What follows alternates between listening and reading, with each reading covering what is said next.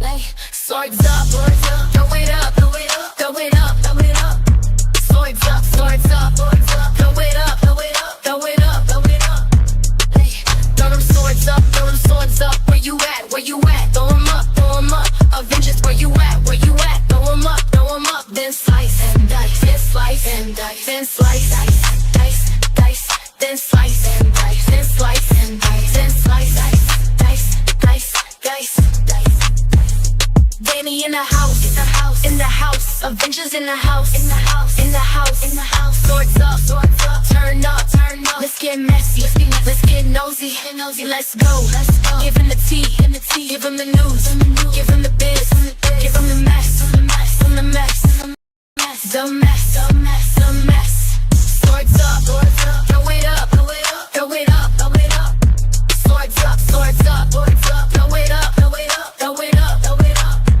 Hey, throw them swords up, throw them swords up. Where you at? Where you at? Throw them up, throw them up. Avengers, where you at? Where you at? Throw them up, then slice and dice, then slice and dice, then slice, dice, dice, dice, then slice and dice, then slice and dice, then slice, dice, dice, dice, dice, dice.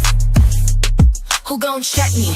I'm playing chess, you playing checkers, checkmate, checkmate. Next caller, swords up, swords up, swords up, swords up, up, up. I don't like you, can't stand you. If it's stuck, then it's stuck. It's stuck, stuck, stuck. Swords up, swords up, swords up, swords up, up, up, up. You're mad, they mad. You're pressed, they pressed. Got you bothered, they bothered. Got you triggered, they triggered. Swords up, throw it up, throw it up, throw it up, throw it up. Swords up, swords up, swords up. Throw it up, throw it up, throw it up, throw it up. Hey, throw them swords up, throw them swords up. Where you at? Where you at? Throw them up, throw them up. Avengers, where you at? Where you at? Throw them up, then slice and dice, then slice and dice, then slice, dice, dice, dice, then slice and dice, then slice and dice, then slice, dice, dice, dice, dice, dice.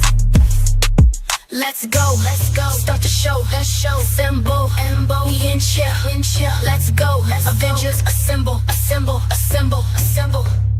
lights, camera, action, we ready, stay ready, swords up, throw it up, throw it up, throw it up, throw it up, swords up, throw it up, throw it up, throw it up, throw it up, throw it up, hey, throw them swords up, where you at, where you at, throw them up, Avengers, where you at, throw them up, then slice.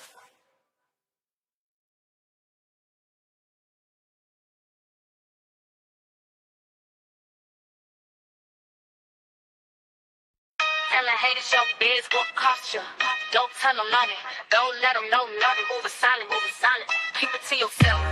Get a seat. Keep it cute, keep it cute, keep it class, keep it moving, keep it moving, keep them watching, keep them guessing, keep them guessing, keep them guessing, keep them guessing, keep them hating, keep them hating, keep them hating. I plead the fifth, back up, that's none of your biz. Hold up, that's none of your biz, that's none of your biz, that's none of your biz, that's none of your biz, biz. I'm moving in silence, that's none of your biz, no biz. I'm moving in silence, I'm moving in silence. Tell a hater show biz will cost you. Don't tell them nothing, don't let them know nothing. Move it silent, keep it to yourself, keep it a secret. Keep it cute, keep it class, keep it class, keep it class. Keep it moving, keep them watching, keep them guessing, keep them hating. They jealous, say they knows it, that they knows it. Praying I fail, praying I lose, praying I fall. Not telling you nothing, not letting you in, not letting you in my circle. Stay out of my biz, stay out of my face. Stop asking me questions, you heard what I said. Stop asking me questions, don't make me get ratchet. Get ratchet. I plead the fifth, back up, that's none of your biz. Hold up, that's none of your biz, that's none of your biz, that's none of your biz, that's none of your biz. I'm moving in silence, that's none of your biz, no biz. I'm moving in silence, I'm moving in silence. You wanna know my plans, my actions, how I move, how I groove, what I'm gon' do, when I'm gon' do it. You wanna know my goals, my steps. You out of my biz, 21 questions. Next question, skip now, dip. I plead the fifth, back up, that's none of your biz. Hold up, that's none of your biz. biz. That's none of your biz. That's none of your biz. That's none of your biz. Biz. I'm moving in silence. That's none of your biz. No biz. I'm moving in silence. I'm headed to the top. Can't stop, won't stop. I'm pressure. Straight, no chaser. Ambitious, go get it. I'm hurt. Let's go. I'm headed to the top. Did I stutter? Did I muddle? I'm headed to the top. That's where I'm going. Go. No more question. I plead the fifth. Back up. That's none of your biz. Hold up. That's none of your biz. That's none of your biz. That's none of your biz. That's none of your biz. I'm moving in silence. That's none of your biz. No biz. I'm moving in silence. I'm moving in silence.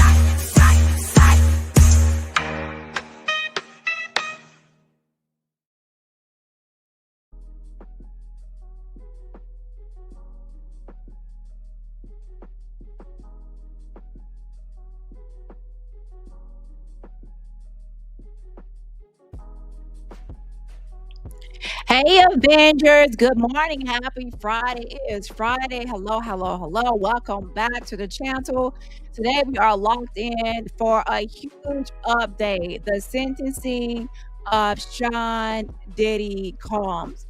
After months of, this whole trial, headlines, court appearances, and victim statements, victim letters, we have now reached the conclusion, the finale, the moment where the judge decides his future.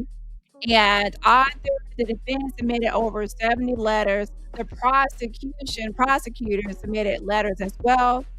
And now Diddy at the last minute has submitted his own letter as well, all in hopes that these letters will persuade the judge or sway the judge in one direction or the other. Right now, Diddy is facing sentencing on his last remaining charge, the federal court tied to, okay? And so this is the one charge prosecutors pushed for after all the others were narrowed down. And it's a charge that will determine how much time he actually serves behind bars. And again, what makes today especially intense is that Diddy has just submitted a letter directly to the judge asking for leniency, claiming remorse, and of course trying to sway the court with his own words. Okay, but let's go ahead and get into it. But also let me know y'all's predictions in the chat. What do you think is going to be the outcome? Will he get credit for time served and have a light, like a remaining sentence will be light? Or will he get the max? Or do you think it will be somewhere in between? Or what do you think the judge will actually give the update as? Okay. So let's go over to Inner City Press. There was a video that was released, and this was, it says, here's the video of Sean Combs' lawyer, Brian Steele, just docketed to be shown at the sentencing. Okay, so this is the video.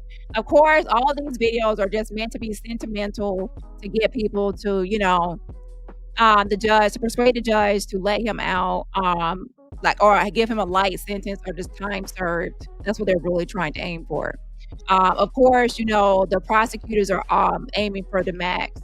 There have been people camped outside of the courtroom trying to reserve a spot, because y'all know a lot of creators and people want to be in the courtroom, so they be sitting in that line, child, like they child, okay, child. Some people sit in lines for Jordans and other releases, so some people are sitting in line, they want that spot in that courtroom.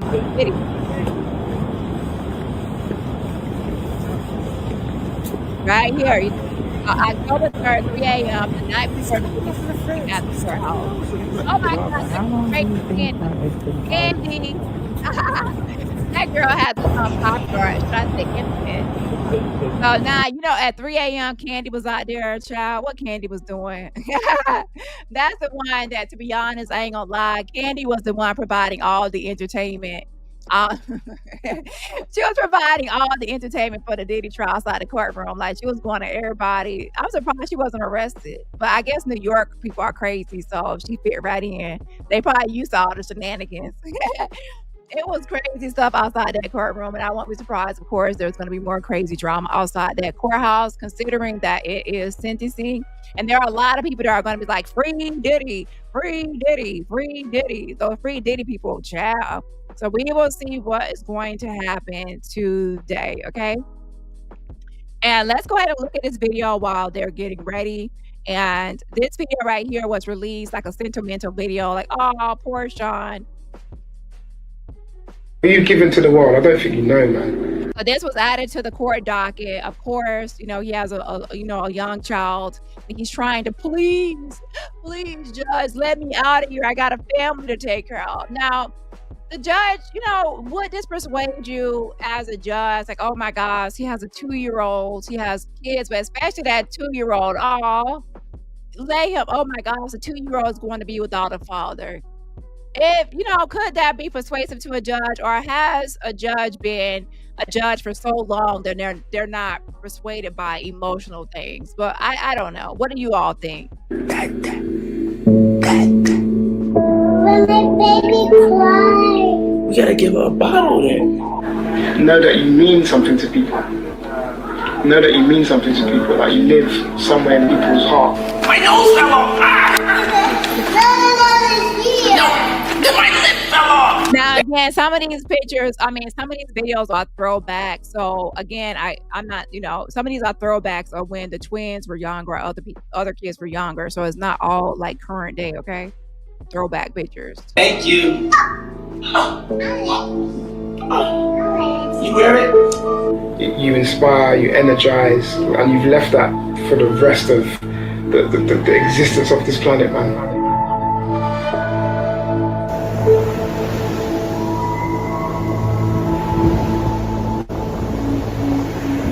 One thing about great producers is they make you want to do better and be better about what you do.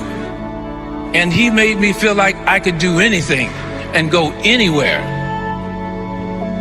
I'm from New York. I love New York. I love the city of New York. I love the children of New York. I wanted to do something good. I wanted to get my generation in the hip-hop community behind us. They come through in a big way. And we wanted to raise some money for the children of New York City for health and education. We have a huge education crisis.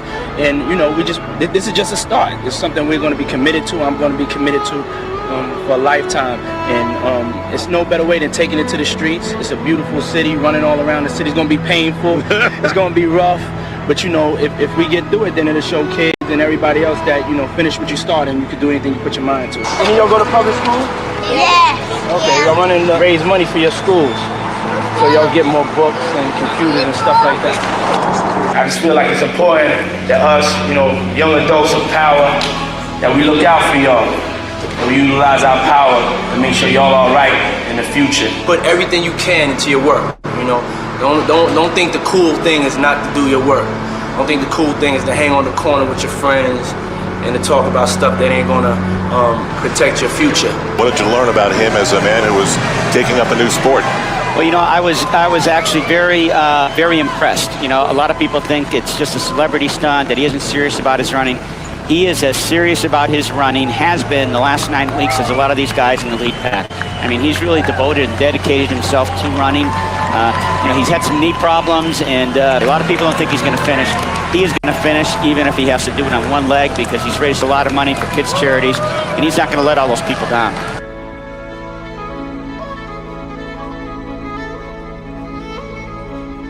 Let's go.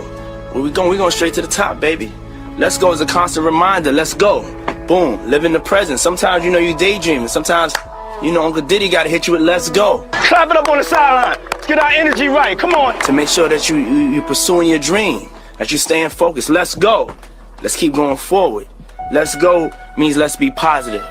Let's take it up another notch. Let's go spend time with our kids. Let's go. Let's give thanks to God. Let's go. Let's turn it up. Let's get in the vocal booth. Let's stop procrastinating. Let's go.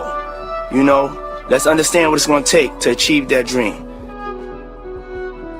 So instead of talking about the guns and the violence, I was always talking about a better life. Places we didn't go before. Things we never wore.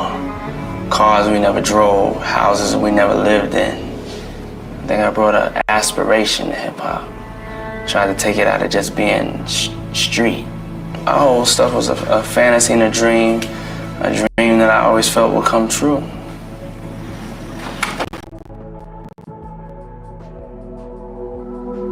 I started out just like you guys. I come from New York. So this is one of the videos that was submitted on the docket, trying to persuade the judge and sway the judge to, give him a light sentence, time served as well. And also, let's take a look at some other things, and then let's get into the actual court, okay? Oh my God. I watch you every morning. This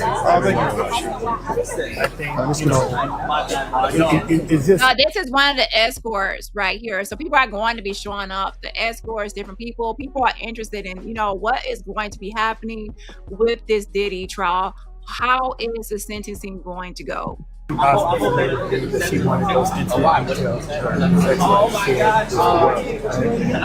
I just think like due diligence is done. So somebody files a civil suit, and I just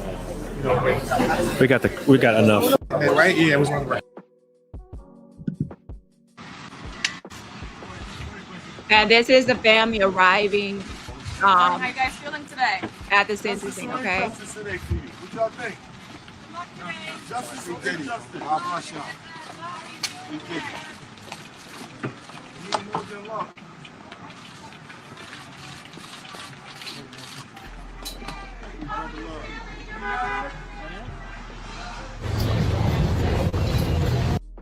After a 2-month trial with tearful testimony, graphic evidence, and a split verdict, this is the final phase now in the criminal case against Sean Combs. This is sentencing day.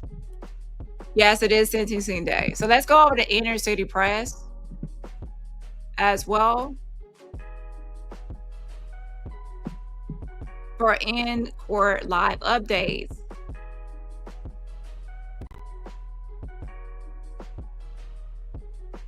It says, let's see, let's go here.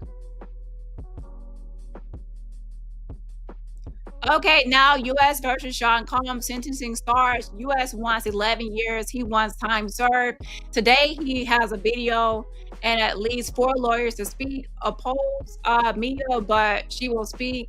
Inner City Pros wrote the book. That's like a promo.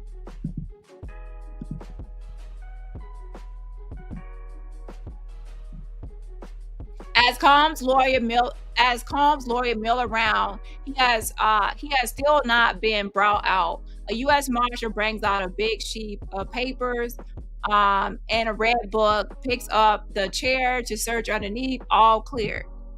9:56 a.m. Combs' lawyer Mark Agnifilo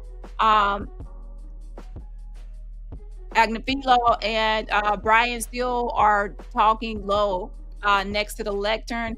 Alexandra Shapiro stands with Nicole Westmoreland. The prosecutors are seated at the front table, -1, Maureen Comey.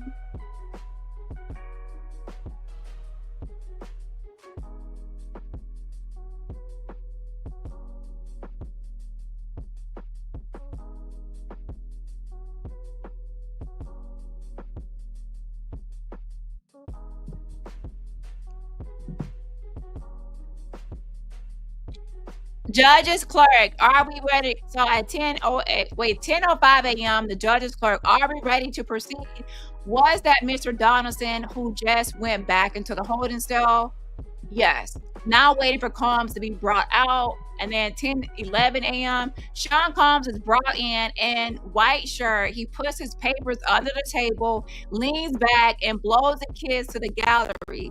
His mother, Brian Steele, standing next to him, whispering in his ear. So that's the latest update. We will be monitoring these updates. Shout out to Judy Cole. Thank you so much for gifting a membership. If you are gifting a membership from Judy Cole, please say thank you for the gifted membership. Again, if you were gifted a membership from Judy, please say thank you for the gifted membership. And also thank you to Judy as well for the Cash App. I appreciate the support. And everybody else, remember, support my channel for free just by what? Hitting that like button. So Ted says, I think Puff should get 10 years. Rich people need to learn they just can't get away with breaking the law because they have money. Exactly. So we will see what the judge decides. So of course they rolled out the other letters from, you know, his friends and family. And then of course at the last letter, they wanted it to be a letter from Diddy himself. Okay. And I will actually go over that letter with y'all for those that, you know, missed it.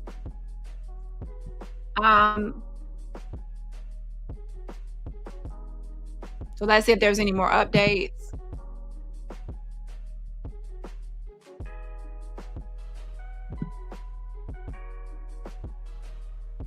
Okay, that's the only update so far. Just a second. So let's go watch a little bit more of this other video. Again, this video right here is the one that Diddy submitted to try to plead his case, to show a different side of him, character video. He submitted this on the docket. I grew up in Harlem. I used to have to wear a uniform every day. Had to get up early in the morning, had to travel to go to school. I worked hard, just like you guys are working. This country and this world we live in may have a plan for y'all. I didn't listen to that, and I don't want y'all to listen to it either. Y'all are great. Y'all are kings. Y'all are queens. Y'all are leaders. I just got so excited because this is truly a dream come true for me. And I'm happy to say this is our third school we have opened. This official.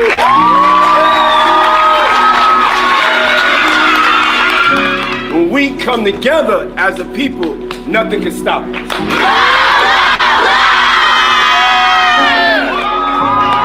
What I want to do with my freedom is, you know, make sure that I can make change. And I found out that Mr. Sean Diddy Combs posted me on Instagram. We met Sean Diddy Combs for the first time, and Sean gave Trey a $25,000 grant, which allowed us to open a physical store. Revolt, as one of the only Black-owned networks, we have to own something. We have to have something that's ours. We have to have something that we can control our narrative, and we could speak about things that are important to us, and we could have a platform and a foundation to be free. But I want to get advice from y'all. I want to not just have a one-way conversation. We need a platform where they can put artists that are different, really different, that we can get a shot on other stations. Working for Revolt TV and working for Diddy was absolutely life-changing. It was the best job I've ever had. I learned excellence through him. I don't see enough things truly changing.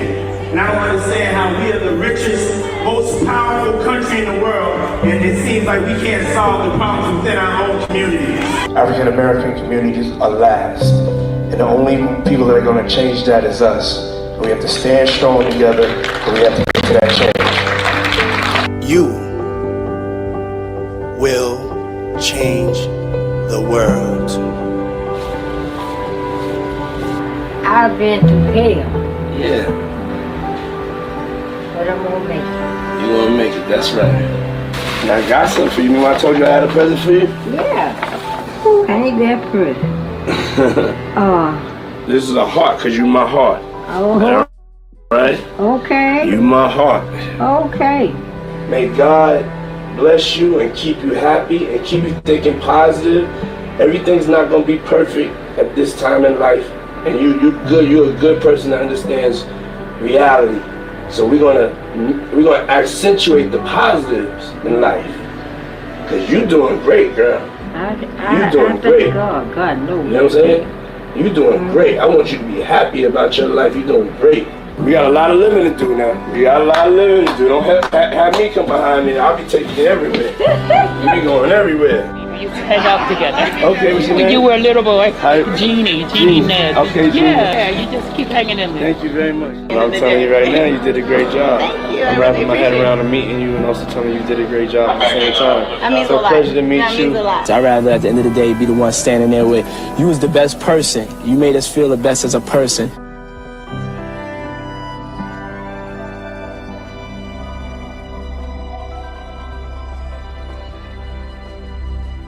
How old are you? 2. How old are you? 2. You got a 2. That's 2. My name is Pookie the Bird. Pookie.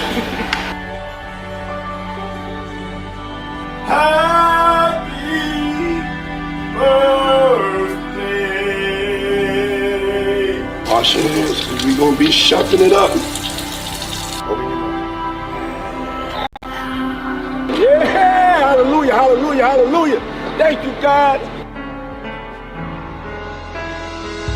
Today, God is the greatest. He blessed me and my girlfriend Kim in the world with 2 beautiful baby girls.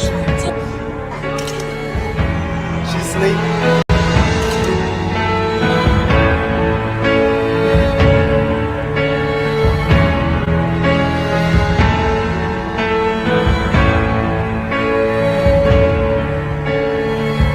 We have breaking news to tell you about now. Model and actress Kim Porter, who shares 3 children with Sean Diddy Combs, has been found dead. She just loved me unconditionally, you know. She just loved me. Just for me. It's like the closest you could be like with a person. Okay, let's see if there's any updates. We'll come back to this video.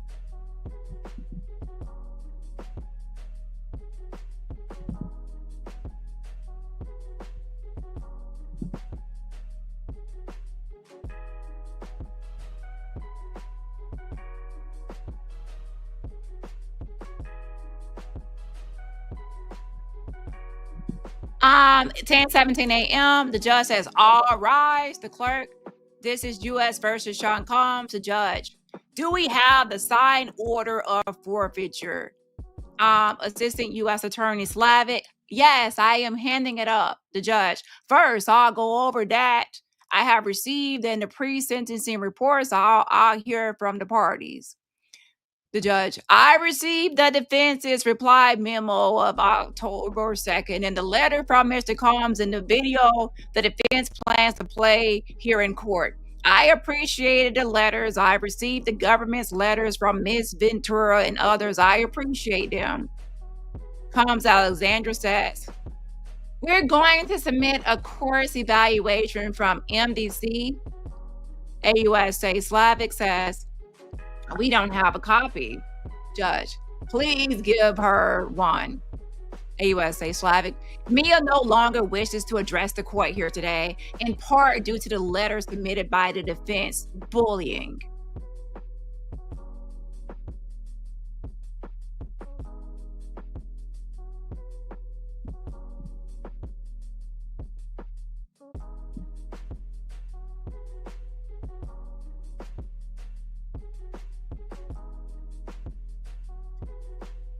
AUSA Slavic, "We think the defense's letter violated your honor's rules." Judge, "I thought the tone was inappropriate and it should not happen again.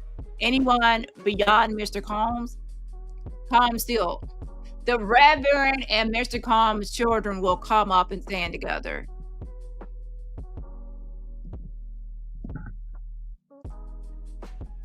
Okay, so let's wait for some more updates. These are live updates again from Inner City Press. They are live at the courtroom, okay?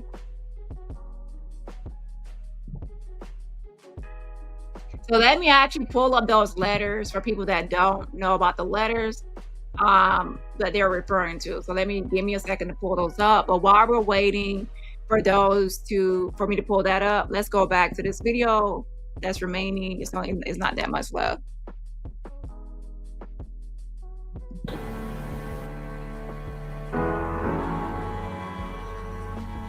I get to thinking about her, and I go to crying about her. Today, now I'm a full-time dad, and I'm gonna be there for you through everything, all of y'all. Every Sunday, I gotta slow everything down and do the family ritual, get the family together, make sure the girls watching church. There is a definition of grace that is more. Pops, I love you. Thank you for loving us. Thank you for loving me. Thank you for inspiring. I've looked up to you and admired you outside of you just being my father, just you being just a great human being, a kind human being. I love how you inspire me to keep going, to never stop following my dreams, to always believe in myself. See your foot, put in that middle part. When I beginning. I wanted to tell you how much I love you, how much I care for you. Thank you for being so supportive of me and my siblings' dreams, for always encouraging us to go for whatever we want. We love you. We can't wait to make more memories with you. Just want to thank you for everything you do for us. Yes, and let you know that you're loved more than you think.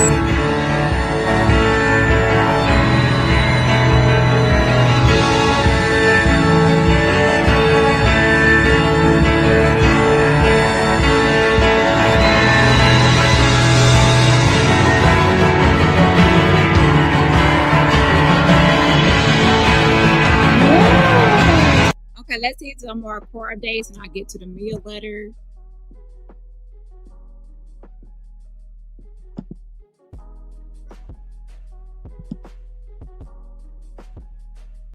What is going to happen today? Calm still. Also, Giovanni from the program, Judge Miss Slavic, AUSA Slavic, Rule 32 only applies to the parties and victims. The court is within its rights to exclude character witnesses. 940 F.3D 167. Judge Furman has used this to limit defense witnesses. So they're pretty much arguing over, witnesses and things. Okay. So the sentencing is not just about, okay, if he goes in, he gets sentenced. They're going to obviously show a video. People are going to be allowed to speak, okay? So it's going to be longer than what some people expect, okay? And so let's actually look at this meal letter that people are referencing. So October 1st, 2025, there was this meal letter that, even the judge kind of frowned upon, okay? It says, "Dear Judge, rewrite in opposition to the government September 30th, 2025 letter motion requesting that a person with the last name Mia speak at Mr. Combs' sentencing for charges of which she is not a statutory victim. Over defense objection, Mia was permitted to come into a courtroom, assume a fake identity, complete with a made-up voice and demeanor, and lie about a defendant in a criminal case, all behind the shroud of anonymity. She lied that she had sexual contact with Mr. Combs without her consent. She lied that she was a victim. Virtually everything that came out of her mouth was a lie." One of the great messages of the Enlightenment that once held sway over parts of Europe is trial by jury. And a jury of 12 people had little difficulty concluding that this person with the false identity, voice, and demeanor was lying. And it acquitted Sean Combs of anything and everything related to her testimony. But she apparently is not done. Now that the jury is gone and her lies will not be tested by cross-examination or evaluated by a fact finder, she wants to return to court, still beneath the shroud of anonymity, to lie again. Simply, she is not a victim of anything. She had adult consensual sexual contact with Sean Combs on a handful of occasions, and as her many writings show, held him in the highest regard for years afterward. How do we know this? The same way the jury knew, because her testimony was blatantly incredible in every way, as was the testimony of so many of the government witnesses. Moreover, that she is so eager to return to court when she plainly does not have to and is not even entitled to, puts her proffered fear of testifying at trial into clear relief. This was a show for her. She got to lie. She got to testify with a false identity. She got to try out her fake voice for a jury of savvy New Yorkers. But she also saw the consequences of lying to a jury. They don't believe you. So now that the jurors have returned to their lives and she could testify without scrutiny, she wants to come back still under a fake name, still with a false narrative, to further sully these proceedings. Thank you for your consideration. Now, something tells me that Mark was a heavy handwriter behind this, because Mark is savage. Y'all, Mark Agnafilo. I say Agnafilo. So Mark Agnafilo, he is savage. He does not give a damn, okay? He's one of those lawyers, don't care what comes out of his mouth. He is, okay? Now, he probably would be good at defense because he doesn't give a damn, but yeah. Okay, a mess. Okay, so now in reading that letter, I can clearly see why people thought it was inappropriate. I can see why. Yeah, they're definitely inappropriate. What the fuck? They actually submitted that to court. Oh wow, I can't believe they scathing. Okay, now update. The judge says, but I allowed him, correct, as I overruled the defense wanting to exclude Mia, AUSA Slavic, within your discretion. Mr. Still, okay for the children, and Dr. Johnson, still, Reverend Doctor, Judge, I'll think about the others. The judge says, now as to the objections, the defense says acquitted conduct cannot be considered. There is no guidance from any court on this. We don't know what the jury was thinking, but it's about overlapping conduct, and it only impacts the advisory guidelines range.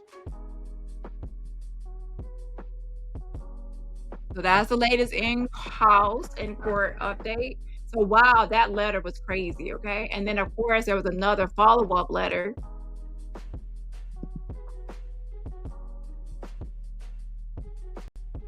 As well.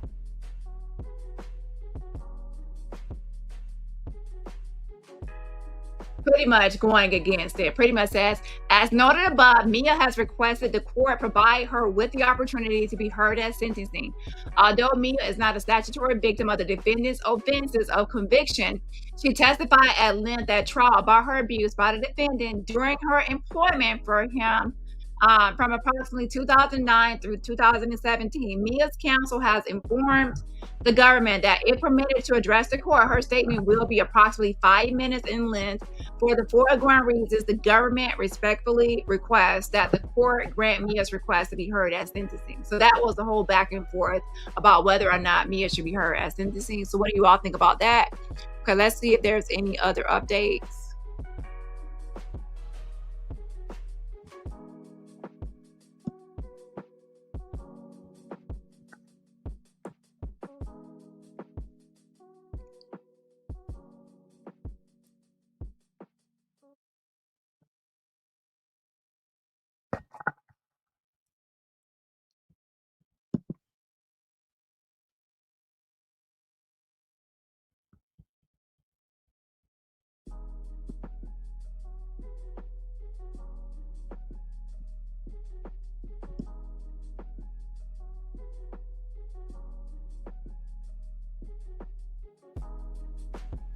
Just a second.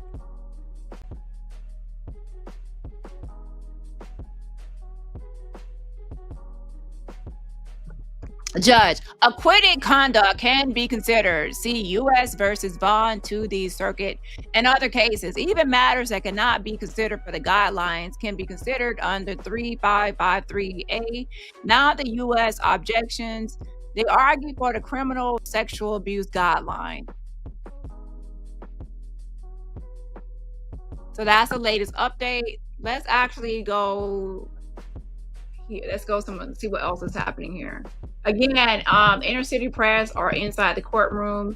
So they have the latest updates as they tweet from inside the courtroom.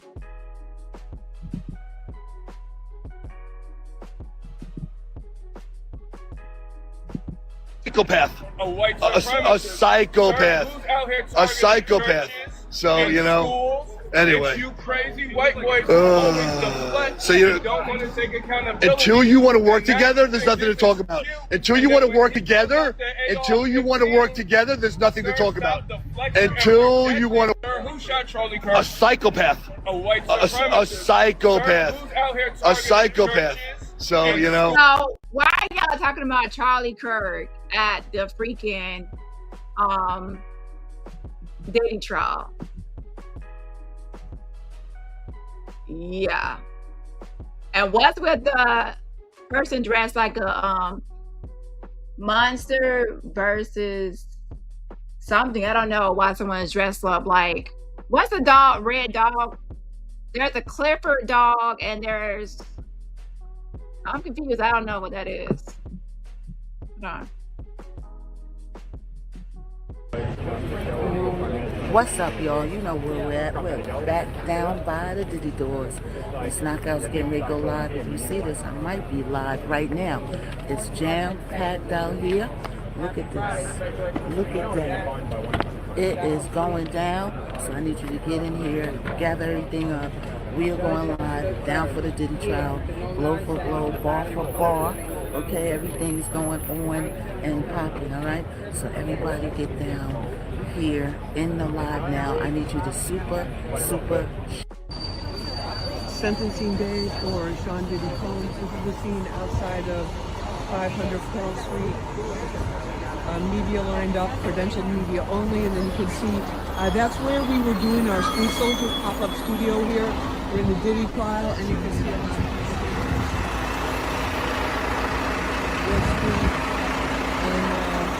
I'll be over there doing live shots a little bit after we get. It's sentencing day. Combs in a 4-page. Hold on a second.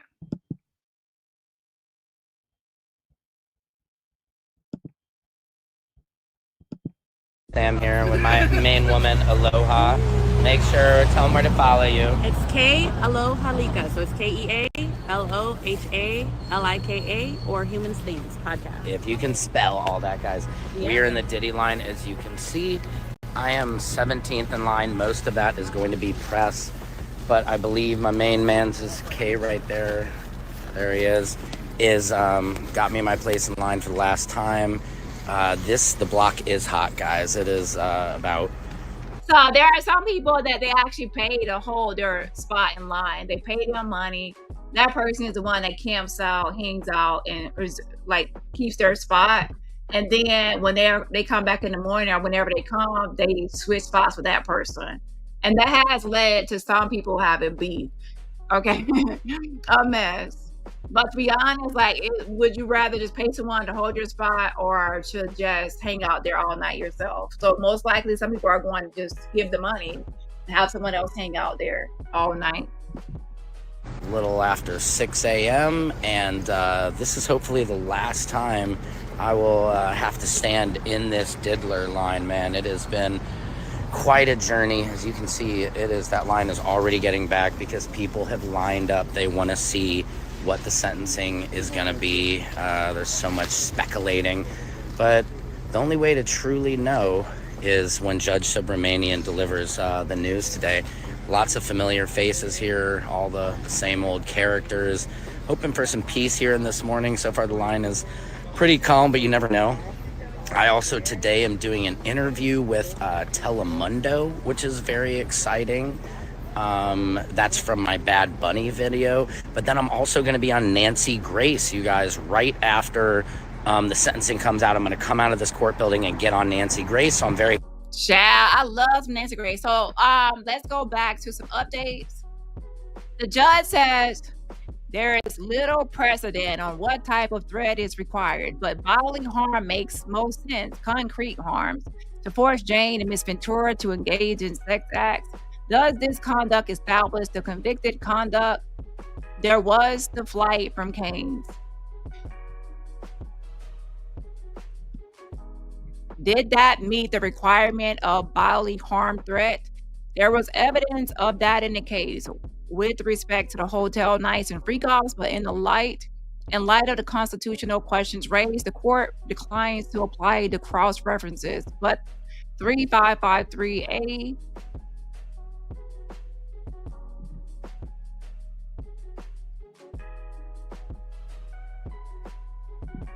since I can consider it under 3553A, it does not impact the sentence. Next, Mr. Combs making a pass as legal.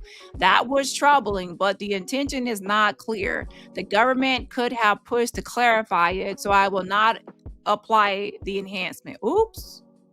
So, to be honest, the prosecutors were pushing for a lot of enhancement. So, if some things are not enhanced, that means it's lighter for that particular thing. It's great because enhancements are going to increase the sentencing. Okay, so let's see what the judge is going to actually say. Okay, and continue to say. Okay, hold on.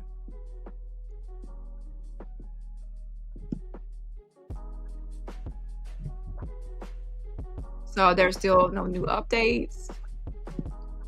Excited about that. Things are turning and burning. Turn and burn, baby. I love you guys. Thanks for all your support. Secret Service Sam out. Samson for president of TikTok. Patriot Secret Service Sam here.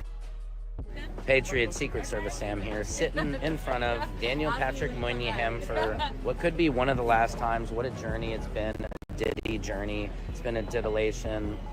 We've learned.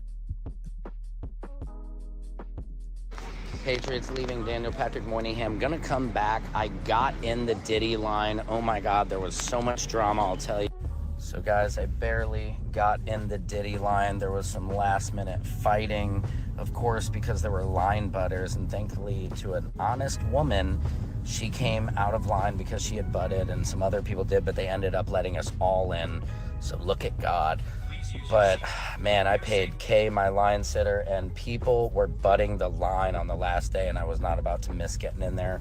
So I'm gonna be coming back to the court building here in just a little bit. But I don't know. Do you guys think Diddy is gonna walk, or is he gonna get some time? If he gets a lot of time, people are gonna be down here at this court building pretty angry. So regardless of which way it goes, it's gonna be exciting. Secret Service Sam out. Sam's for president of TikTok. Patriot Secret Service Sam here. Okay, so let's go see if there's any updates. So again, the prosecutors were trying to hit Diddy with extra time because of those enhancements on top of the base sentence, which they call sentencing enhancements. And one of the big issues was these pads that he had that were labeled legal, and the government argued he might have been trying to hide stuff, like putting kind of like do not touch on things that were not really legal documents. And they were trying to say that that's obstruction of justice, basically lying or hiding evidence, and things like that. But the judge was pretty much saying the intention of it all wasn't clear. And yes, it looked suspicious, but the government didn't really clarify what they were saying beyond doubt that Diddy was purposely trying to mislead or anything like that. So instead of tacking on extra years, the judge said, I'll just keep this in the back of my mind under 3553A. That's basically the judge's rule book, okay? Let's see if there's any more updates here.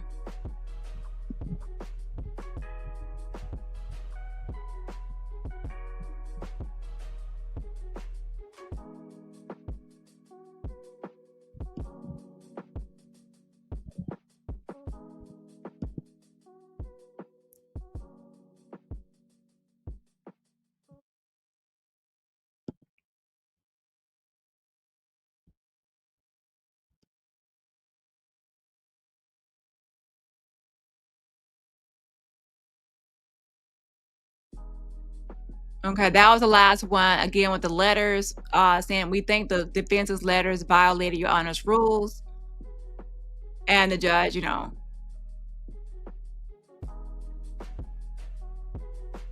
on.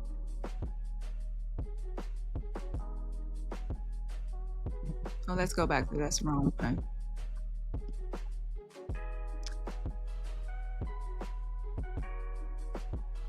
Okay, no, the last one was the government could have pushed to clarify it, so I will not apply the enhancement, and that would have increased his sentencing, but he didn't do it for that one, okay?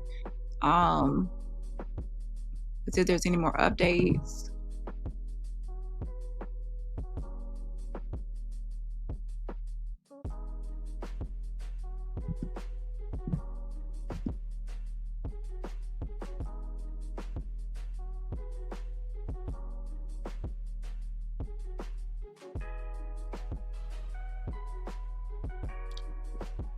Judge, the government objects to probation not considering Jane and Miss Ventura as vulnerable victims. I overruled this. What made Combs' coercion effective was their condition. Anyway, the court would reach the same conclusion. Now, Mr. Combs' objections. Mr. Combs objects to characterizing Miss Ventura and Jane as victim.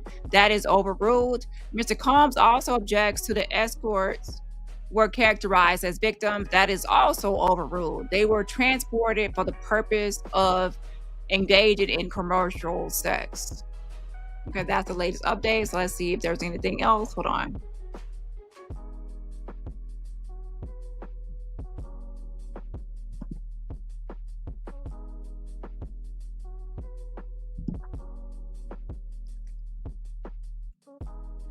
Judge, there was Jules and Paul and Cabral, Jules, Reggie, and Rico as to coercion. When something is voluntarily, it is uncompelled. That is from Black Law's Dictionary. It's a broad concept. The threat to release videos into Jane's home, that's coercion.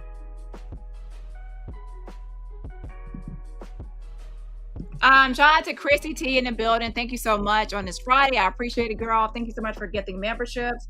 If you're getting the membership from Chrissy T, please say thank you for the get the membership. Again, if you were getting the membership, please say thank you for the get the membership.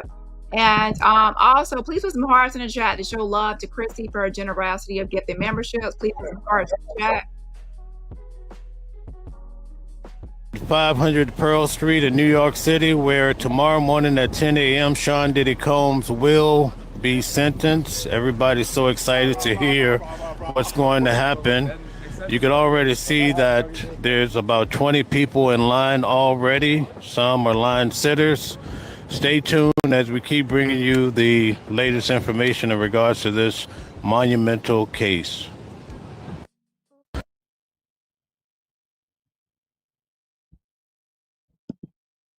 All right, thank you for tuning in to Watching the World. We have with us Jacqueline. Jacqueline, how have you been? Awesome. Can't complain, but I won't. Okay, tell us, what do you think about tomorrow? I'm not biased. I have no opinion about tomorrow. I'm excited to hear the news. I'm sure, like everybody else in the world. And that's it. Okay, how have you been? I've been awesome. I've been tremendously blessed. I have a fan base now, which is awesome. And I cannot ask for more. God is good, in Jesus' name. Okay, thank you so much. It's nice to see you again. Anything you want to say to the people at Watching the World that miss you so much? I love you. Thank you for your support. Thank you for your prayers. Daily, what else? Daily prayers in Jesus' name. Stay well, stay blessed. All right, those who don't know, this is Candy, the crazy lady that got escorted out of the Diddy trial that caused a disruption. The one that was out there with no nuts, with his St. Blue jacket, roasting his ass, but then I think they made up later. The one that was swinging her fist, like this one lady, unless she was trying to fight her. The list goes on and on and on. She said she has a fan base now, of course, because to be honest, she was the main one, like keeping things crazy outside the courtroom, like drama. It's like, you know, people like drama. Like, it's a serious case, but obviously in the downtime, in the meantime, people are going to be attracted to some sort of drama. Stay humble, stay true, stay optimistic, and have a balance of wisdom and zeal. Oh, beautiful. Thank you so much. Awesome. Thank you for tuning in.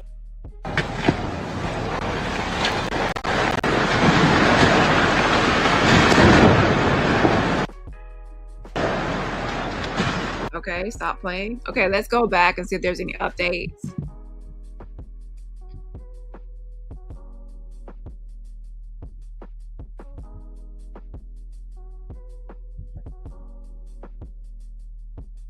So, of course, like I was saying, the last updates we were just looking at, Diddy's team really tried to argue that Cassie Ventura and Jane should not be called victims. And the judge flat out overruled it and pretty much saying, yes, they are victims because they were coerced and exploited. And then Diddy's lawyers, his team, tried again, of course, and pretty much was saying, well, the escorts should not count as victims either because they were paid. And the judge wasn't buying it. He overruled that too, saying that they were transported for commercial sex, so that makes them victims under the law. Okay, and governments, so those overruled is actually in the prosecutor's favor because they were trying to say people were not victims, and the judge overruled those things. Okay, and then the government also was trying to argue that probation should have labeled Cassie and Jane as vulnerable victims, which would have added another sentencing bump. The judge pretty much says, nope, I already factored that in. with the coercion. And even if he did not do that, let's say, the outcome would be the same. So that enhancement didn't stick either. Okay. So he's just going through everything. Let's see if there's any other updates on this end.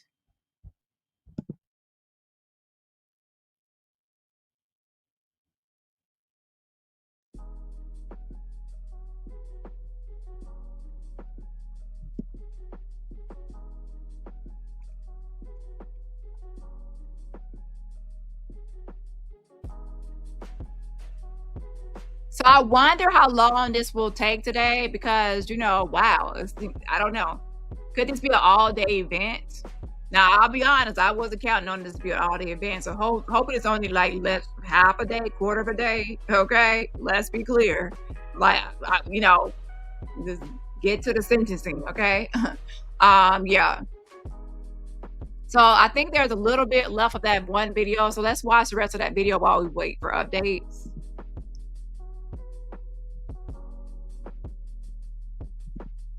There's not much left of this. It's like 1 minute left. 45 minutes.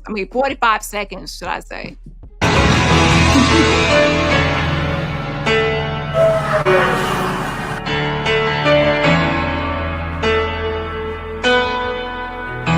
had to pick which trophy I want the best person trophy. Because I know in order for me to get into heaven, I'm not going to get in there, well, come on in heaven, you had 20 hit records.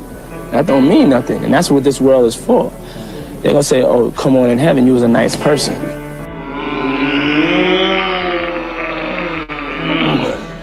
I love you. I love you so much. I love you so much. Love you so much. Hi, Daddy.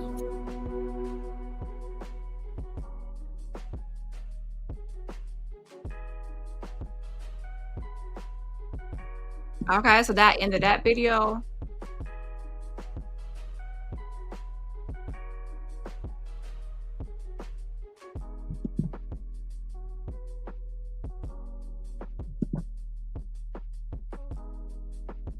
Let's see if there's any other updates from inside the courtroom.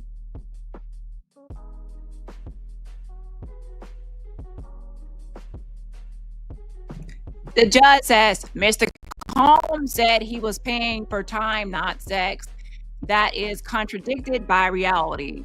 He has not expressed remorse for transporting people for prostitution. Combs has challenged his guilty full throatedly, including off the trial. Oh, child, it ain't looking too good for you, Mr. Baby Oil. The judge doesn't see any accountability, and that's not good because you writing all these letters and having these letters sent that you changed and you're this or that. Remember, if someone finds that you're guilty of something, they're looking for remorse. They're looking for accountability. That scathing letter about Mia, and not even just Mia, it's just, yeah, not looking so good in the judge's tone so far. What do you guys think? What do you all think? He said, including off the trial. So, not looking good. If someone feels like you're trying to argue, and by the way, I have the Diddy letter. Okay, hold on. Judge, Mr. Combs wants to apply the 0-point offender provision from 2023, but 2024 on other issues, that is not possible under 2D Circuit's one book rule. Next, Mr. Combs objects to the $5,000 assessment under the statute because there are no victims. Denied. Oh, denied. I have the forfeiture order. Is this your signature, Mr. Combs? Yes, sir. Mr. Steele, did you review it? And then Combs, Teeny Duragos says, I did. And then the judge says, I incorporate the order into the judgment in this case.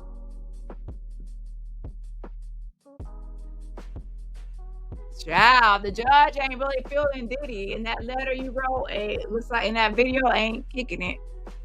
And by the way, you can write 1,000,000 letters, but it has to be some accountability. Okay, hold on. a lot of accountability, not just in your letter, but also in those memos and other type letters or submissions. Okay, y'all wrote that memo of escorts enjoying it. He said the escorts enjoying it and they were willing participants and everything else. That wasn't good because obviously the judge is going to argue that, against a lot of this stuff. Hold on.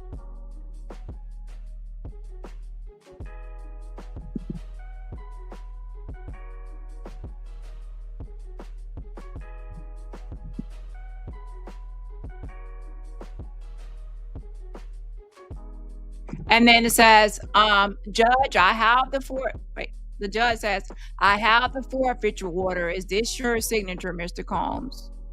Yes, sir. Mr. Steele, did you review it?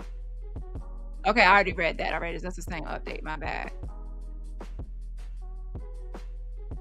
Okay, so let's go ahead and let me go ahead and play the Diddy letter. So Diddy wrote a letter to the judge. So let's go ahead and review that letter that Diddy wrote, okay? Yes, it should be wrapped up today. There's nothing they should really be doing beyond that, okay? So let's go ahead and look at the Diddy letter.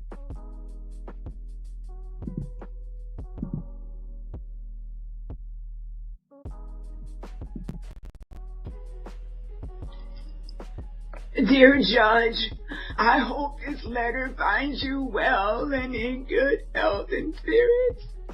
Thank you for the opportunity to express my thoughts to you.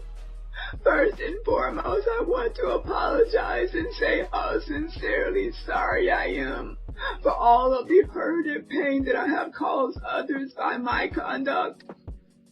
I take full responsibility and accountability for my past wrongs. This has been the hardest 2 years of my life. I have no one to blame for my current reality and situation but myself. In my life, I have made many mistakes, but I am no longer... Wait, who wrote this script for me? But I am no longer running from them. I am so sorry for the hurt that I caused, but I understand that the mere words, I'm sorry, will never be good enough, as these words alone cannot erase the pain from the past. Over the past 13 months, I have had to look in the mirror like never before. My pain became my teacher. My sadness was my motivator. I have to admit my downfall was rooted in my selfishness. The scene and images of me assaulting Cassie play over and over in my head daily. I literally lost my mind. I was dead wrong for putting my hands on a woman that I loved. I'm sorry for that and will always be. My domestic violence will always be a heavy burden that I will have to forever carry.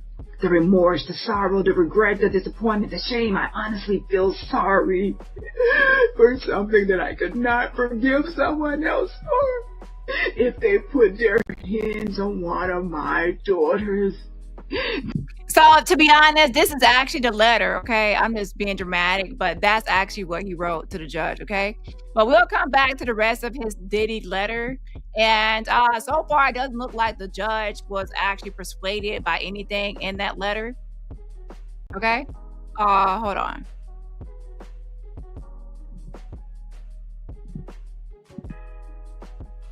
So let's look at the updates.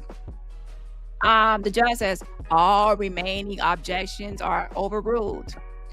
Comjarago says, although you say some points don't impact your sentence, it might impact his eligibility for low categorization if you impose an incarceratory sentence.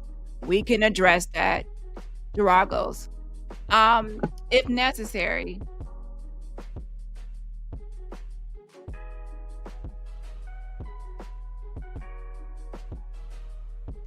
Combs Alexandra Shapiro says, I'd like to make some more points. We briefed extensively.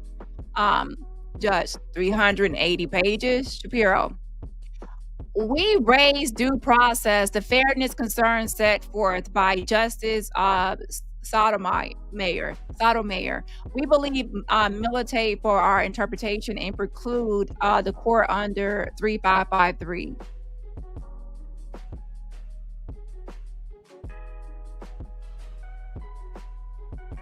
Let's see if Candy actually has any videos while we wait for updates. So this is the actual Candy, the one that hangs outside the courtroom acting crazy. I don't know what state that happened I in, don't see any new but they a bunch videos of on her pussies out there page. too. So I was trying to see if she added any new videos because she is outside the courthouse, but I don't see anything there. Okay. Yeah. Hold on. So let's go back now to the Diddy letter really quick while we wait for the actual updates. This is why it's so hard for me to forgive myself. It's like a deep wound that leaves an ugly scar. How am I doing so far? Does this sound believable? Your Honor, I thought I was providing for Jane concerning her and her job, but after hearing her testimony, I realized that I hurt her. For this, I am deeply sorry. I lost my way. I got lost in my journey, lost in the drugs and the excess. My downfall was rooted in my selfishness. I have been humbled and broken to my core. Jail is designed to break you mentally, physically, and spiritually. Over the past year, there have been so many times that I wanted to give up. Wait for this part, There have been some days I thought I would be better off dead. The old me died in jail and a new version of me was reborn. Prison will change you or kill you. I choose to live. Every day since my incarceration, as difficult as my circumstances currently are, I have made the best of my time by reading books, without the phonics, by the way, writing, working out, or in therapy, obtaining the tools and knowledge to deal with my past drug abuse and anger issues. I have been putting in the work and working diligently to become the best version of myself, to ensure that I never make the same mistakes again. Well, if I do, I just don't want to get caught this time. I realize that I am in a situation where no amount of money, power, or fame can save me. Only God can save me. My grandmother used to teach me that God makes no mistakes and that everything he does is for your good. I believe that a bad situation can be used for good, although this situation has been the hardest and darkest time in my life. Good things have come out of my incarceration. For starters, I am now sober for the first time in 25 years. I have been trying my best to deal with my drug abuse and anger issues and take accountability. So anyways, let's go back to the actual. Again, this is something that Diddy actually wrote. I just read it, okay? But in a dramatic way, but that's actually his letter, okay?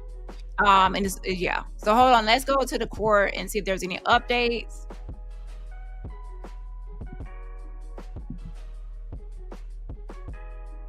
We will come back to the letter because it's kind of long, okay?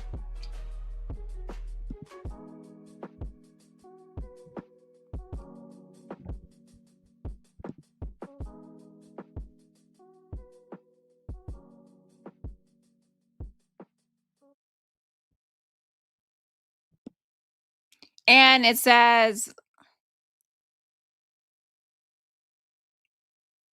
Com Shapiro, I wanted to preserve this for appeal. Should there be an appeal of your sentence, Judge? It is preserved. The PSR says the offense level is 27. I agree with that. The criminal history category is one that leads to a guideline of 70 to 87 months. I'll hear from the government. AUSA Slavic, I'd like to respond, author the defense as well. Today is about accountability and justice. For 15 years, the victims' lives have been shattered by abuse and exploitation. This is not just a case about freak-offs in hotel rooms. This is about victims. And it says hard. I guess heard. I don't know. About a man who did horrible things to other people. His currency was control. He weaponized it. All of the 553 factor point to at least 135 months. Now, going back to what they were saying before, Diddy had wanted to use, a 2023 rule. It's for like first time, or it's like zero point offender provision. It gives people with, not like first time offenders completely, but people with no prior criminal record, like a break. Like a first time offender discount, should I say. But here's the thing. At the same time, the defense wanted to like cherry pick and apply some 2024 rules that they wanted to kind of help him with, okay? And the judge pretty much shut it down, said, nope, you can't like mix and match this together. And so that's what they were pretty much talking about before, okay? You have to pick one version and stick to it. You cannot like mix and match, okay? It's not a fucking buffet or something, okay? Well, I want this and I want that from here and I want this from there. No, okay? And then, of course, they tried to dodge the $5,000 assessment fee that comes with crimes involving victims. And they were trying to argue again, like I said before, that there are no victims. And the judge was not having it. He was like, denied, denied. Okay, flat out denied. Another thing they were talking about was the forfeiture order. And that's basically like they're taking access tied to the crime. Okay.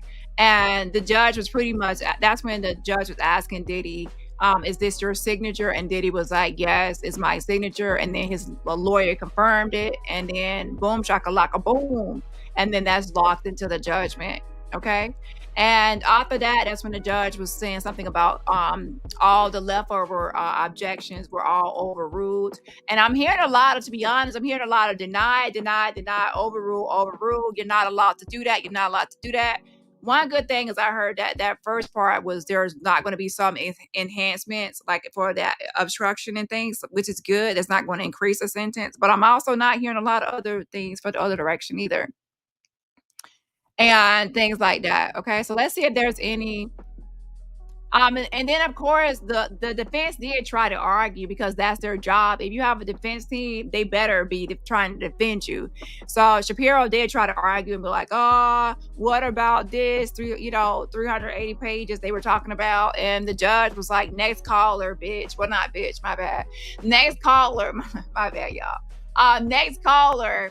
That's already something that has been discussed and looked over, and that does not apply, and we're moving forward. Okay, hold on. So let's see if there's any other updates.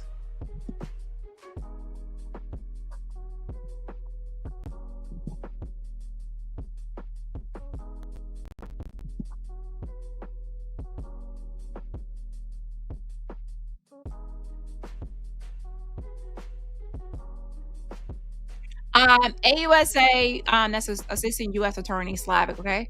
AUSA acronym. The defense accuses us of speaking, the defense accuses us of seeking 135 months so that the court splits the difference. We think probation's recommendation of 60 months does not account sufficiently for the harm to Cassie and Jane.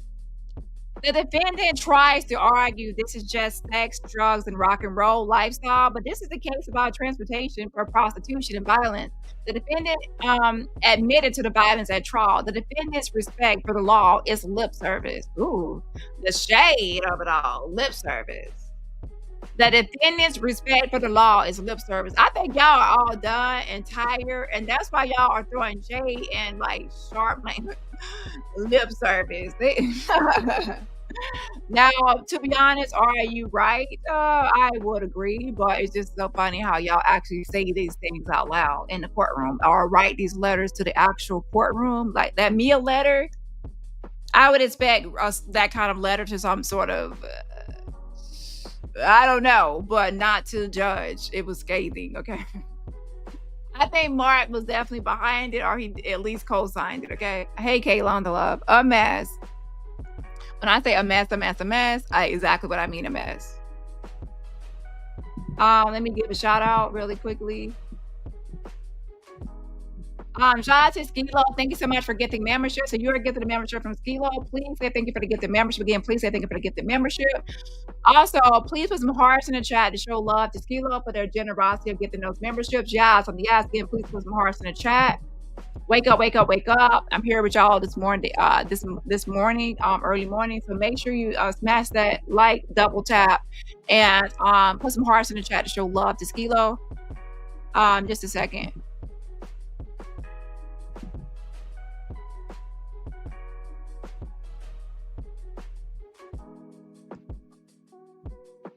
Okay, so let's see if there's any more updates. Again, Inner City Press, they are inside the courtroom, so they will have the latest updates of what's happening in there, okay?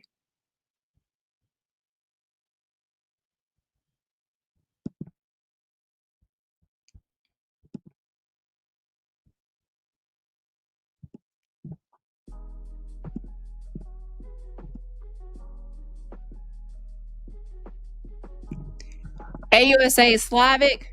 Mr. Combs has booked speaking engagements for Miami for next week. That is the height of hubris. He did this for 15 years. He was responsible for transporting many escorts. That's a lot of freak offs and a lot of hotel nights. He knew it was illegal. Must hubris. I don't know. Okay. But yeah, so that's the latest update. So hold on, let's see what is there any other things happening at that courthouse while we wait for new updates.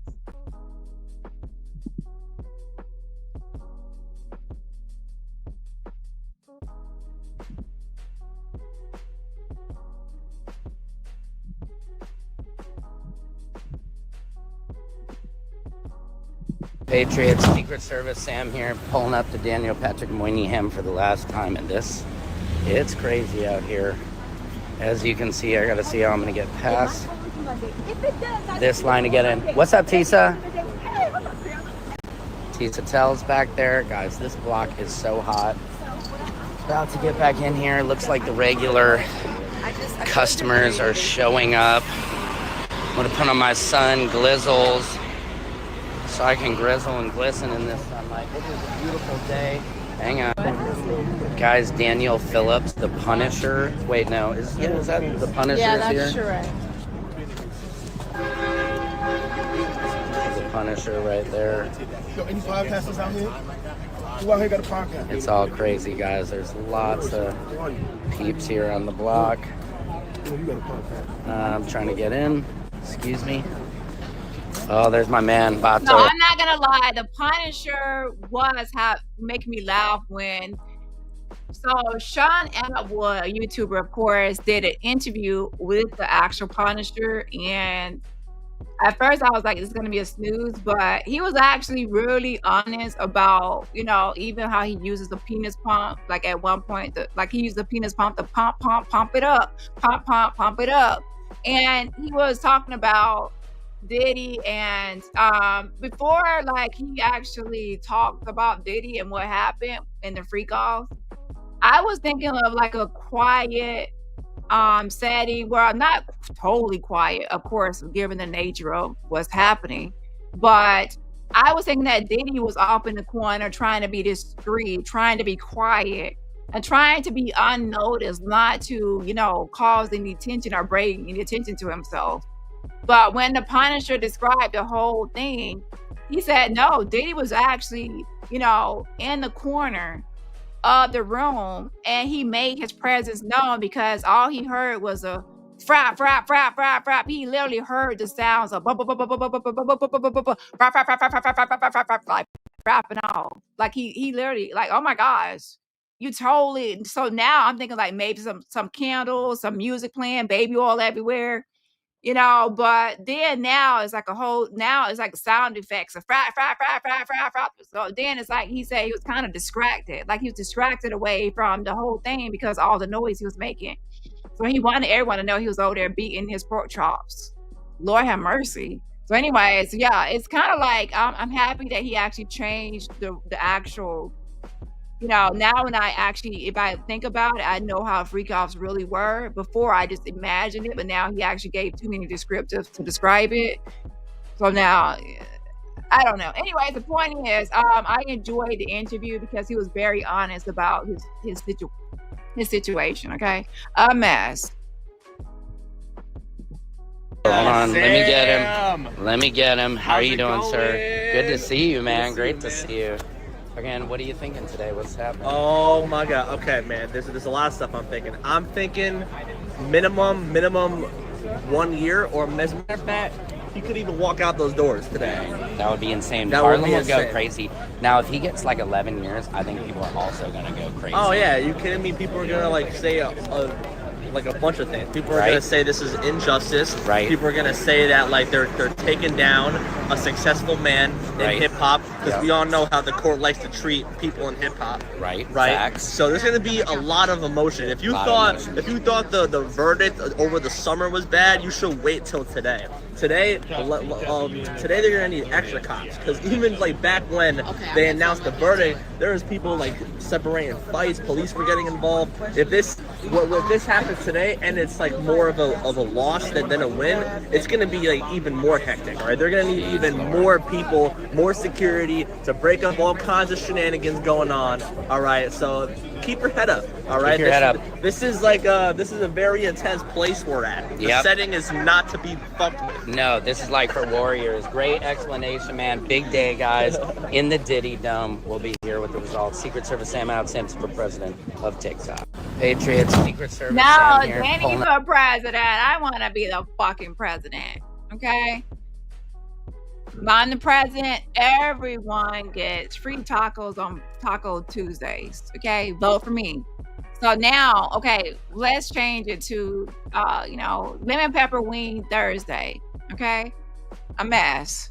So let's go back to the actual updates. So, okay, so let me actually go back there. It says Mr. Combs has booked speaking engagements. Oh, wait, okay. Mr. Combs has booked speaking engagements for Miami for next week. Oh, I'm just now, y'all, I got to get my coffee. Wait, he has already booked speaking engagements for Miami. Now, wait a minute. Did you already have these speaking engagements already? And you just reschedule? You actually have speaking engagements prepared, Diddy. Diddy think he getting out, y'all. Mark Agnafilo is over there saying, you getting out, my dog, bro. You get out. We gonna be out. You gonna be going to Miami, MIA Mia next week, dog. Child. So I get it now. He really has booked.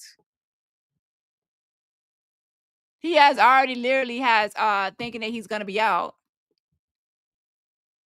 And that's what they're saying. I don't know what hubris is, but based on the context, this says that is the height of hubris. I'm gonna Google it.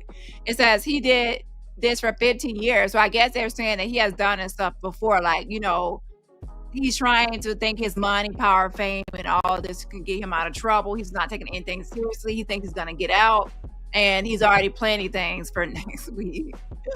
But what I want to talk about as well, they do talk about this 135 months. And they're talking about all this 3553. And I'll be honest, I don't know everything about it. I did look up some stuff, but I don't know everything about it. That's when they released those memos, and those memos and pages, the hundreds and hundreds of pages. Okay. But I did go over it with y'all that they were trying to get 11 years and 3 months in prison. That I do know. That's what the government was asking for. And then now they're talking about probation, and that probation recommended only 60 months, and that's only going to give 5 years instead of that 11 years. And the government is saying, no way, you have to take into consideration that there are actual victims here that were harmed. There's Cassie and Jane, and that's a slap on the wrist to do that. And also, again, talking about how he got stuff planned for Miami next week, a mess, okay? And when she started talking about, oh, he just giving lip service, she also was pretty much saying, like, he's trying to act like this was like that this wasn't about, you know how people have like Elvis Presley, Elvis, and there's a rock and roll lifestyle of drugs, money, girls, parties, or some sort of rock and roll, sex, drugs, and rock and roll kind of scenario. She says, no, it's not sex, drugs, and rock and roll. These are actual victims that were coerced, and this is prostitution. This is illegal. This is not something that should be normalized as something just sex, drugs, and rock and roll. Okay, so let's see if there's any other updates besides that.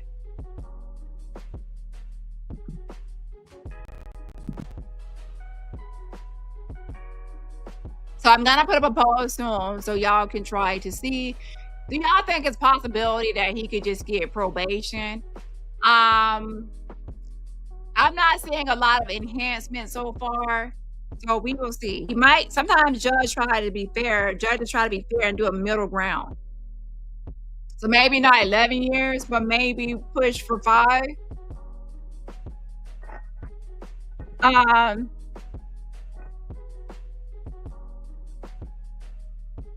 AUSA Slavic says, even in cases that decline to apply to cross-reference, significant sentences are handed down, including in this district. Consider U.S. versus Dylan Jordan.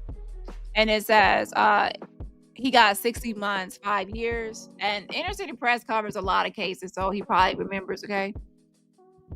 Let's see.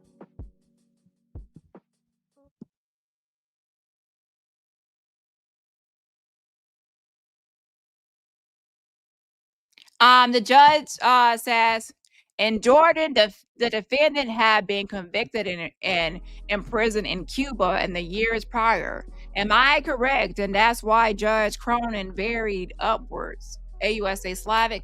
That is correct, as well as the other factors, Judge. So there is a distinguishing feature. Oops, you try to get the judge, but the judge got you, child. Oof. The judge says, there's a distinguishing feature. There's a difference here. Don't try to act like it's something the same. Don't try to act like it's the same. It's different. Okay? Got you. Gotcha. Y'all gonna have to do better because this judge, he up on y'all games, okay? So Diddy is not looking good for you so far, but at least you didn't get some of that obstruction of justice enhancement, okay? So let's see what else is going to happen. Yeah, I'm gonna put up a poll as soon as I can, but to put up a poll, I have to have a video playing as well.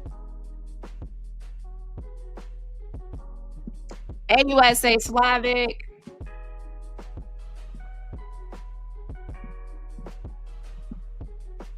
I lost my place. Hold on.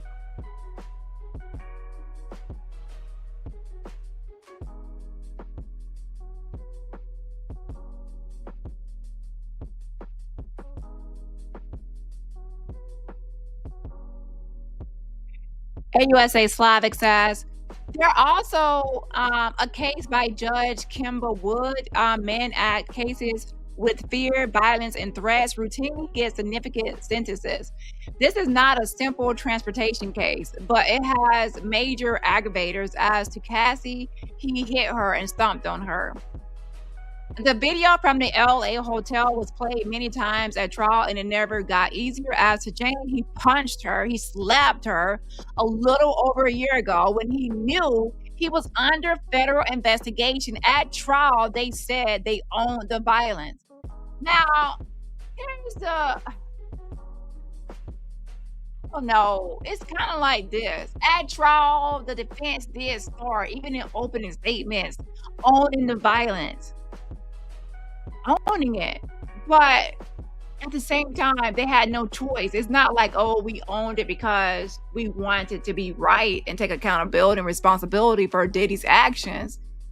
It was because millions of people already saw proof of his domestic violence. The 2016 Intercontinental Hotel of him beating Cassie, everyone saw it.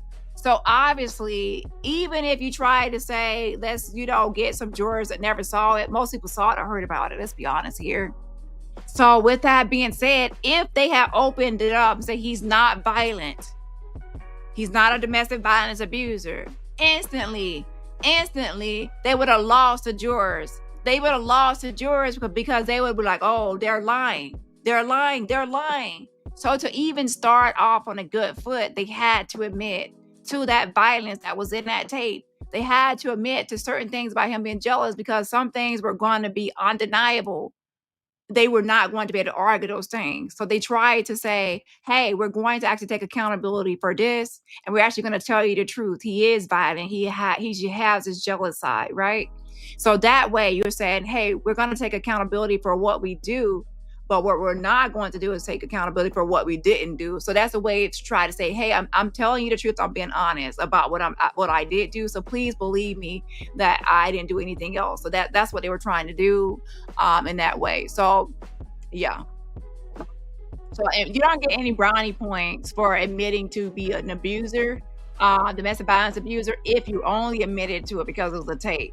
Because if y'all recall, before that surveillance tape was leaked, he was denying it. He was denying everything that Cassie said. It wasn't until after it was leaked that he go live on IG with his fake tears. I didn't see one tear drop. Okay. So that is showing that he only apologized later or went live once he realized he was busted and exposed. Before then, he was still deny. Okay.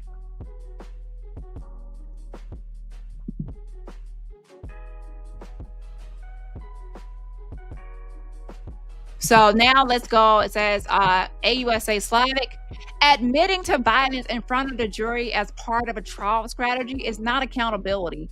Freak-offs for extended performances of sexual degradation and humiliation.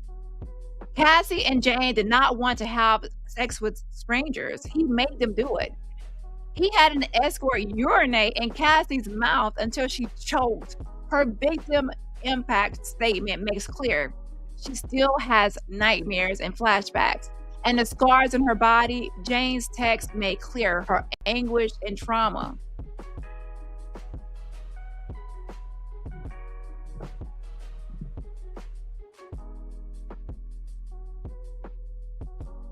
Mia said she got PTSD, post-traumatic stress disorder, okay, and anxiety. Deonte Nash said he was caused lasting damage. Capricorn Clark says he blacklisted her once she spoke up.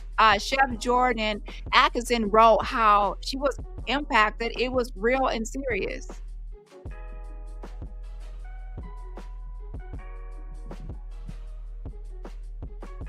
So that's that. That's the latest updates. Let's see if there's anything happening. So it doesn't look like there was that much drama outside the courthouse, but we will see, because remember, the main drama outside that Diddy courtroom and house, it might occur when the verdict happens. The verdict. And it looks like they're still going kind of slow. So I think they probably will take a lunch and come back. Child, wait, somebody's live. Ooh, who is live?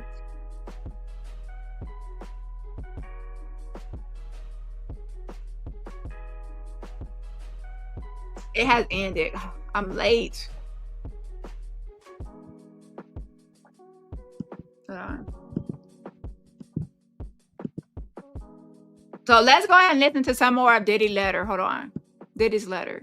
Wait, what does accountability mean? Can someone give me the definition? Well, who cares? It sounds good. As well as positive steps towards healing. One of the most beautiful things I have experienced is being asked by my fellow inmates to teach and mentor them. They wanted to learn what I did to become a successful businessman.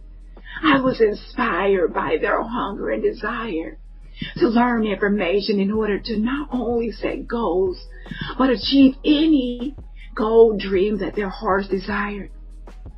I started teaching a 6-week program called Free Game, title given by my fellow inmates, which I was able to have approved and sanctioned by the Bureau of Prisons, BOP.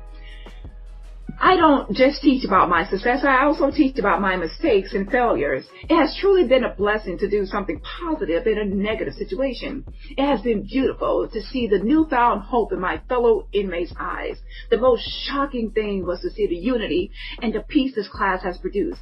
As you are probably aware, jails and prisons are segregated places. However, in our... Yeah, hold on.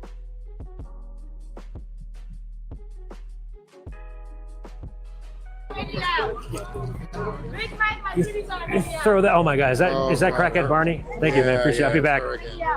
Where's Crackhead Barney? Her titties are out.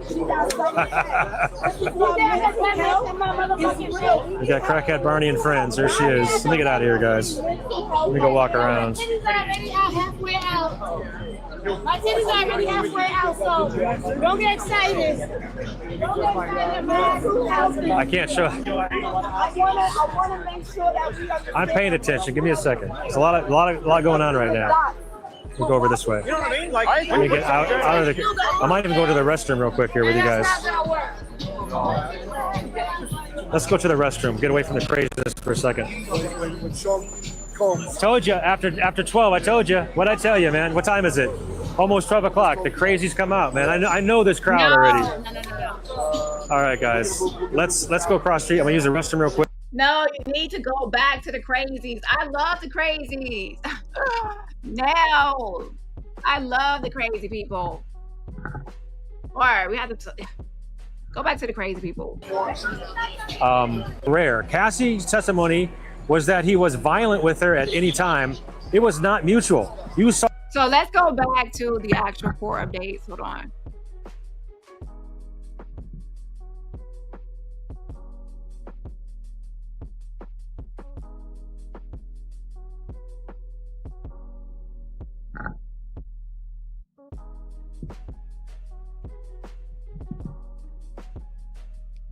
AUSA Slavic, he downplays the abuse, calling it rare, but it was not rare. Cassie's testimony was that he was violent with her at any time. It was not mutual. You saw no photos of the defendant with injuries.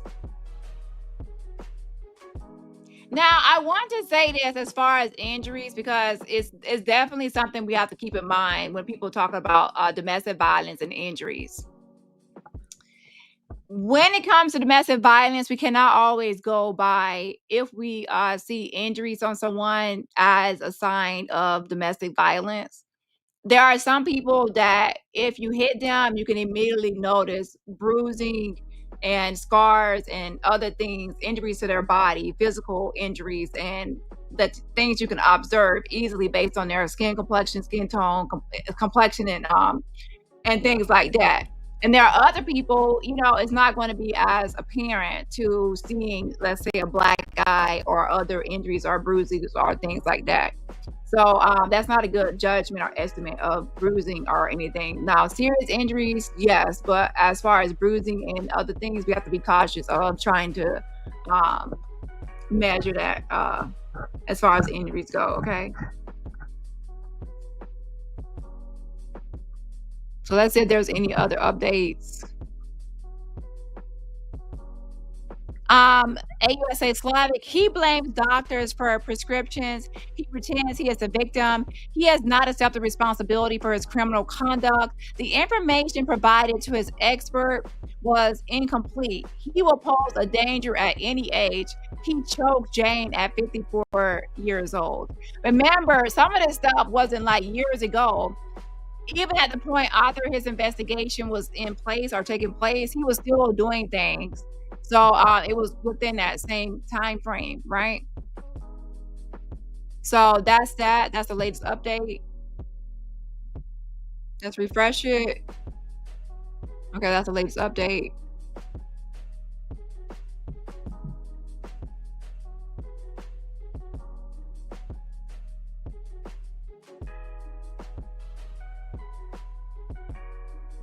So let's see if anything else is happening.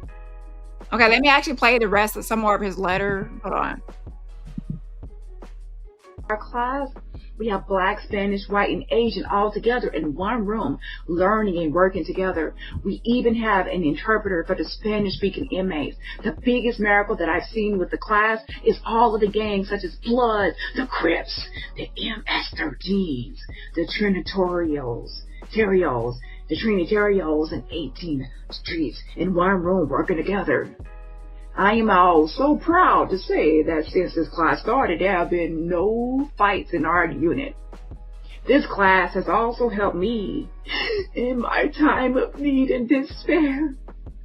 Being able to do something good for others has always given me so much needed hope. God bless me with this opportunity to help others, and I will continue to do so. I ask you for mercy today, not only for my sake, but for the sake of my children.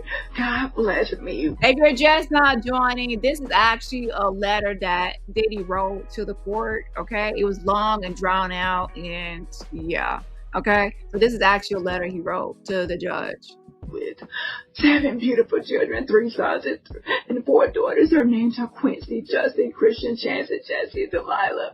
And the newest addition, a 2-year-old daughter, Love. 4 of my children lost their mother, Kim Porter, as she tragically passed away in 2018.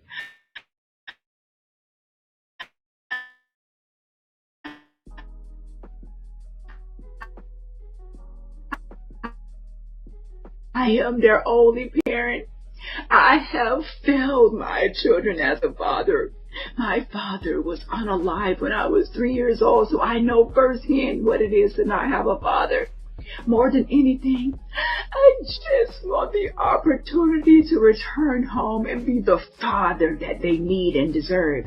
God also blessed me with the greatest mother in the world. My mother sacrificed her life and dreams to provide for me and my younger sister Keisha. She worked 3 jobs to make sure we had a roof over our heads, clothes on our backs, and the best education. My mother is now 84 years old, and she recently had brain surgery. Despite her own health challenges, she attended my trial. And don't forget that Janice Combs also had wrote a letter.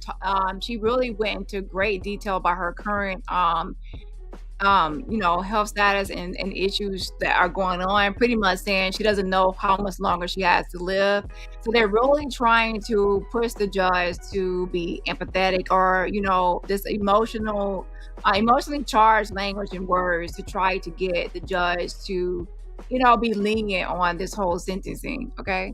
So make sure you check out my other video of the Diddy letters. There's Christian Combs, Quincy Combs, the twins, the mother.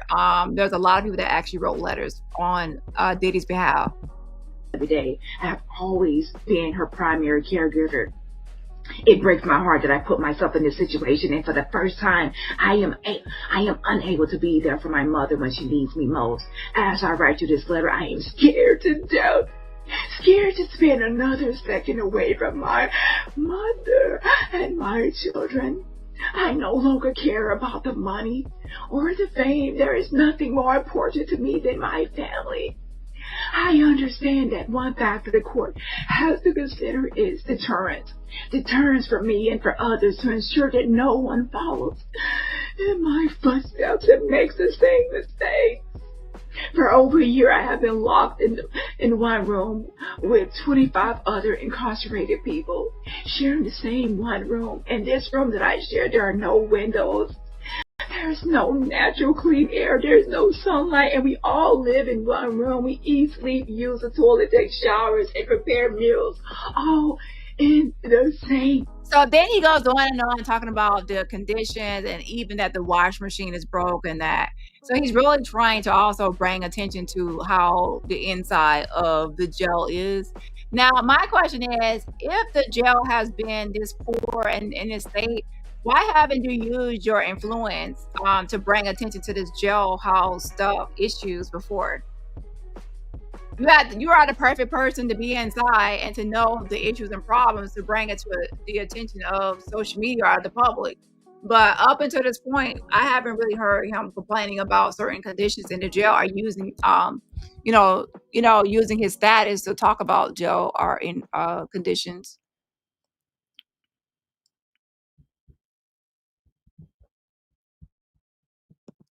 So I'll come back to that because there's, like I said, it's long. There's about 3 minutes left. So let's see. AUSA says prostitution causes other problems. It happens out of public view. General deterrence is needed. Send a message to all victims and to the public that this defendant's crimes are serious. You could encourage or discourage abusers. So pretty much she's saying, AUSA is saying that there needs to be a deterrence for people like Diddy trying to use their money, power, wealth, fame to get out of trouble and commit similar crimes. If he is punished and really punished and not like a slap on the wrist, this can be a deterrent for others to not commit the same crime and do the same behavior. Send a message to others. AUSA, at least 135 months are necessary to judge. Let's take a break. So now they're on break, okay? So now that they're on break, let's go back to the letter just a second. Room, the conditions that my actions have placed me in are inhumane. I don't tell you this for pity or sympathy. I'm simply sharing my truth and the truth of my fellow incarcerated people. We have no clean drinking water and we boil our drinking water. Wait, how can you boil drinking water in prison? We all share one wash machine, which is broken. I am surrounded by drugs and live every day with a constant threat of being stabbed or losing my fucking life again. I am not expecting pity or sympathy, but my time at MDC has changed me forever. Prior to being in jail, I took care of and was present for my family. Being in jail and because of my conduct, I lost the ability to care for my mother. I lost the ability to effectively raise and support my children. I have nothing. I have missed my 3 daughters' proms and graduations. I have missed taking one of my daughters to college. I have lost the freedom to teach my 2-year-old how to speak, dance, play. I have missed my 3 daughters' proms and graduation. I have missed taking one of my daughters to college. I have lost the freedom to teach my 2-year-old how to speak, dance, play, or be there to console her when she falls down or has a nightmare. I started from nothing and worked hard to earn everything I had because of my conduct. I have lost all of my businesses. I have lost my career. I have lost the charter schools that I started. And I have destroyed my reputation and stained the reputation of those that worked for me. I lost my being present with my family. Between all of my losses and lessons, I can say for a fact that I will never be in another criminal courtroom again. And I do not believe any other person would do anything similar for fear of similar punishment. If you give me a fucking chance, I would like the opportunity to share my story with people to prevent at least one person from making the mistakes that I've made. I can't change the past, but I can change the fucking future. I know what God put me here to transform me. Since incarceration, I've gone through a spiritual reset. I'm on a journey that will take time and hard work. I'm proud to say I'm working harder than I ever have before. I'm committed to the journey of remaining a drug-free, non-violent, and peaceful person. I thank God that I'm stronger, wiser, clean and clear and sober. God makes no mistakes. I realize that this trial has received a tremendous amount of global press, and Your Honor may be inclined to make an example out of me. I will ask Your Honor to make me an example of what a person can do if afforded a second chance, if you allow me to go home to my family. I promise I will not let you down and I will make you proud. Today I humbly ask you for another chance. Another chance to be a better father. Another chance to be a better son. Another chance to be a better leader in my community. And another chance to live a better life. I am writing this not to gain any sympathy or pity. This experience is simply the truth of my existence and has changed my life forever, and I will never commit a crime again. Thank you for your time and consideration. Sean Combs. So again, they are on break. So that concludes the Diddy letter. Again, that is an actual real letter that he wrote to the judge. Okay, it was 4 pages long, and he should have probably double spaced it. So yeah, so it was not really completely double spaced. So that was why it was so long. Hold on.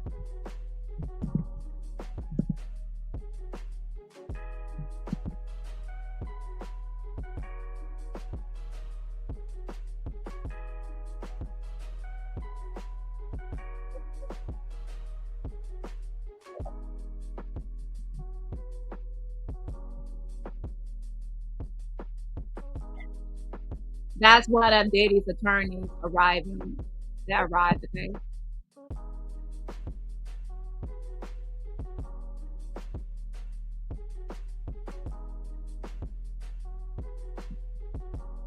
That's a lot. Both of those could be add up.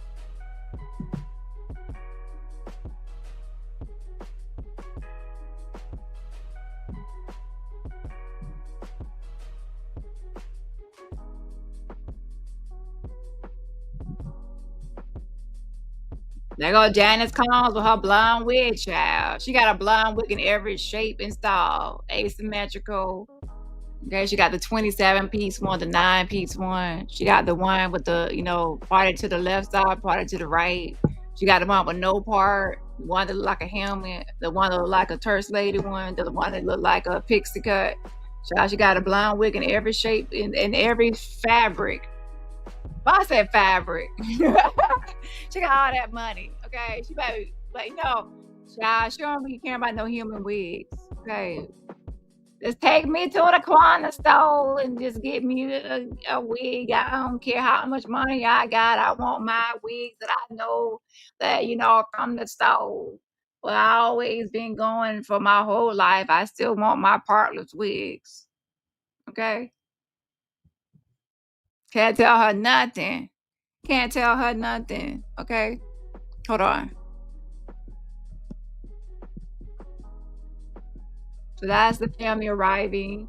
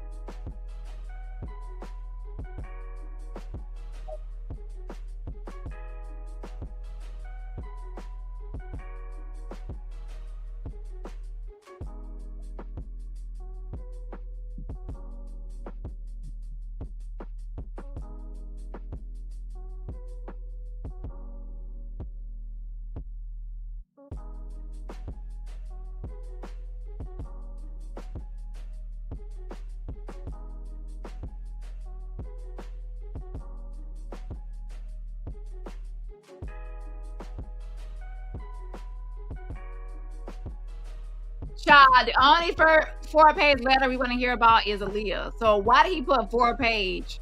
Did you want to try to take over the algorithm in the search engine optimization? Well, should I say the search engine for a 4-page letter and hope it trends that you did a 4-page letter? Okay, please stop.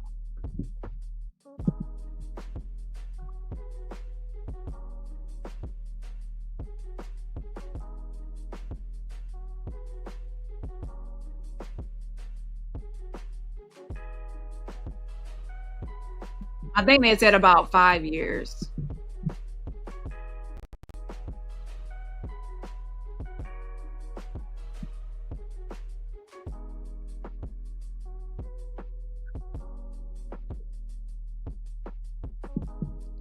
Yeah, he already has something booked and planned for Miami next week. So he's planning on being out. He don't want no 5 years. Let's be honest. He don't want 5 years. He's expecting He's expecting some sort of time served or even maybe probation, literal probation.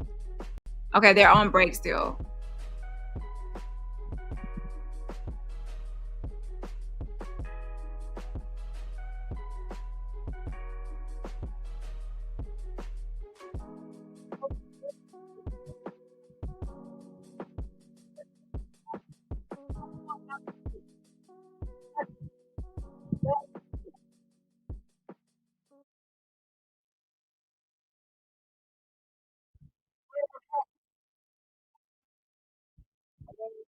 Okay, well, if there's ever a time you can't actually hear the video, let me know because sometimes this acts up and I have to restart it or reboot it, okay? Especially when I'm sharing multiple tabs.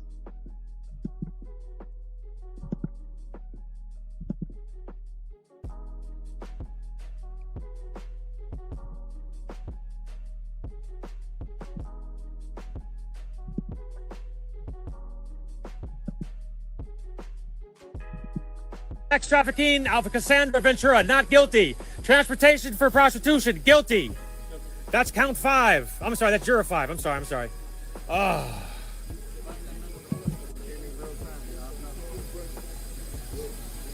In a matter of U.S. versus Combs, we got the not guilty on the count 1. Sex trafficking, Cassandra is not guilty. Transportation for prostitution is guilty.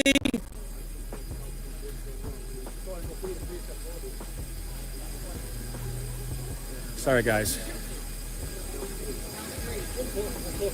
Is the first one the legal? Just 1 second, guys. How do you even know that? They're not even there yet. What are you talking about? How do they know that? Hold on, let me see. They're not even, they're still, they're on break. We're outside criminal court in Manhattan. Right? Yeah, it was one of the right. If this is my opinion, I don't see it. Did he say? He talked about the charter school. He didn't talk. It was nothing but music. And him doing a montage from when he was 20 years old. Talking about some, yeah, you got to do the best. You got to be the best. You got to inspire. And it was all these people hugging him and crying and acting like whatever. But in my mind, I'm like, this is having the opposite effect on me. Because if you influence that many people, if you had that much influence on people, on children, on kids, if you had that much influence, then I think you need to be in jail because they need to know that if you put your hands on a woman, if you engage in prostituting, rugs, and if you do it, it's not even the fact of what he did, it's how he did it. You need to know that if you do that, right, you will be kept in jail. There has to be some accountability. I know people think, for whatever reason, that putting their hands on a woman, forcing somebody to have drugs, keeping somebody coked and doing all this stuff, I know. So let's see, the judge is back on the bench. Defense attorney Jason Driscoll is beginning his presentation now. Multiple defense attorneys are expected to speak on Sean Diddy Combs' behalf. Driscoll said he'd be addressing sentencing disparities. Earlier, Combs gave thumbs up as he walked back to his seat. Sean Diddy Combs is smiling and nodding, tapping his chest, and gave a thumbs up as he walked back to his seat. So he's feeling like, I guess because he's probably feeling like things are going to go well for him and that he's probably going to be out. I don't know what he's thinking, but Diddy, if you actually are listening to this judge, the judge is overruling a lot of things. The judge sees Cassie and Jane the judge sees them as victims. The judge did not like that scathing letter y'all wrote about Mia. The judge did not obviously add in those enhancements, which, to be honest, was a little reaching. They were reaching when they but of course their job is to try to nail and tackle this stuff on here. But I kind of figured that in those enhancements, at least some of them would not stick. But there also have been little things y'all have tried to do that have been outright denied. So far, the judge is not looking to me like he's going to let you walk out and have your event next week. If anything, he might go midway and try to just take on the advice of others and maybe give that, 5 years. That's what I'm thinking. But I'm gonna put up a poll for y'all in just a second.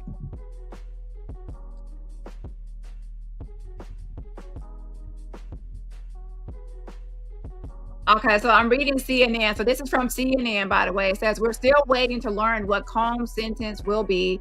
Here are the possibilities we are watching. Unsurprisingly, the sentencing requests by the defense, the prosecution, and the probation department vary greatly. Each count for which Combs was convicted carries a maximum sentence of 10 years in prison. Federal prosecutors say Sean Diddy Combs should face more than 11 years in prison. They argue he deserves a steep sentence for physically and mentally abusing his girlfriends and employees for years and showing no remorse for his convicted crimes.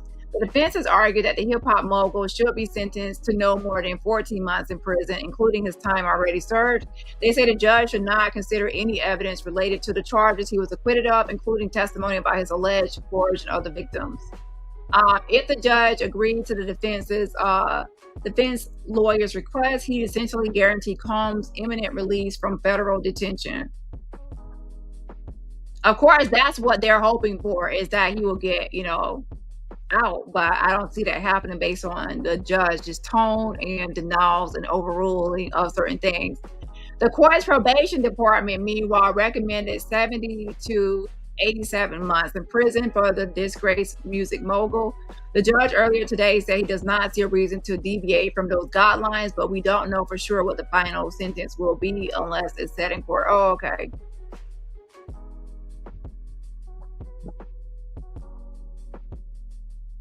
So he's looking at about, he's looking at some time here. And that's from CNN. So now that they're back, let's go back here and let's refresh.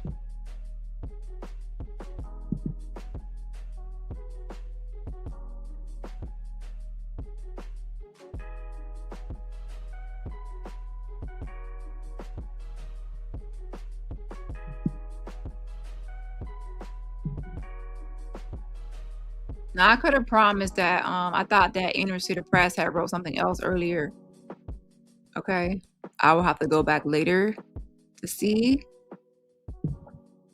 11:51 a.m. They are back, and it's Combs lawyer Driscoll. Driscoll, I am grateful, Your Honor, to you being so permissive with the microphone for us today. I'm going to talk about sentencing disparities.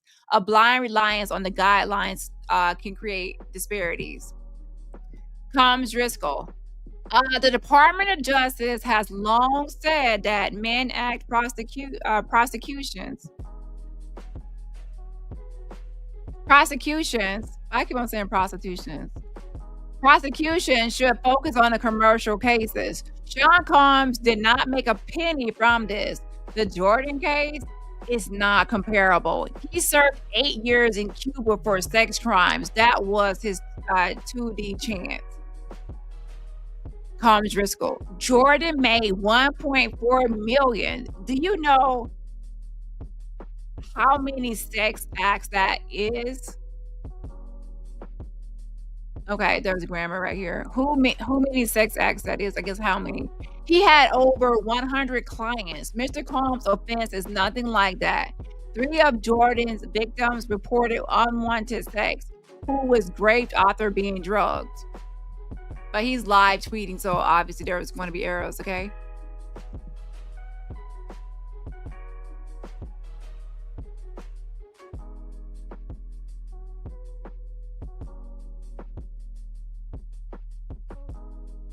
Nina says, aren't these the same lawyers that told the diddler to turn himself in because the judge will let you out on bail real quick? Yeah, he was hoping for some sort of pretrial release, but nope. I would not tell him he was going up the river either. I mean, he's very, hopeful. The one says he's going to flip tables when his sentence is read. Hell, he think he getting out and gonna be in Miami next week. Nothing will shock me regarding the verdict. Well, I can tell you right now, in my opinion, let me get on my other tabs. I can put this poll up for y'all. I don't think he's getting out. I don't think it will be no time served. I believe that the judge wants him to be. The judge actually said that even after his trial, that he was still not taking accountability for certain things that he has done. And judges are people that are really, they really want to talk about accountability. They want to see remorse or things like that. And for the judge to not see that accountability, that's not a good look. So the judge is going to think that anything he's saying is just trying to weasel his way out. Now, do I see the judge giving him the max 11 years? No. But do I see the judge kind of going by other guidelines so he can pretty much take it off his back? And by that is, if he actually goes by this 70 to, I think, 87 months guideline, if he goes by that, he could pretty much say that he just went by that guideline. He can just, it won't be completely blamed on his choice. And at the same time, it's not going to really give him those 11 years. It's sometimes there's a balance. Okay.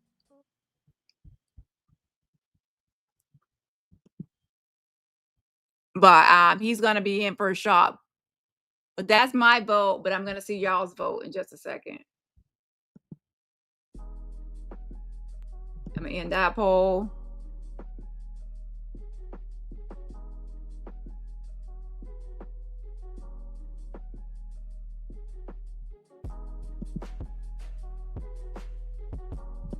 Okay.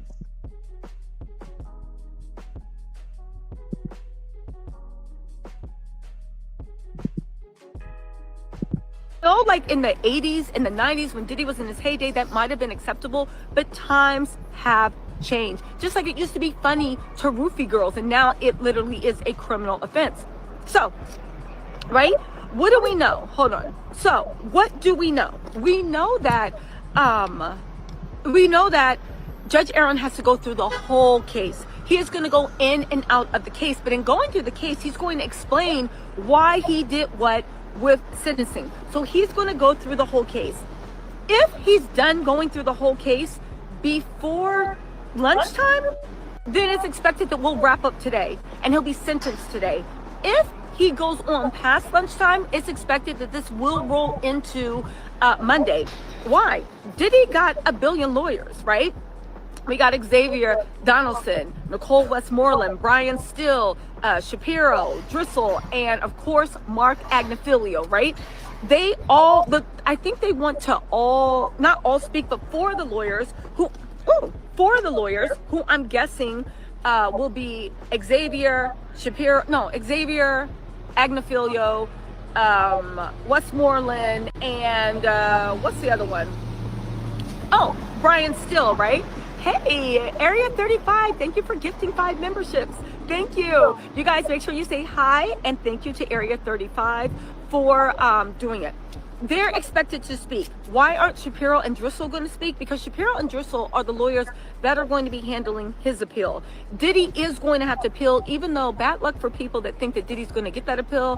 When on the constitutional issue on whether he engaged in prostituting, Judge Aaron, first of all, denied the motion for new trial and denied the motion for acquittal. But the motion for new trial, which was the biggest, I think, chance he had of actually getting free, the motion for new trial, did he say? He talked about the charter school. He didn't talk. It was nothing but music. And him doing a montage from when he was 20 years old. Talking about some, yeah, you got to do the best. You got to be the best. You got to inspire. And it was all these people hugging him and crying and acting like whatever. But in my mind, I'm like, this is having the opposite effect on me. Because if you influence that many people, if you had that much influence on people, on children, on kids, if you had that much influence, then I think you need to be in jail, because they need to know that if you put your hands on a woman, if you engage in prostituting, rugs, and if you do it, it's not even the fact. Okay, hold on a second.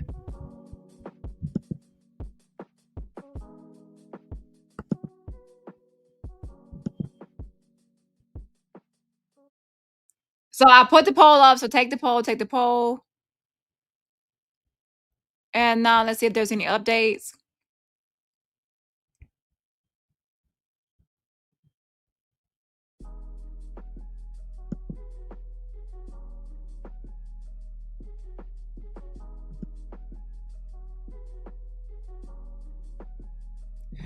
No, as Combs Driscoll goes on about U.S. versus Dylan Jordan, Inner City Press has put up an extra about that case, which it cover on X for subscribers. Okay.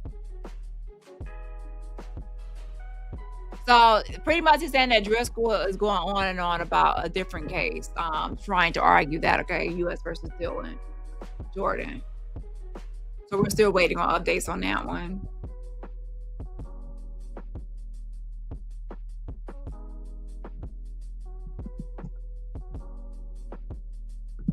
Just a second, we're waiting for updates.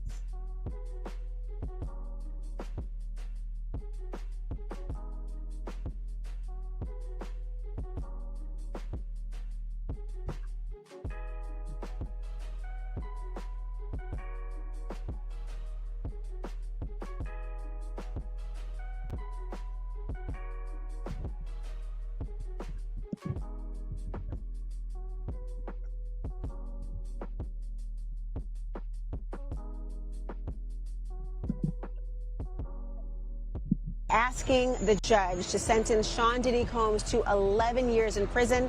Meanwhile, defense counsel is asking for 14 months, which could, if the judge agrees, get him out of prison by the end of this year alone. Remember, a jury convicted him on the lesser of the charges.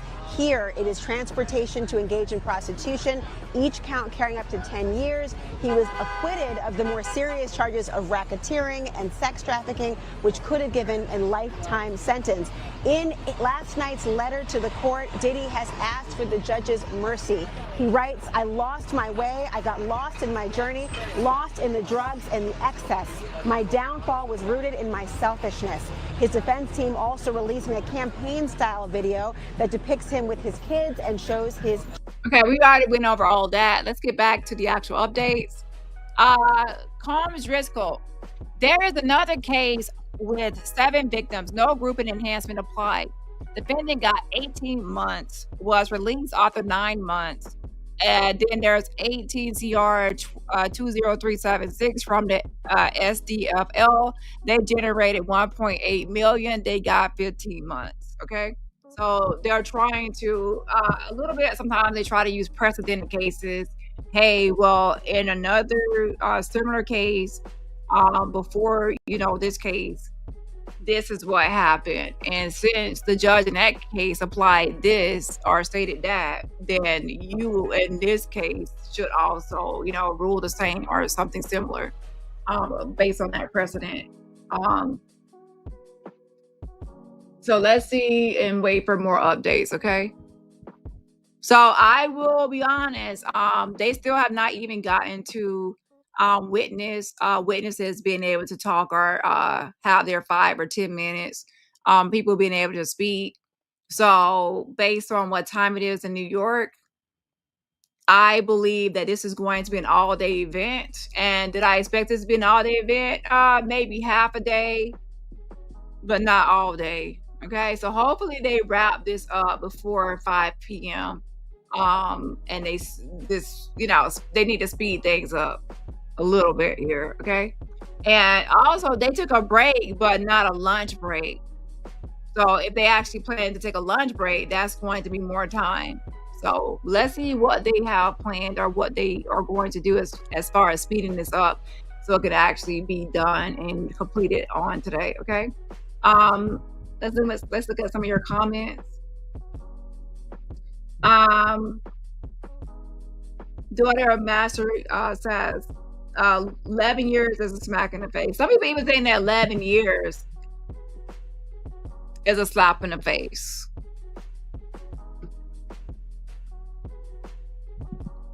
And it's kind of like you cannot it is a slap in the face. However, if they reach and they go too far, then that's going to be, it's not a good look for the 2 charges he has left remaining.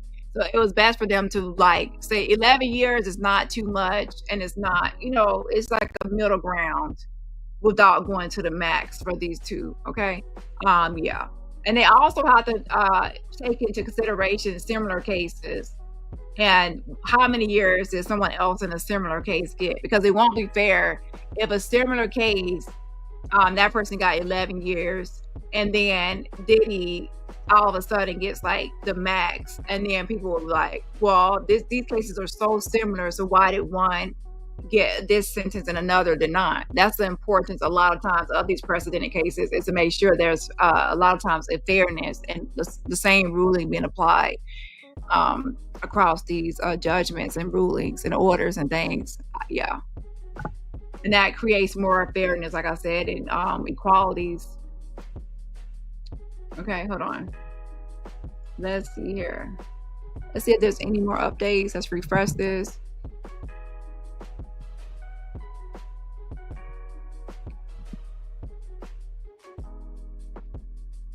Combs Driscoll in John cases.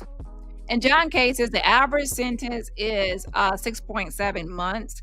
In this other case, the defendant texts the victim, "I meant what I said about making a mold of your punani. The rest of you ain't worth shit." The judge. But there was no threat of violence in that case. Y'all, don't tell. This judge right here is calling them out. He is spotting like possible distinctions in these cases, and up on his game as far as like, so Combs Driscoll says Miss Slavic just blamed Mr. Combs for having a drug problem for 25 years. We think that is inappropriate. It is a mitigating factor. Let's talk about 13 CR 294, District of Oregon. Oregon. The defendant paid for a session with the young girl. See docket 85. They're trying to find similar cases where people got, less time because they want him to have less time, okay? And the judge is making a distinction, like, well, in that case, there wasn't violence or, Now, one could kind of argue that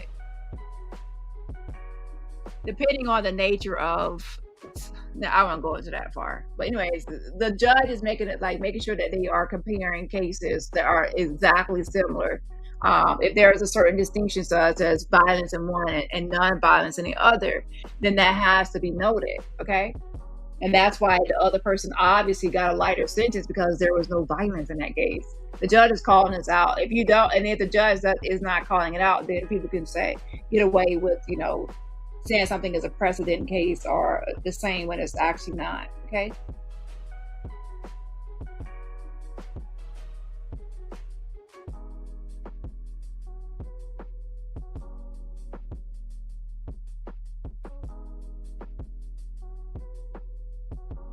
So another person that wrote a letter to the judge or trolling, that pretending like they write a letter to the judge or wrote a letter to the judge, is none other than 50 Cent. So let me actually pull up what 50 Cent wrote, okay? Now, of course, I don't think he actually submitted it because it actually would show up in the actual court dockets and records, okay? But it's maybe just for social media playing games because he's a troll.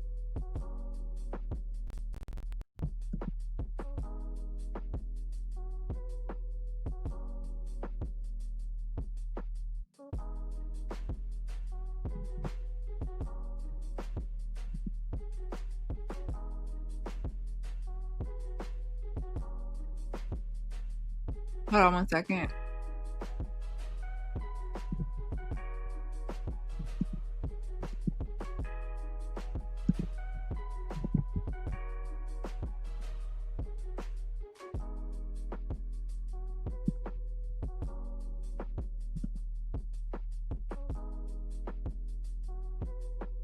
And take the poll. It says 50 Cent trolls Sean Diddy Combs with letter to judge ahead of sentencing. I'm scared for my life. All my life I had to fight.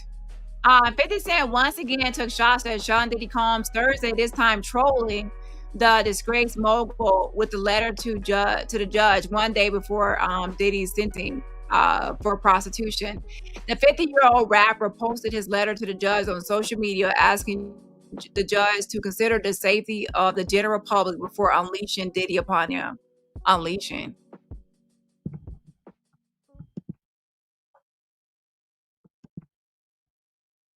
Hold on. So let's pull up this letter.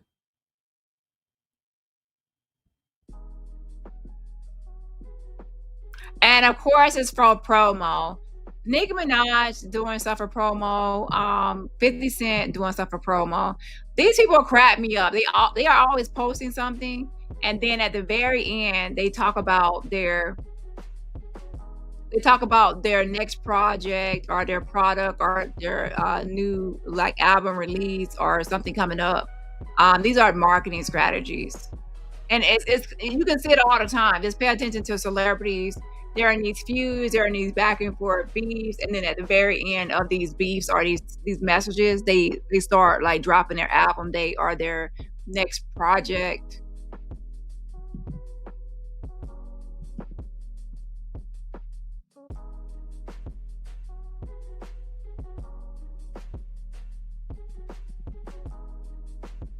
So this is a letter that is a fake letter that 50 Cent that wrote about Puff. Says, I have had an ongoing dispute with Puffy for over 20 years. He is very dangerous. 50 Cent, go have a seat. Okay, please stop. Okay. Oh my gosh. He is very dangerous. Multiple times I have feared for my life. I think you should consider the safety of the general public, Your Honor, before unleashing him upon them. And then he says the word unleashing. Like unleashing is like a feral dog or some wild dog that you can't tame. Like unleashing someone. Oh my gosh, it's the fact that that word unleash, okay? Unleash the beast, okay? There has not been enough time for him to reform or make any adjustments. Despite his trying to teach a class in there, as you are already aware, the government has spent the maximum amount of money on deploying federal agencies, which appeared to be an army in 2 locations simultaneously. Later, his son, who is dealing with his own rape allegations, claimed that the feds had hit the wrong house. Anyway, so he's like talking about his son, throwing jabs at the son as well. Anyway, Diddy's only going to return to hiring more male sex workers. Now, come on now. So he's going to like throw jabs as well as male sex workers. You know, he's trying to throw jabs at his sexuality and keeping most of the baby oil away from the general. Okay, 50 Cent, I'm done with you. And keeping most of the baby oil away from the general public. So are we gonna run out of it?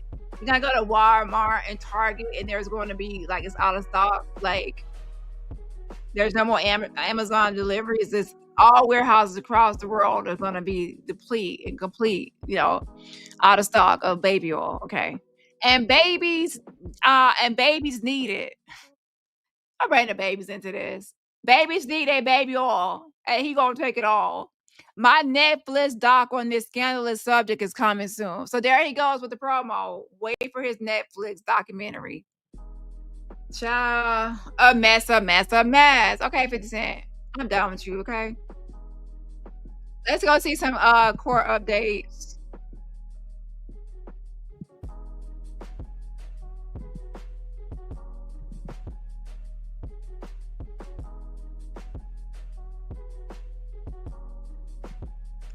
Just a second.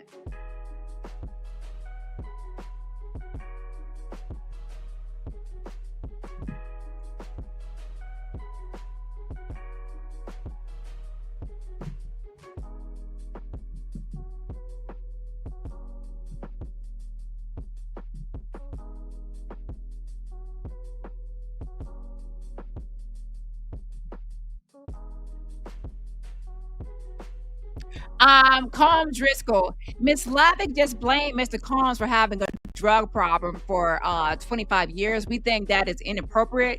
Is a mitigating factor. Let's talk about 13 CR 294, District of Oregon. The defendant paid for a session with a young girl, see docket 85. That defendant, Riggs, got 24 months. It was more heinous than this case. 3553A6 says to avoid unwarranted sentencing disparities. I've read all 900 men at cases available on Pacer. His case is different. Judge says, who's next, Ms. Westmoreland? So the judge is trying to move things along like, okay, your time is up, Driscoll, next. Combs, Westmoreland. I want to focus on the inspiration behind Mr. Combs has given throughout his life and on the commitment he made while in the MDC. Mr. Combs was successful, but he used it to help others. He touched many more lives than I can cover in the next minutes.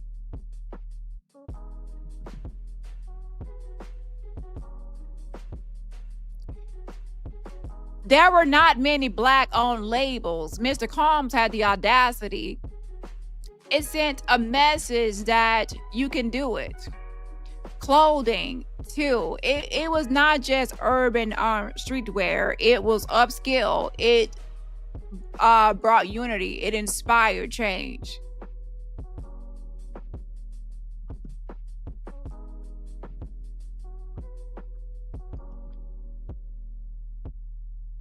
So that's the latest update. Okay, hold on.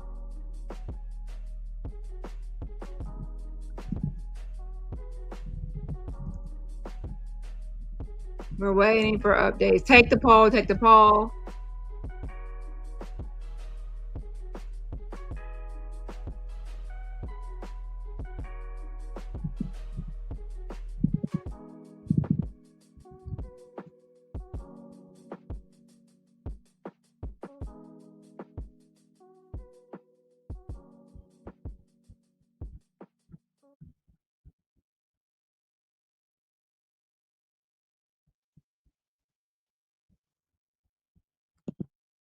So yeah, 50 Cent is trolling and promoting his he keeps on talking about his he's gonna be dropping something. But that's just a troll, by the way. Let's see what CNN has to say.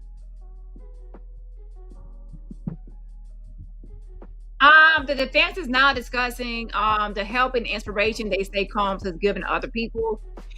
Defense attorney Nicole Westmoreland is starting her presentation now and says she'll focus on the help and inspiration Sean Diddy Combs has given others throughout his life. She said she'll also discuss the commitment that Combs made while he has been held at the Metropolitan Detention Center. Mr. Combs starting his own record label. As a Black young male, back then was almost kind of jokeable, but he had the audacity to do it anyway. Westmoreland said. I probably would have used a different word instead of audacity.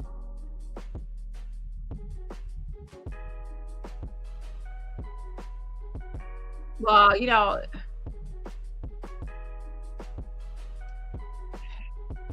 I understand what she's trying to say, like to take risks and things, but a lot of times it's kind of like most of the time it's used in a negative way.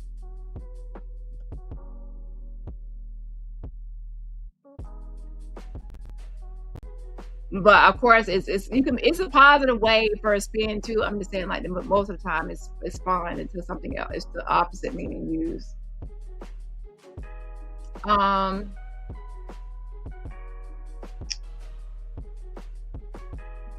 So let's see if there's any more updates over here.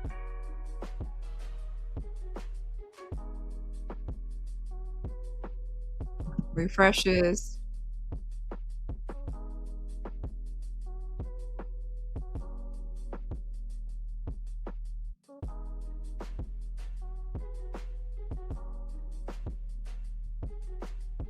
So yeah, there's not any updates. Let me go back to CNN. She says, this changed the industry and it changed the culture, but more importantly, it changed countless individuals' lives because what people recognize is that if Mr. Combs could do it, then they could do it too, she said. Westmoreland added that when Combs launched his clothing line, there definitely was not many Black-owned clothing lines. So here's the thing. They keep on going on and on about what he has done for the community, inspirational things and inspiring people.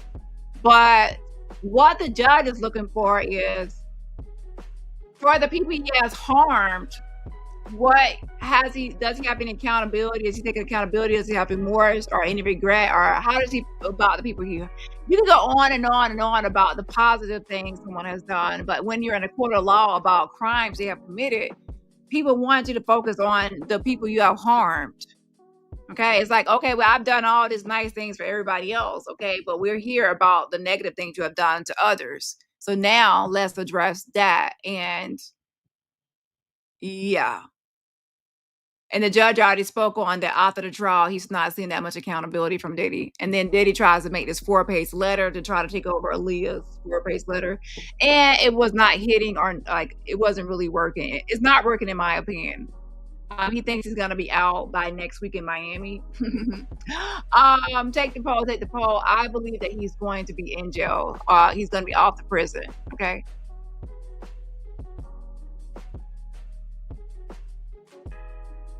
Let's refresh this for any updates.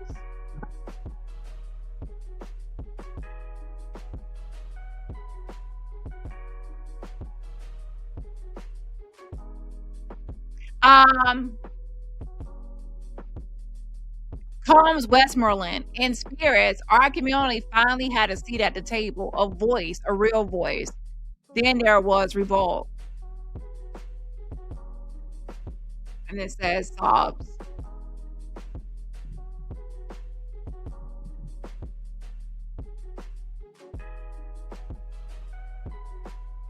Sobs. Is she really sobbing? Okay. So the one says this is not the time to play the race card. Let's see. Nina says all of these buzzwords work on social media, but this is court, bad choice of words.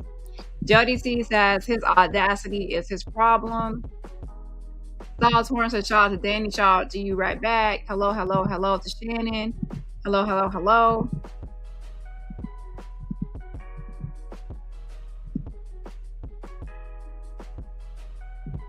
Yes, double tap, double tap, double tap.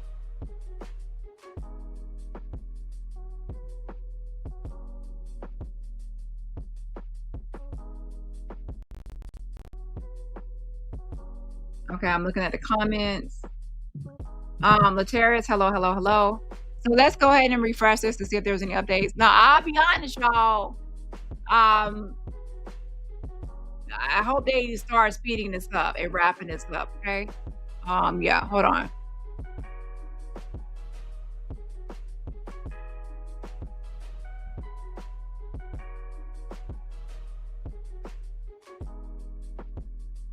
Okay, so there's still no updates for that. Okay, hold on. Again, inner city press, they report from inside the courthouse, so we're waiting for new updates.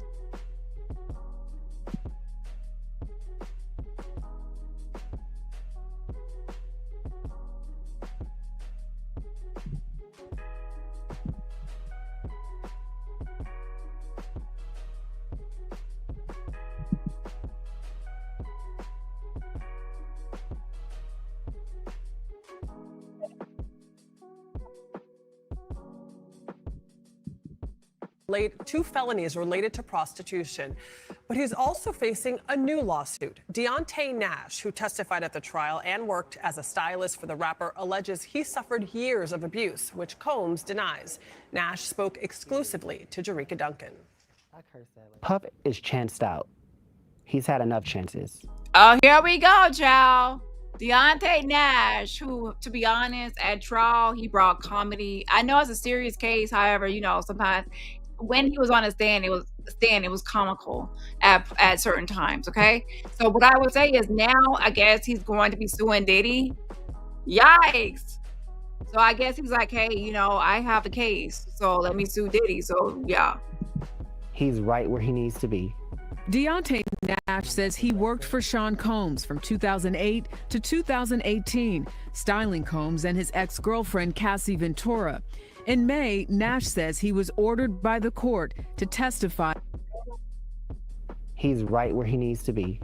Deonte Nash says he worked for Sean Combs from 2008 to 2018, styling Combs and his ex-girlfriend Cassie Ventura.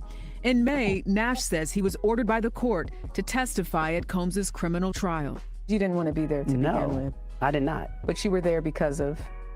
I had to be for Cassie and for myself. Last week, Nash filed a lawsuit against Combs, accusing the mogul of sexually, physically, and emotionally abusing Nash for a decade. The 39-year-old alleges Combs touched him inappropriately, used a homophobic slur more than once to address him, and choked him on multiple occasions. Describe the incident you talk about when he strangled you, you say?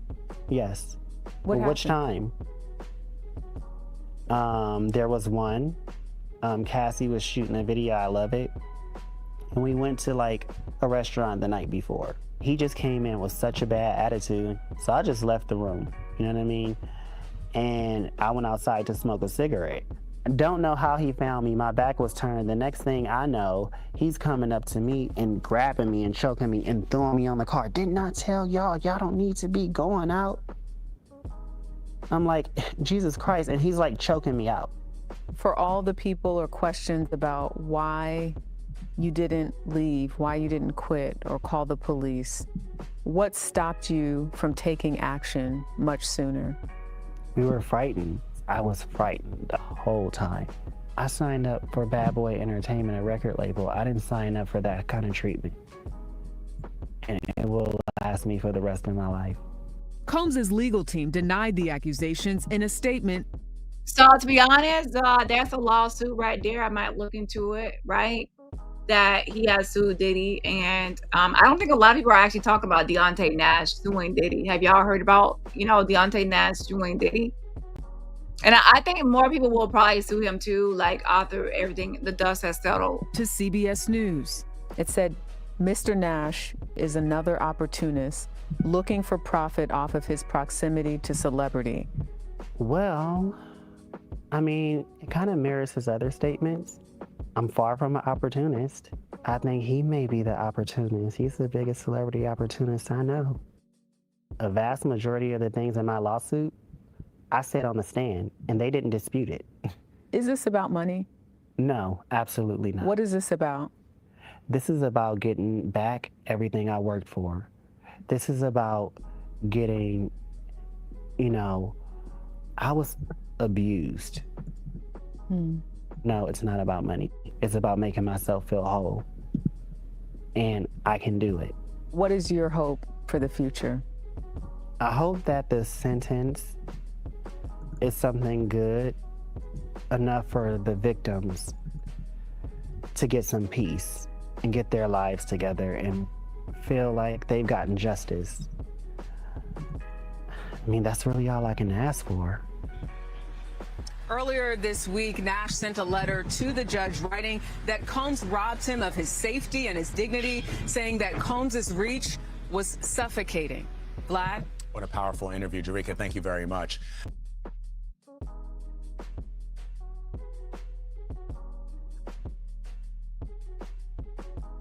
Okay, so let's go see if there's any courtroom updates.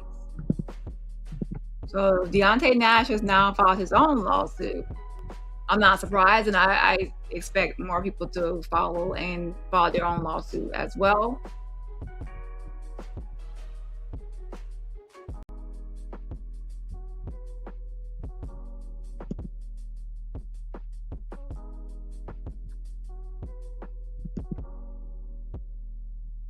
So I guess let's see if Miss Westmoreland has finished sobbing. Let's refresh this.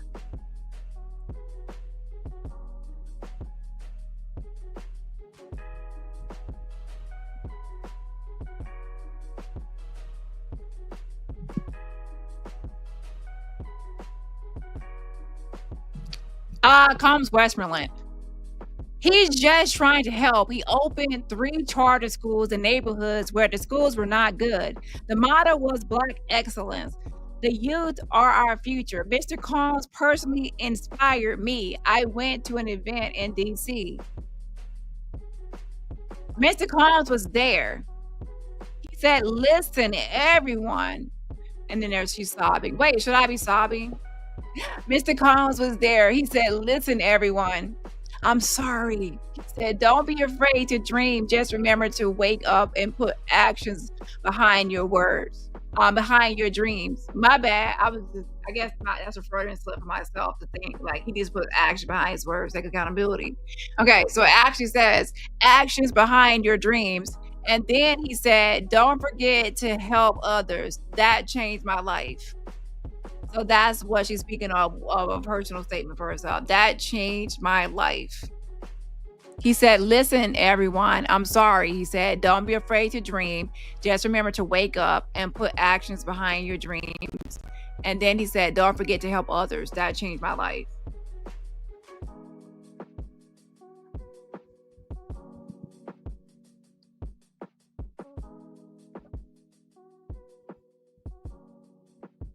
Just a second.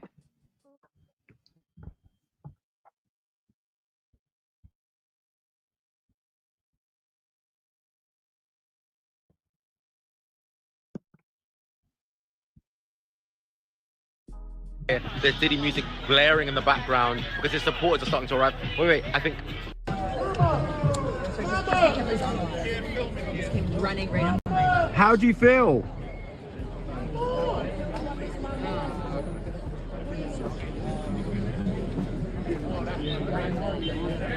Outside court for the Diddy sentencing, as you can hear, there's Diddy music blaring outside the court for the Diddy sentencing. His children have all just arrived, looking very somber.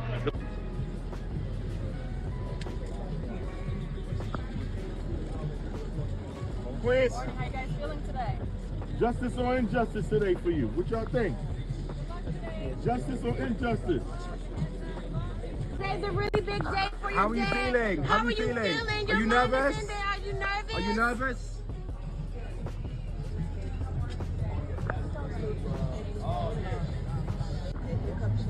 Are you nervous about today? How are you feeling? Are you nervous? I did throw a few questions at them. Obviously, they didn't reply back, but as you can imagine, they are nervous. Their father is facing around about 20 years in prison. Outside court now are actually a few Diddy supporters. Like, some people are like blasting out Diddy music, you know, saying he should be free, saying he didn't do what the victims are claiming, you know. So let's see what happens. But the children of Diddy have just walked into court. They're looking very somber. Obviously, Diddy's mother walked in around about 20 minutes before, and we're just gonna have to see what happens. I'm outside the court for the Diddy. So let's go back to the actual court updates, live updates. Combs Westmoreland. Mr. Combs is just a man, and he's made some mistakes. He has flaws like we all do. But how many of us can say that we've helped so many lives? Countless lives. He's been in jail and he's remorseful. I spend every day speaking with him.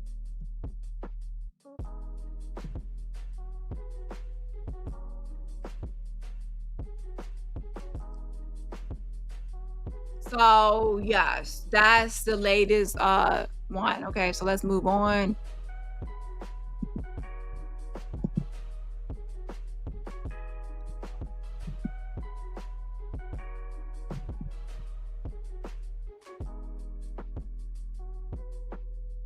Just a second.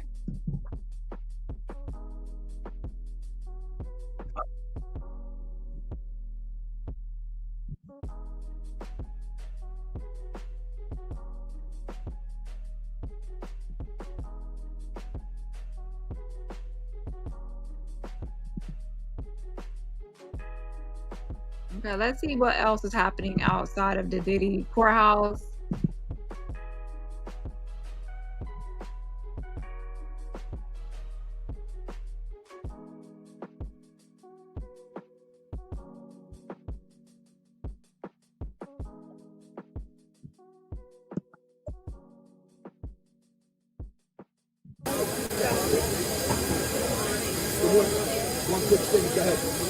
Not guilty. Not guilty. Guilty on transportation for profit. Why is this person saying that? Like, please stop.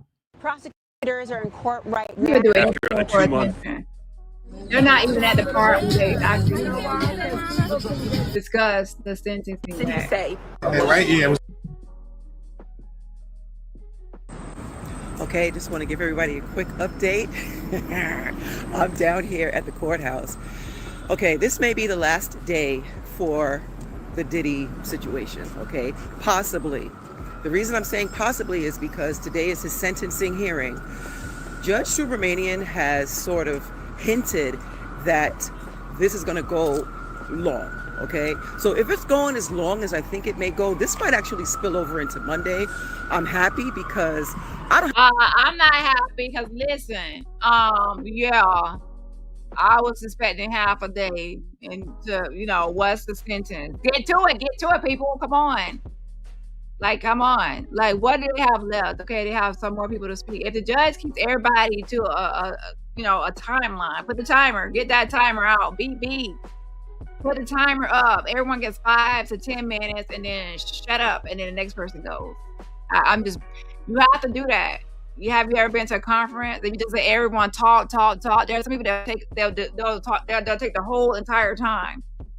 Okay, you have to say, listen, you have 10 minutes for your PowerPoint and 1, 2 timers on. Your time is up. If you're not finished, you get cut off. Next, okay.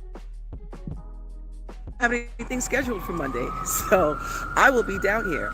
Now, I did want to get into the main courtroom today. I decided to abort that mission because I couldn't. It just would have been too much for me to deal with. I would have had to get people to help me and all of that, and I just didn't even want to do that. But I'm here, okay? I'm about a block away from the courthouse now. There's going to be a ton of people who are not testifying, but who are going to be giving statements and stuff like that today. Friends, family. The defense is going to put on an exhibit, a video, okay? More likely than not, we already know what type of video. Yeah, we already saw the video already that they put, okay? So let's go back to the updates. Combs Westmoreland says, in the MDC, that's the jail that Diddy's at, Mr. Combs started asking people their dreams. That's how free game for Diddy was born. No one's done this in the MDC before. And it says no. Okay, so that's something that Inner City Press did a comparison case of someone that has done something where someone named Yi Chen taught Chinese at MDC. They got 15 years for drug import. Okay, hold on. Fentanyl import.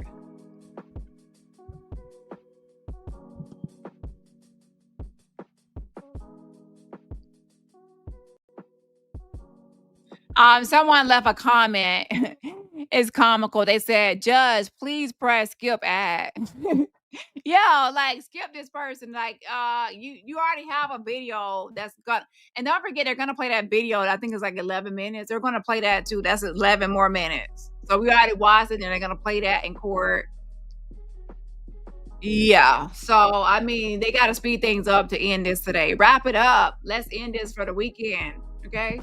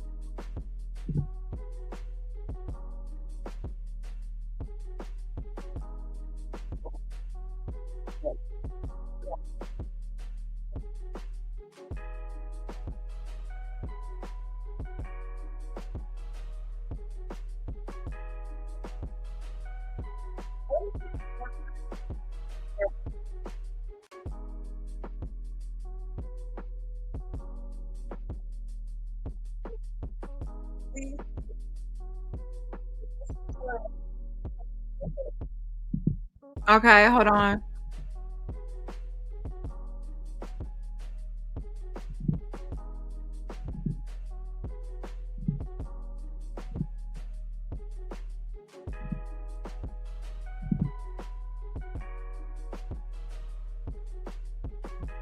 I couldn't. It just would have been too much for me to deal with.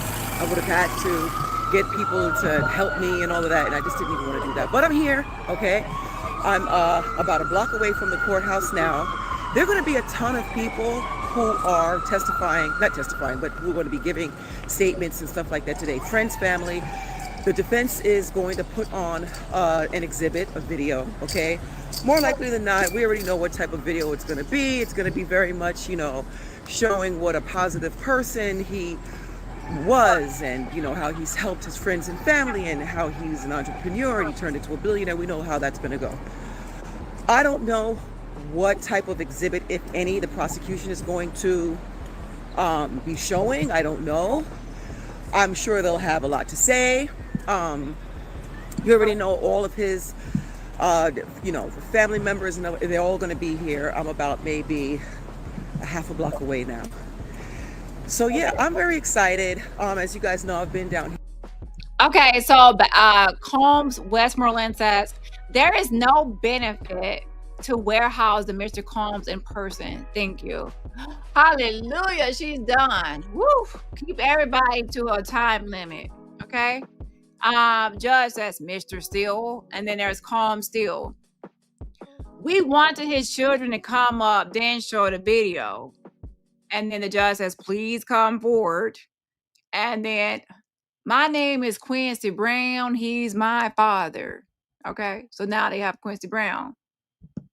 So they want the children to come up first, then show the video. So they're making progress. Okay. Remember, the prosecution also has people that are going to speak on both sides. I mean, everyone has already submitted letters already. So now they're also going to be, making a statement. Keep it like everyone gets 5 minutes, and then, we might can wrap up today by 5 p.m. or sooner. Let's shoot for, I'm acting like I'm in the court. Yeah, but I got to eat lunch. Let's shoot for can y'all get this done like 2:30? Okay. Yeah, 2:30 New York time. Yeah. So now it says Quincy Brown, he's my father. And then let's see here. Let's say Quincy Brown. He is transformed. He will not jeopardize his freedom again. As his children, we wish to heal together. And then says next. Okay, these are like quick statements. So next statement. My name is Justin Combs. I asked you to give my father a second chance. My father is my superhero. Woo, it's Superman. Wait, is he Blank Man or Superman? I think he would be more like Blank Man, right? Yeah. My father always told me to believe in God. Yeah.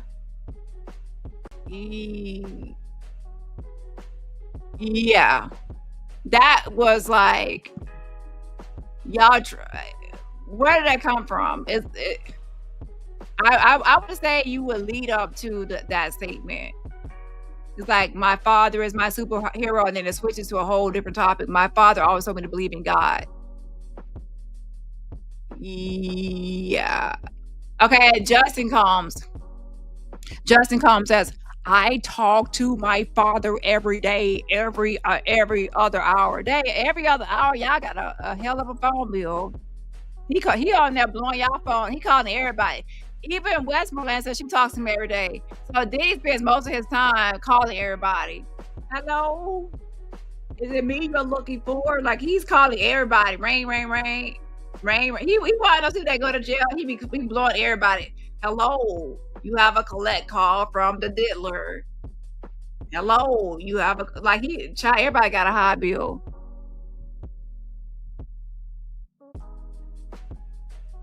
I talk to my father every day, every other hour.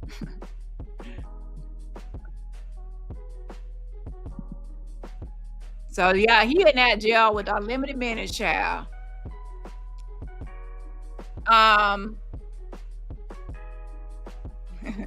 Someone put a meme. Oh my bad. Let me get back to this. I got y'all on that screen still. So I'm over here. So let's refresh it to see any more updates, please.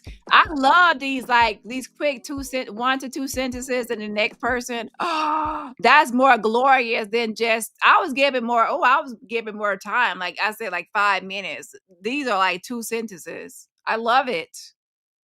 You like it? I love it.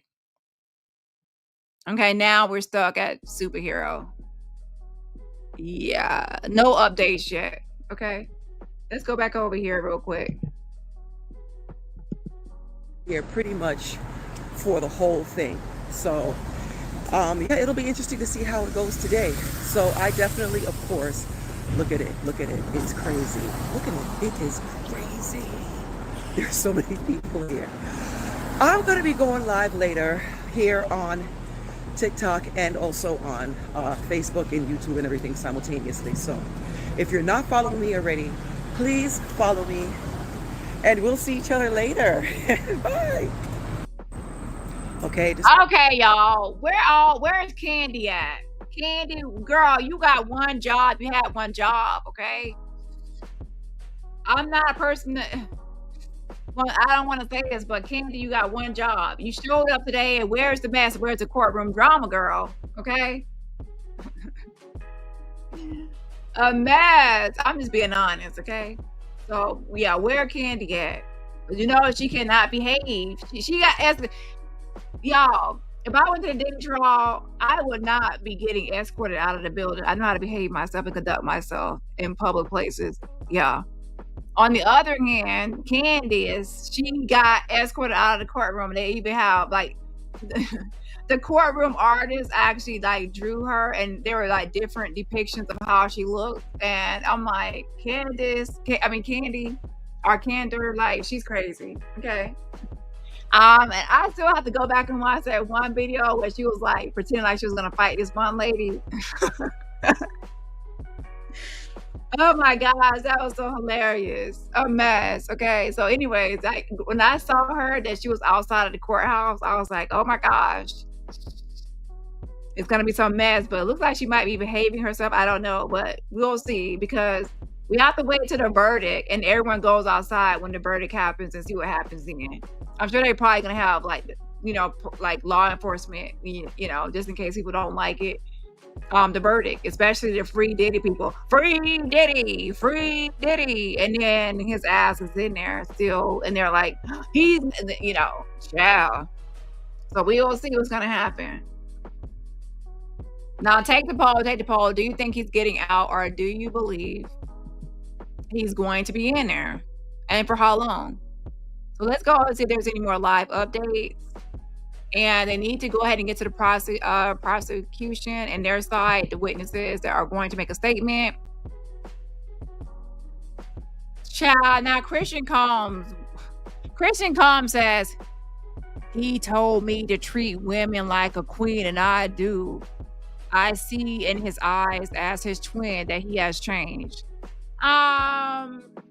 He told you to treat women like a queen, but that's like do what I say, but not as I do, or yeah. I think that some of y'all should have hired a publicist or some sort of Olivia Pope person to give y'all a statement to make, because this ain't it. Okay. Next, my name is Jessie Combs and I'm 18 years old. And then it says cries. When my mother died, I was just a little girl. I remember my dad sitting us down.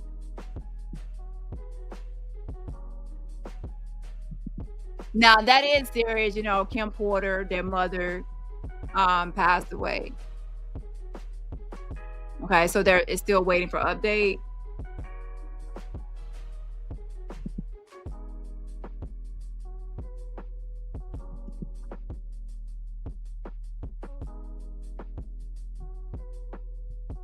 Not Sue Bomb. I'm talking about free Diddy, jail Cassie. What on earth would somebody jail Cassie? What did Cassie do to what did Cassie do to be thrown in jail? Ciao.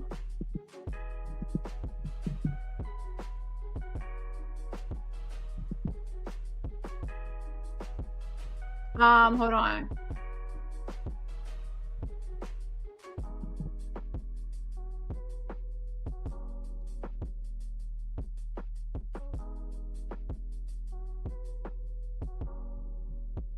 So let's see here. Let's see if there's any updates. Let's go ahead and refresh it.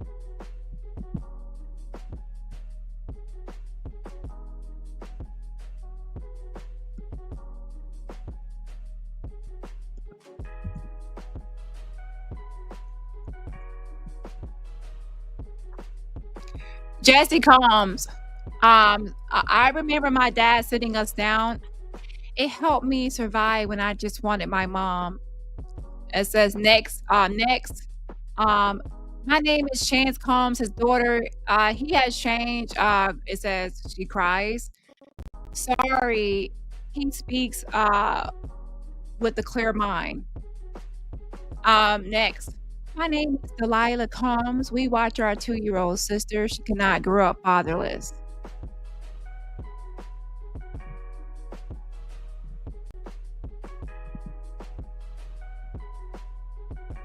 So let's go ahead and wait for more updates coming in.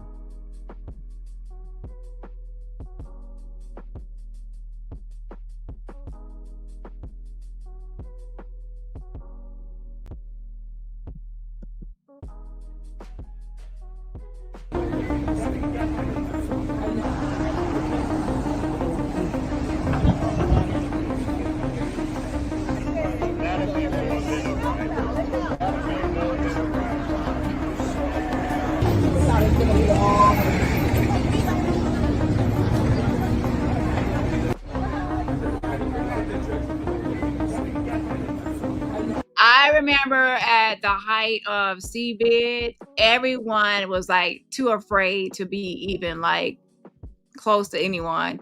Everyone was wearing masks and just standing far apart. Now everyone is like, it's kind of like back to normal. It looks like it's back to normal. People are actually like being close and things like that. So what do y'all notice that? Like even after the pandemic, like after a while, people are still like maintaining this distance, and then over time, it's slowly like gradually like decreasing like the space in between people in public. Okay.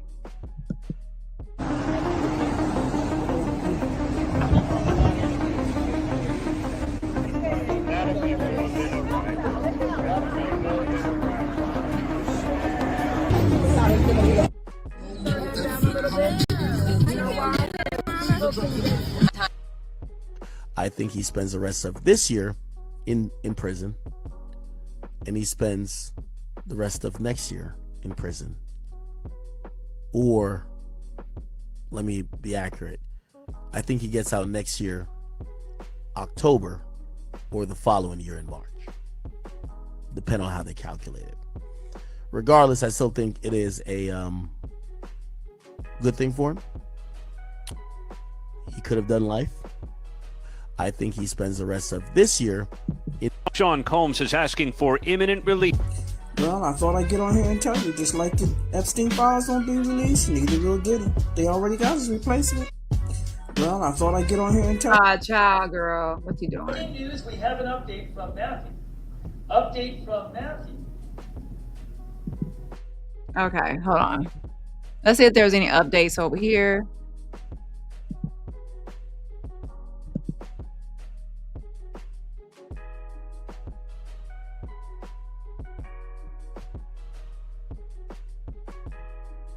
Delilah Combs says, Your Honor, please let us move forward, not as a headline, but as a family. The judge says, thank you all. This is important for me to hear. Combs still says, we would like to show the movie. Not you calling it a movie. Y'all spent, yeah, that's a freaking video collage, compilation. That a movie. Y'all really think that y'all put all this work into making them like a movie? I wouldn't use the term movie, okay? But if you say. So we already watched that. That's that 11-minute kumbaya trying to show Diddy in a good light and things like that. Okay, we already watched it. So now they're going to spend about, you know, the entirety of that time watching that. And then they probably bring in, you know, hopefully they'll go to the prosecution and then they'll bring in their witness statements. And they also have 1 to 2 sentence statements. And then we'll see what happens next, right? So let's get this ball rolling. Hold on. So they're going to be playing that, okay? So while they're playing that, I'm not gonna play it again because we've already watched it. So let's watch something else. So now he's being sued or getting sued by Deonte Nash.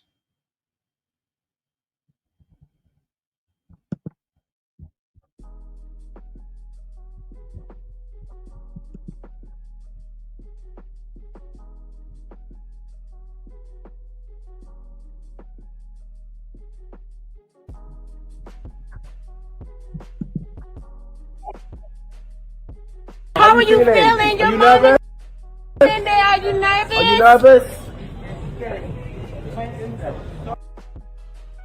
It's a really big day for your How are you dad. feeling? How are you feeling? Your mother's in there. Are you nervous? Are you nervous?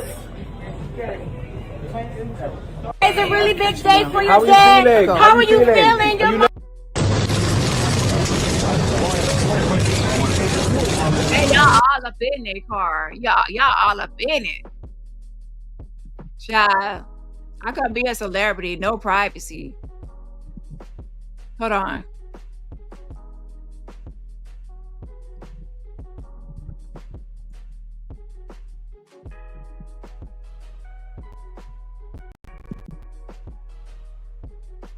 How are you guys feeling today? Justice or injustice today for you? What y'all think? Good luck today. Justice or injustice? God bless y'all. How are you feeling today? Need more than love.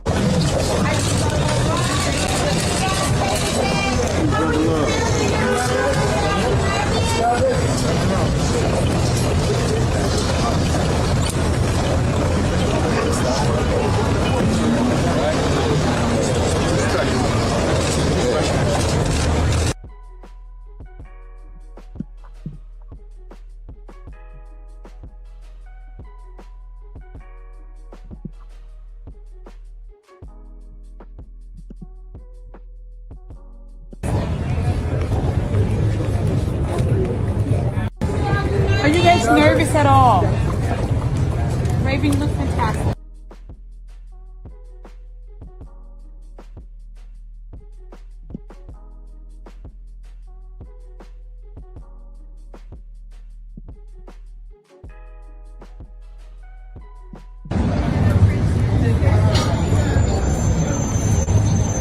nervous about today? How you feeling? Why somebody put in the comments his mama love her a good Party City wig? Child, some people having a bunch of money, but then they still have a wig that ain't wigging right. Child, let me have that type of money. Ain't gonna be buying no plastic wig or no wig made out of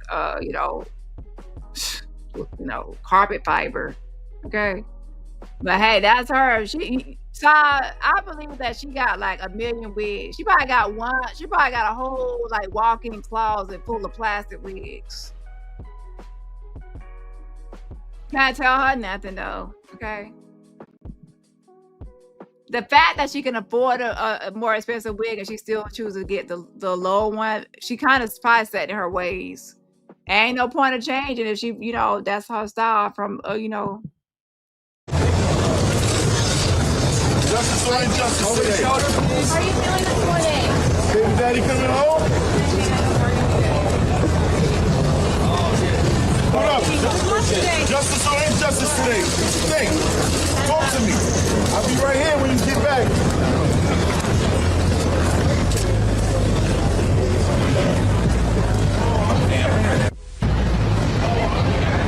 Yeah, I didn't know she was 84 either, and she looks good. But I mean, black don't crack.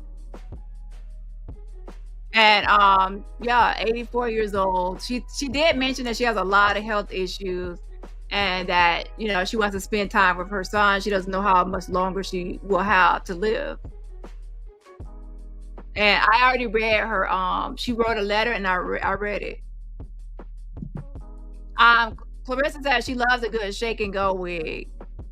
I hate to break it to you, but ain't nothing shaking. When she shake her head, it's just stuck like it's a bunch of hairspray. It's stuck. It's stiff. So maybe it's stiff and go wig, but ain't no shake and go because ain't no shaking involved. Ain't nothing gonna move. Okay, when she shake her head. Yeah. Hold on. Alright, y'all, we are out here already in line.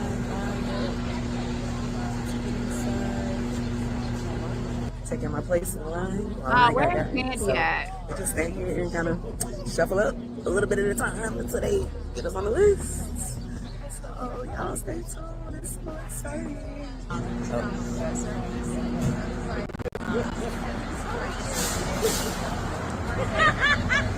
Whenever you want.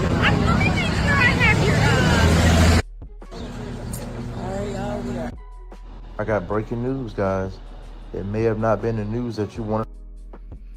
Hey everybody, the Diddy sentencing is... On the next TMZ Live, as Diddy sentencing approaches, prosecutors want the judge to throw the book at him. They want him locked up for more than 11 years. Let's see if there's any updates. On the next TMZ Live, as Diddy said...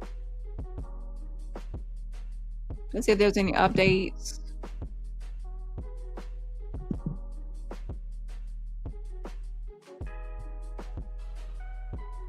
And also, they might even take a lunch. So I think they're probably going to make this an all-day event. Lord help us. Hold on.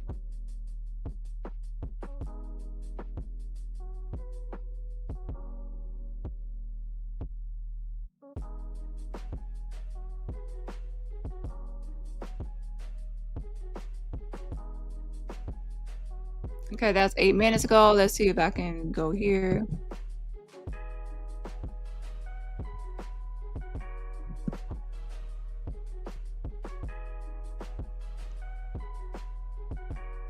So yeah, so we're waiting for more live updates as it comes in. Let's see what CNN has to say. Sometimes theirs is a little bit more descriptive.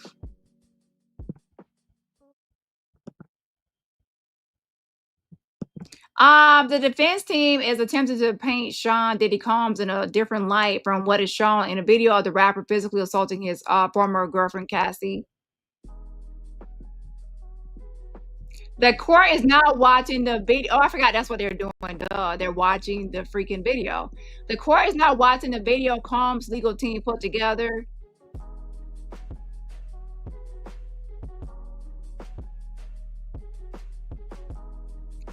The video, which was released by Combs' legal team and released at the 11th hour, appears to be an effort to show the court the positive impact Combs has had during his life. It includes a montage of clips of Combs over the years showing his work with charity youth engagement programs, giving motivational speeches about his upbringing and ascent into hip-hop and taking care of his children after the death of his partner, Kim Porter.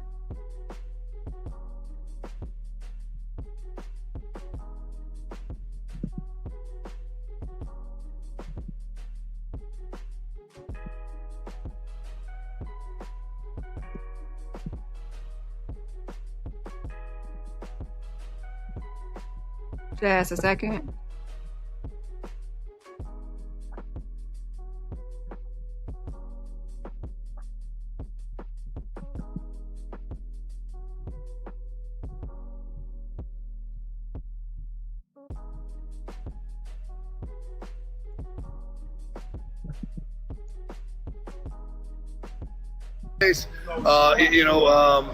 That's talking shit. It's not black or white, but it's not about black or white. I'm tired of people know. But I already corrected myself for him now, so you're not the person who's talking. I'm tired when people put black and white. I'm tired when people put black and white in different categories. We have to stick together. Period. So when I don't care if somebody talking that black shit, I don't care if somebody talking that white shit, I'm gonna get that in your throat. Ain't no pausing on a grown ass man talk. Ain't no pausing when a grown man talk. You hear that? Ain't nothing bad about my 20 kids. There's nothing bad about my 20 kids. Matter of fact, I got 20 kids and you work and you. This is crazy. This is gonna be all this. We're just starting here at the Sean. With the Sean Combs. Not one of my kids wear pink. Not one of my kids wear pink. Have a nice day. Have a nice day. You gotta look at lips, so I got basketball every day. That's pause, but how do you say you man a nigga? No, yeah. I bet. Say no more. Chatting, right? Yeah. Like I said, I got 20 kids. I know how to talk. Yeah. I know how to talk to my boy. You don't. You're not supposed to talk to your kids. Oh, I talk to you want to see my shit? You say you're not supposed to talk to You your want to kids. see my shit? Look. See that? You see what he holding? You see what he holding, right? A diploma. Oh, okay. I got one of those. I'm gonna show you something else. I'm gonna have to show you something else. All 20 of my kids hit Arnold every time. I'm gonna have to show you something else. I'm a dad, nigga. I'm a real. He's in his face. Now he's in the reporter's face, kid's face. But let's all come together. Then guess what? We could get some stuff done. That's how it goes. Mixed kids out there too. That's how it goes, man. It's good shit, Mike. It's good shit, You know what I'm man. saying? Thank you.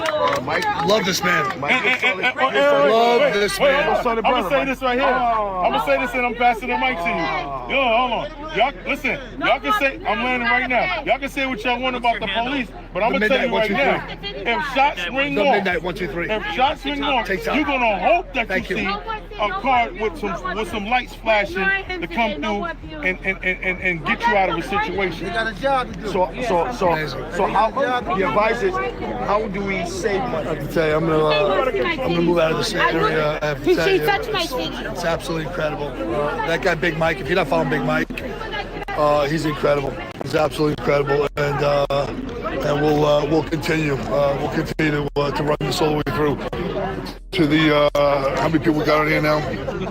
To the 40,000 people that are on here right now. 40,000.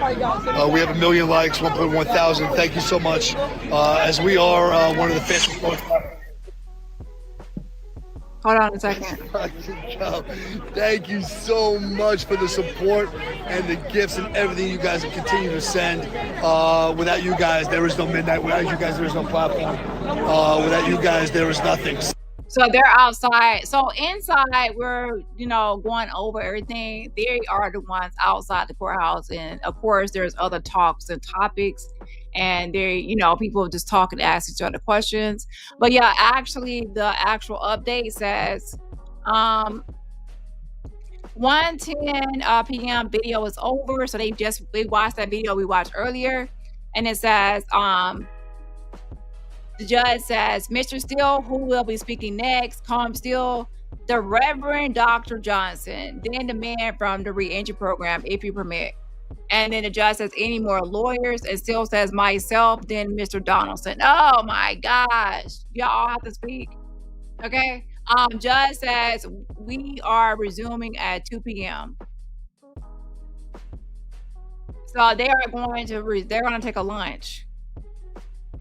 And y'all, the prosecution has not even brought their people up yet to speak fully on like the statements and all the statements. Well, they had some, but not like every. They didn't have no witness statements yet, should I say? We'll see what's going to happen. Okay, so they're pretty much going to be now taking a lunch probably. So most likely, what we can expect are they're going to be the family and others are going to be seen leaving the courthouse now. And they're going to be leaving and outside, okay?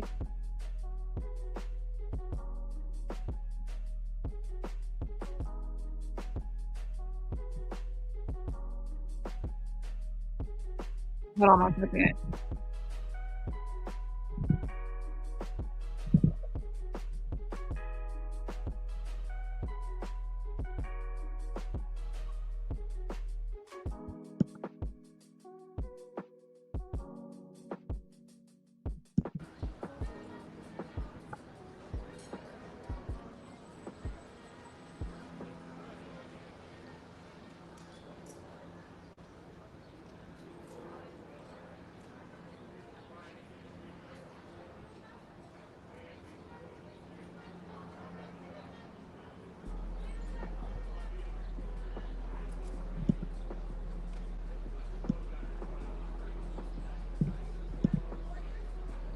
Shout out to Nitty. Thank you so much to Nitty. I appreciate the fan funding and sending some virtual roses right back at you. I appreciate it again. Shout out to Nitty. I appreciate it.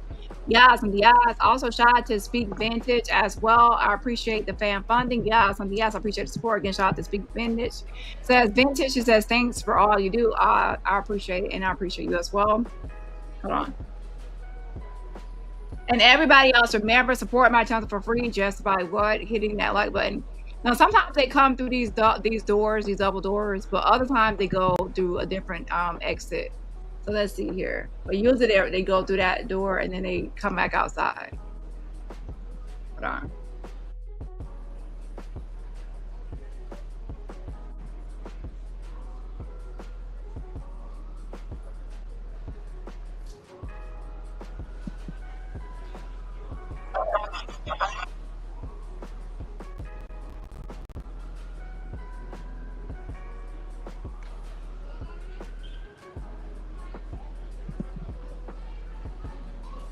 Let's see if anyone comes out.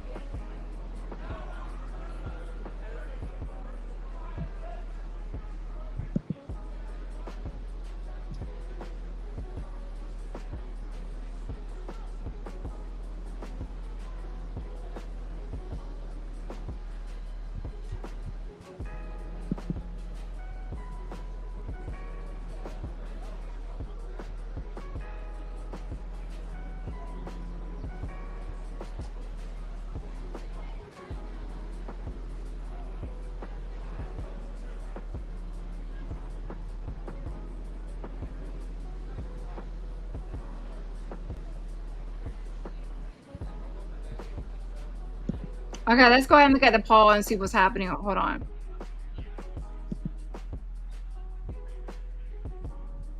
So the current poll states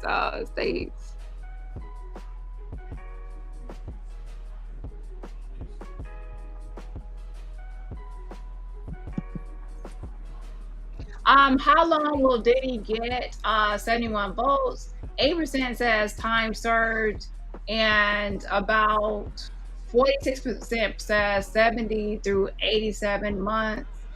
And then 31% says over 88 months, and 15% says probation / supervision. And I could see that it wasn't auto tally because there was actually more votes than that. Okay, actually 93 votes. Okay, so that was closer to the 100 mark.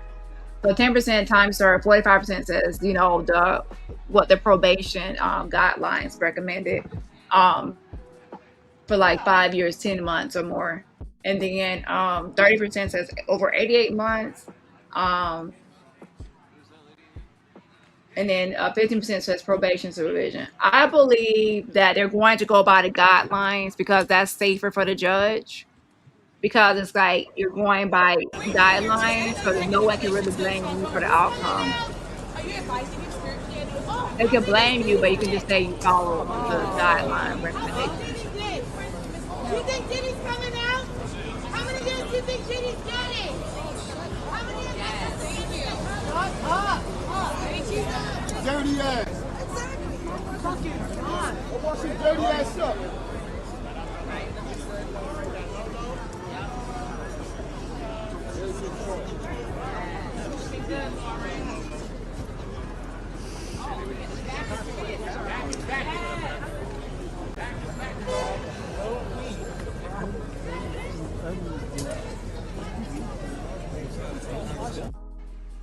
And again, they are now able to go eat lunch or something, so we can expect people to be walking out, okay? To come back at 2. So we're seeing who's coming out.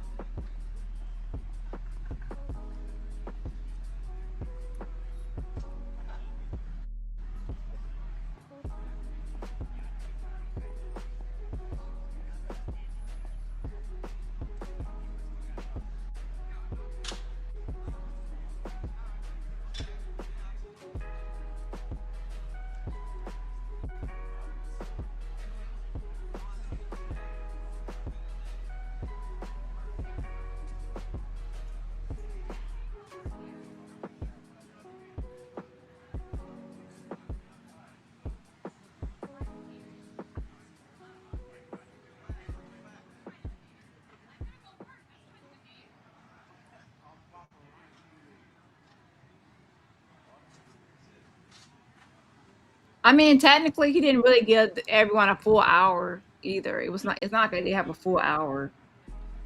So the fact that the judge did not give them a full hour, it kind of shows that the judge might be sticking to some sort of timeline or time frame, and that maybe given the full hour would have went over that, because maybe he feels like the timing is behind maybe like 15 minutes or so. So he, gave them that limited time. Y'all know the Blue Jacket probably couldn't afford to travel there this time. So hallelujah, the Blue Jacket isn't there. Now, I think that the most action will happen after the trial is over and there's a verdict, that people will be outside asking each other questions. People will be upset. Some people will be upset. So we will see what's going to happen after the verdict, and what's going to be happening outside the courtroom at that point. And it looks like they are going to be, have law enforcement around to make sure of what's going to happen after this verdict. Okay.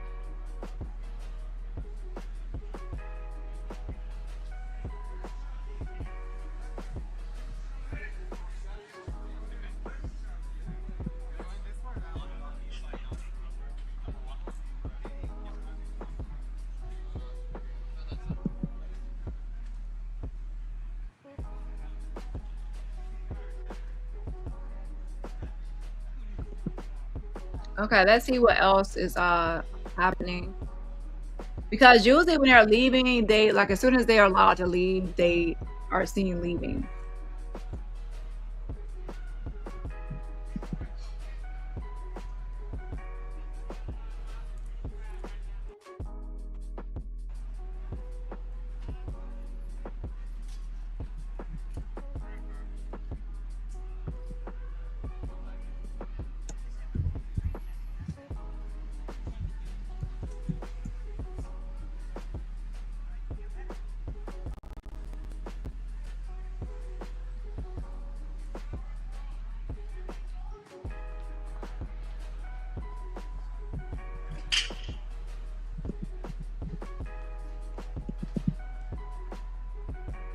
Okay, 1 second.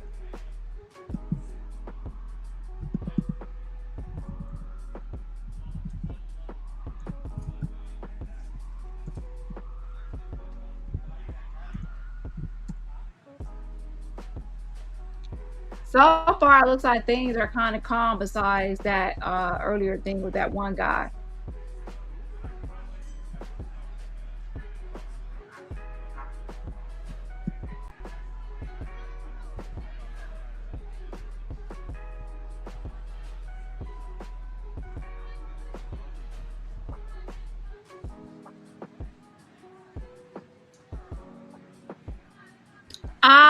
I believe that the judge already made up his mind, but they still have to go through all the steps, because the judge has to, go over everything and all the documents, all the evidence, everything that the precedent in cases, everything that has been argued already. So I believe that the judge already has made up his mind already before this. I believe the judge probably already made up their mind weeks ago, but they have to go through the motion, should I say. Okay, that's what I think. So y'all agree as well?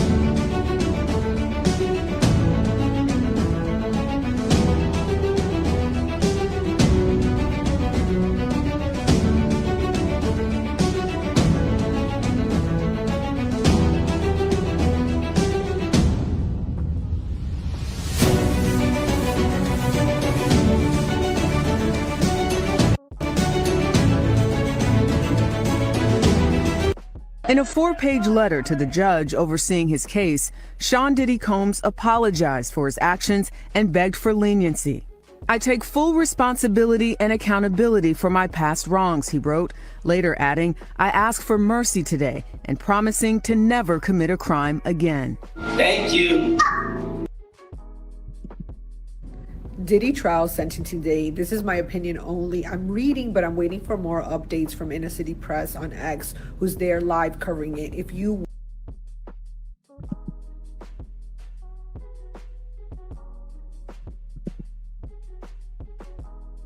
just a second. So I'm not hearing a lot of buzz about anyone actually leaving to go for lunch. You know, sometimes if it's not a full hour, people probably realize by the time you get to your vehicle, you drive somewhere, and by the time you try to come back, you might be late. So sometimes people really don't go to lunch if they feel like they're not gonna be able to leave and then come back. And then also there's other exits as well. Okay. Hold on.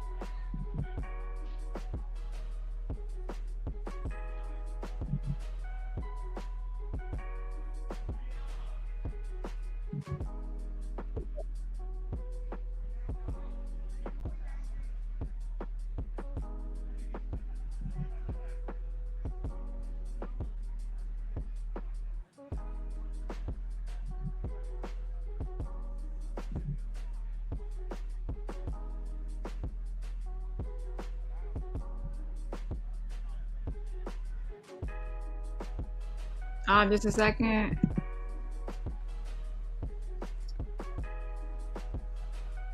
So yeah, no one's really coming out. So what do y'all think about that? Usually they come out and the family and others come out for lunch.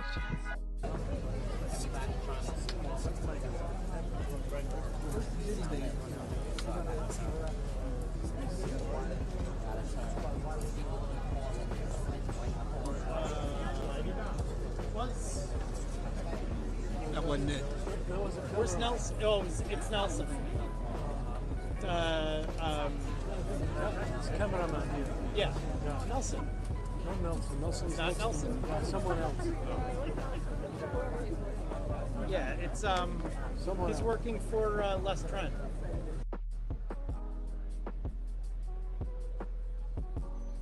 But let's see if we'll look at the courthouse from another angle, okay, from outside.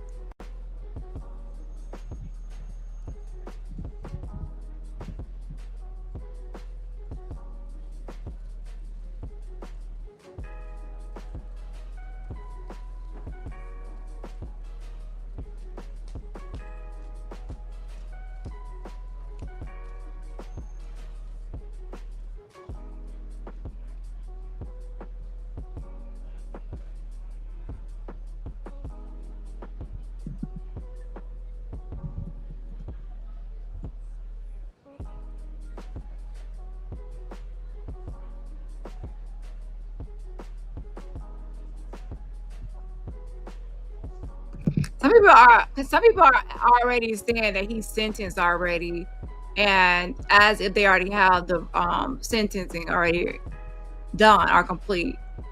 That's social media for you. The judge has not sentenced him. That decision has not been made yet. So anyone spreading anything, they're only spreading what has been like, you know, what the defense wants and the prosecution wants. They have obviously their ass. So obviously the defense wants like 14 months. They're hoping for some sort of time served and he walks out. And the prosecution is hoping for 11 years. And the whole 5 years, 10 months is the probation guideline they're looking at. Nothing has been set in stone yet. That's what we're waiting for. There's still more statements that have to be made.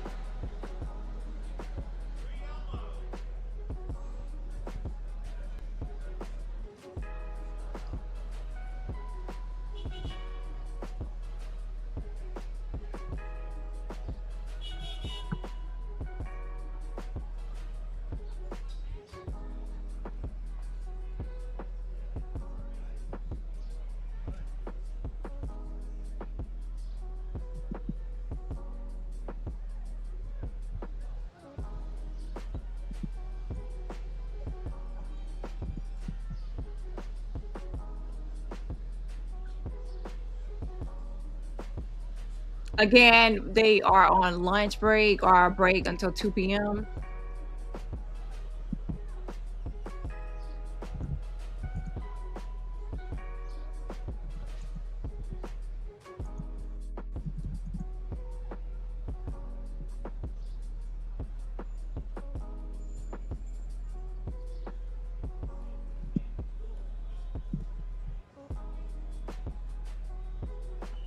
Let's look at some throwbacks real quick about the beef between Diddy and 50 Cent, okay?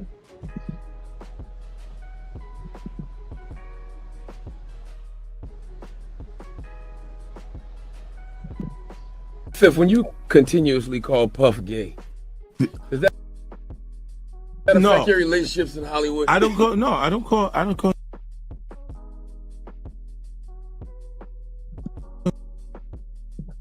Now, Fifth, when you continuously call Puff gay, does that affect your relationships in Hollywood? I don't call him.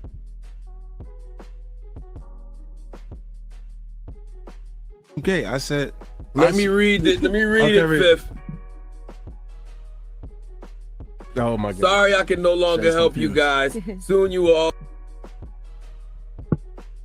be gay and happy. You are all now left under leadership of Puffy Daddy. Report to the nearest rainbow. Dinner Thieves in theaters January. That's why he says things. He doesn't even know what he's saying is like fruity. You know what I'm saying? Like, he said something fabulous and he goes, "Yo, but me and you, we ain't party. Like, we need to party." What is he talking about? That's the kind of stuff that when people say that to me, I get a little uncomfortable. I get uncomfortable. Like he said something to me one time, a long time ago, at Chris Lighty's wedding. He told me he'd take me shopping. I looked at him like, what'd you just say? Let me move, man, before I do something. You're gonna make me mess up the wedding. Oh, that's a nice gesture. Let me get out. No, dude, take me. That's what a guy says to a girl.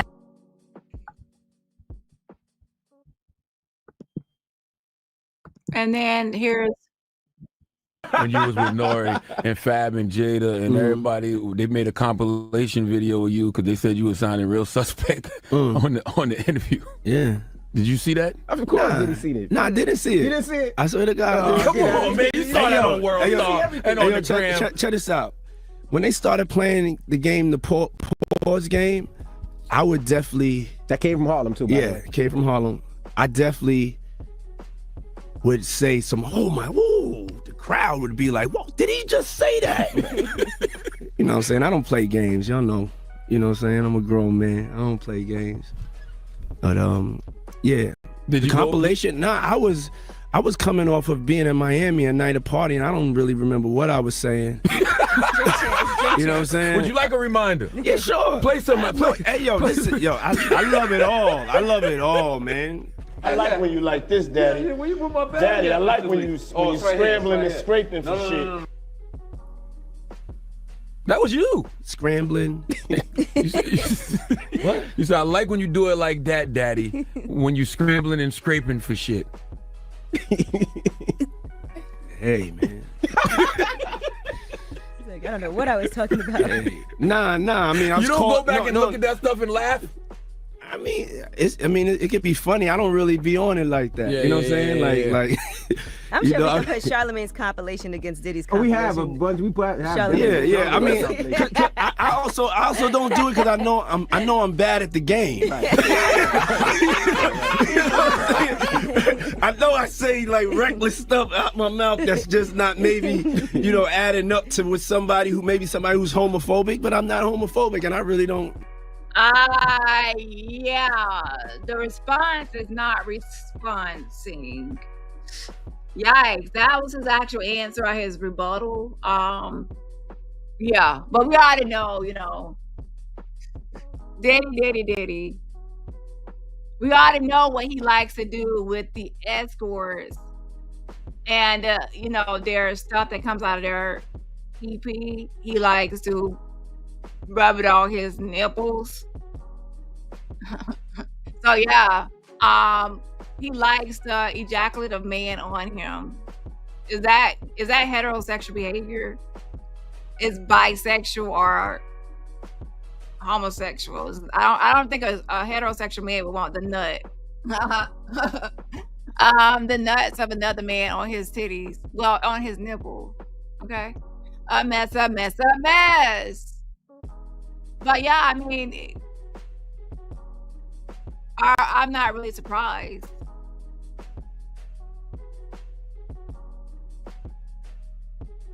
That was his kink or his fetish, I guess. Anyways, moving on. But obviously, in the world, someone that, it's 2025, but there's still a lot of homophobia. And since there's a lot of homophobia, people are going to still feel like they have to be on the down low or in the closet, especially if they are in an occupation where they feel like you have to be masculine, overly masculine to actually be accepted. And in rap, a lot of times people have that. Not so much as it used to be, but there is still a thing to where some people like, y'all know.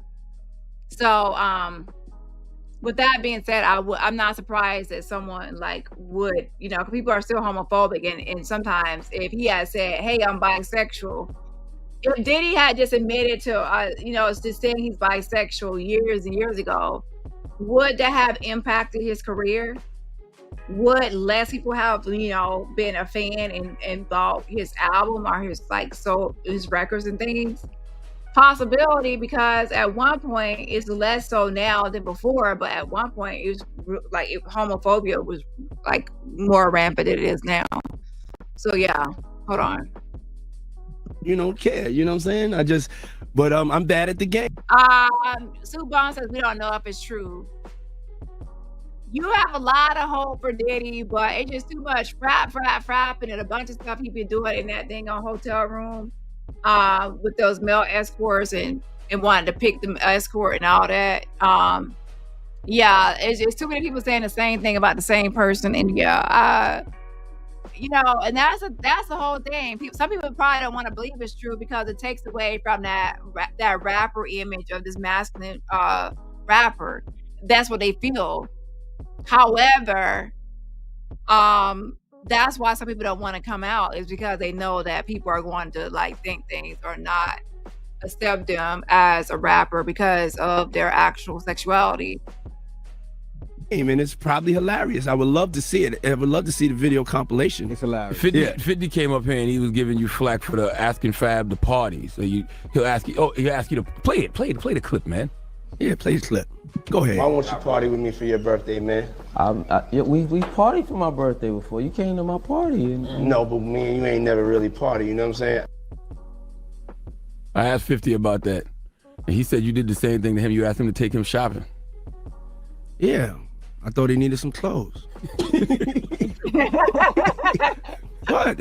I'm a nice guy. Yo, why are you with 50? Hey, yo. Why y'all not? Hey, yo, I don't have no beef with I don't know why. With Fifth. He loves me. He loves me. Do y'all really can't have see a it? beef? I mean, y'all can't see it. No, we can't Y'all see can't it, see man. that he loves me. But see, you So Diddy tried to flip it and said that he thought he was broke and dusty and he needed some clothes because how his clothes was looking. 50 saying, nah, you talking about taking me shopping like you want to spend your money on me. Now, here's how I take it. When he asked the question, was 50 Cent capable and able and had his own money to where he didn't need Diddy's money? If he had his own money and his career was good at that, I don't know the time point or time frame. If he had his own money, his own stuff, and his own shit together, he wouldn't need any money from Diddy. Okay? If on the other hand, if 50 Cent was broke and dusty at the time and he was like looking bummy, then it could be like, well, someone just trying to help him out or lend a hand or whatever.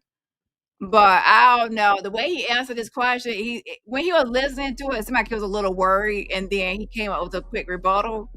But at least he didn't lie and say I didn't say it, because sometimes people lie if they know that. If let's say me and you are the only ones that know something, and then one of us can say I didn't say it, and then there's no evidence or proof or recording of it. So at least he owned up to it and said, yeah, I said I'd take you shopping. I thought you needed some clothes. Yeah.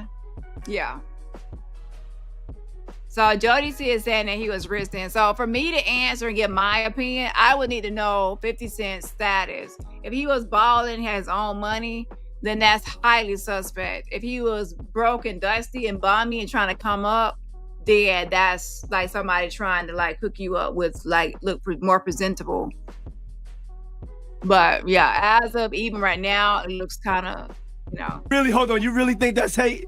When you really break it down, you've been out here a long time. You know he loves me. I don't think he like it. You know he loves me. I don't think he like it. Okay. But why not? Y'all both passionate. Y'all both. I don't know. Yo, check this out. I don't know. Yeah. So he wanted to take you shopping. He probably wanted you, good. Lord have mercy. I don't the same. No, we are not. Okay, we are not the same. But I mean, we are not cut from the same cloth. cloth. Work hard. Yeah, and I mean, I respect that. I don't never hit him with no, nothing. I don't even think of no other man. Besides, if I'm thinking about another man, I'm thinking about uplifting. I'm not thinking about all that. All them gnats, they can't really touch me. Y'all, at the end of the day, y'all see and y'all know what it is. Mm-hmm. The track record. Y'all know the business acumen. Y'all know the community service. Y'all know what I'm about, and when he does that, it's like funny to me. Yeah, it's when the DJ scratching it off. So y'all are saying, so I'm saying that I'm not gonna like say anything unless I know 50 Cent's status. So a lot of y'all are saying that he had money. So on that hand, it is what I said. If he had money and he was balling and he didn't need nobody to buy him no clothes, that's someone trying to be his sugar daddy. He wanted to be his sugar daddy, baby. So he probably want to be his sugar daddy. Test the board, like I buy you shop, I'm take you shopping, do this and that. I don't really take it personal. I know he has a different sense of humor, and he's just not in my life. We don't have to never cross paths. And I will never say nothing negative about him, because that's just not me. It feels like something must have happened, though, like that we just don't know about behind the scenes. He loves me. That maybe a situation, a deal went bad. Nah, I don't know what it is. Sometimes people that feel like they don't like you and they act like that, they really love you. Like I'm not like, just saying it to say, But I mean, it's something about me that has him on me all the time, and I'm not going nowhere. So, for the poll, I can only put up 4 options. If I could put up 5 or more, I would put up more, but I can only put 4 selections. That's why I put up 4. But yeah, we already had closed the poll. I might put up a new one. Hold on.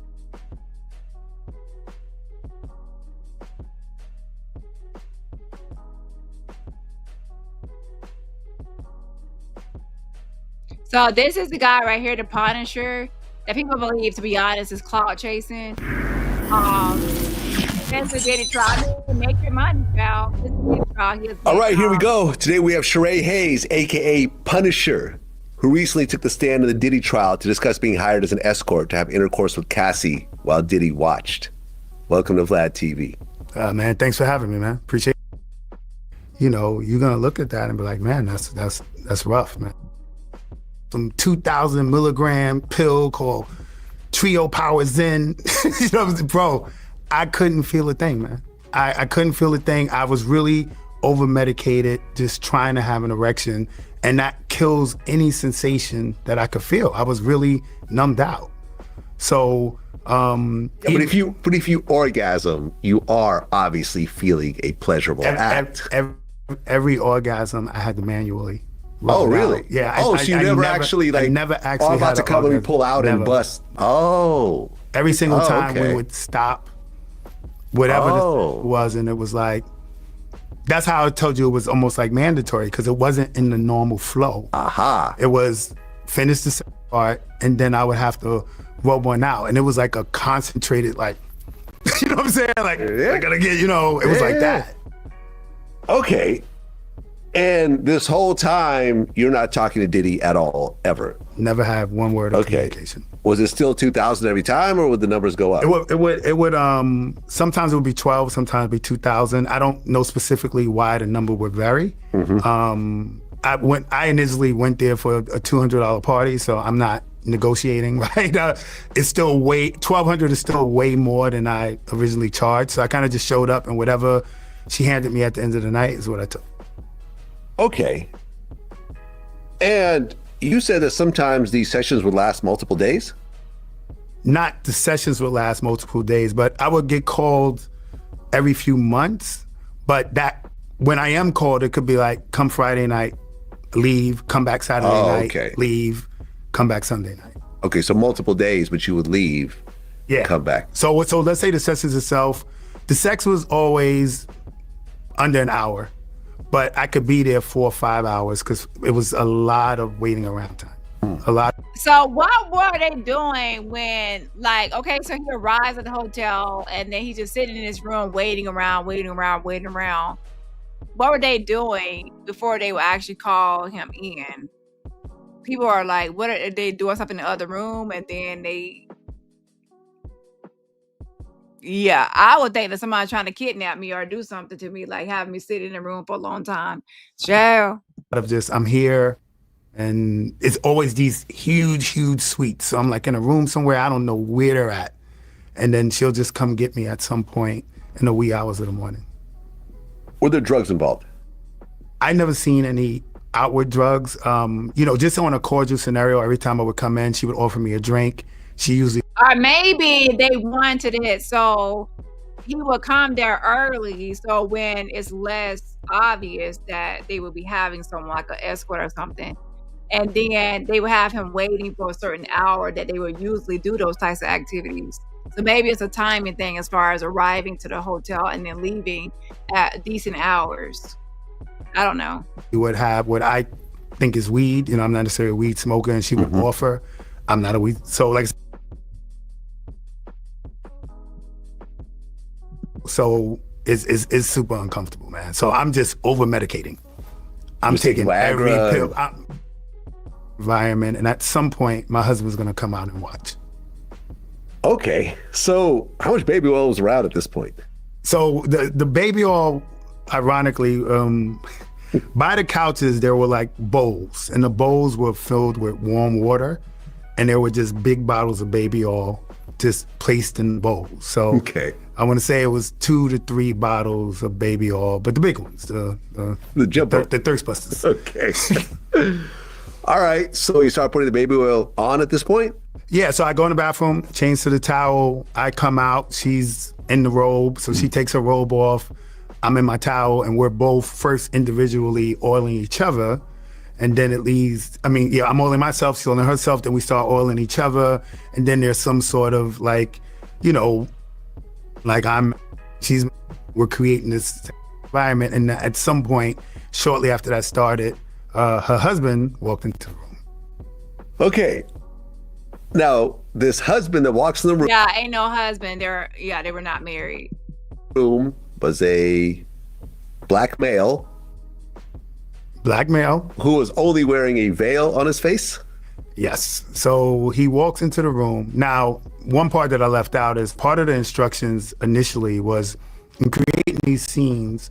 When a husband came in, we were not supposed to acknowledge him at all. I was supposed to act like he's not there. Don't look at him. Don't talk to him. Try my best to just make believe he's not in the room. So even when he walks in, I have to look at him from my peripherals, but I'm gonna look, right? Because I never been in a situation. It's kind of odd. So he does walk in. I can kind of see, but then when it gets to his neckline, it's like I think they call a burqa, like the Muslim women wear it, and you can only see the eyes. Okay.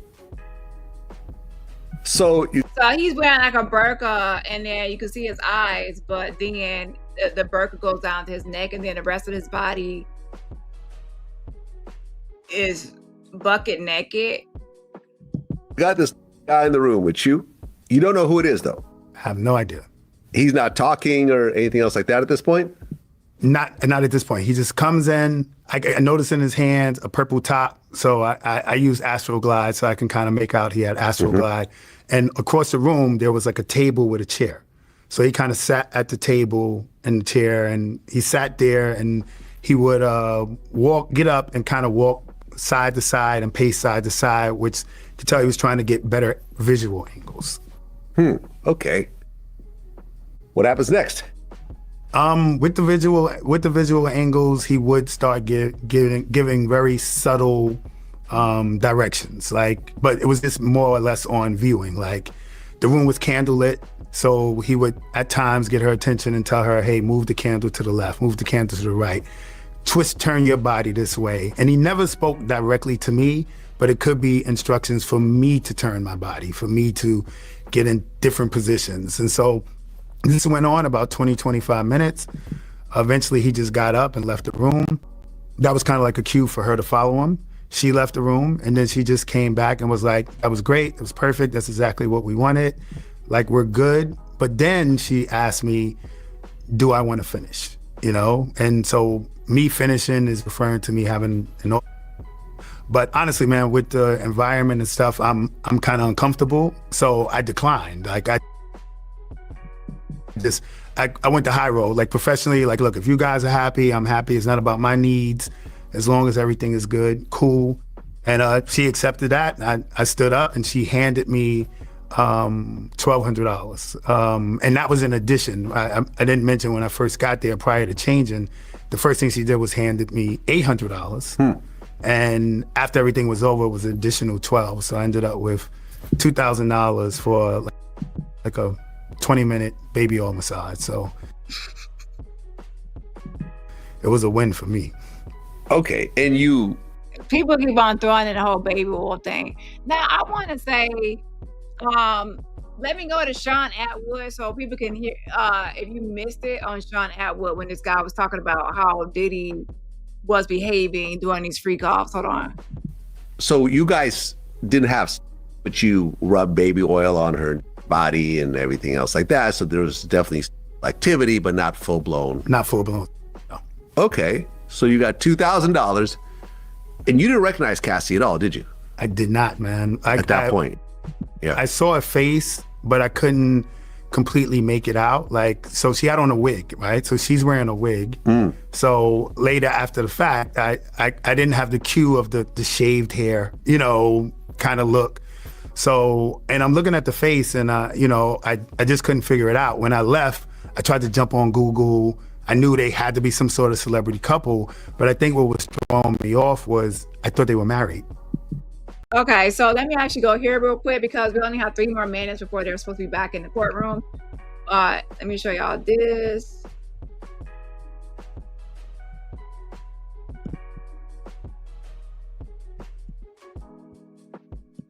And 45 minutes. They weren't extremely long sessions. The problem is I could show up at 2 a.m. and literally they would not be ready to interact to 6 a.m. So I'm literally just waiting around till I get a cue. So I was typically there 4 or 5 hours every single time, but the actual sex acts were only 20 to 45 minutes. So Diddy sat there with his burqa. You're not supposed to be looking at him, and he's giving you directions, you know, while you guys are getting physical. And could you tell that he was physically enjoying himself from this? Well, you know, as I testified to, the majority of the time he's masturbating, right? He's masturbating, he's pacing back and forth, so he's pleasuring himself while watching. So that's my only cue to him enjoying himself, right? Whatever the sexual scene and stuff we're creating, he's giving directions, saying what he wants to see. There was times that I testified to where we're in the middle of an act, and this was one of the rare occasions where we moved from a living room into a bedroom, and he actually took a stack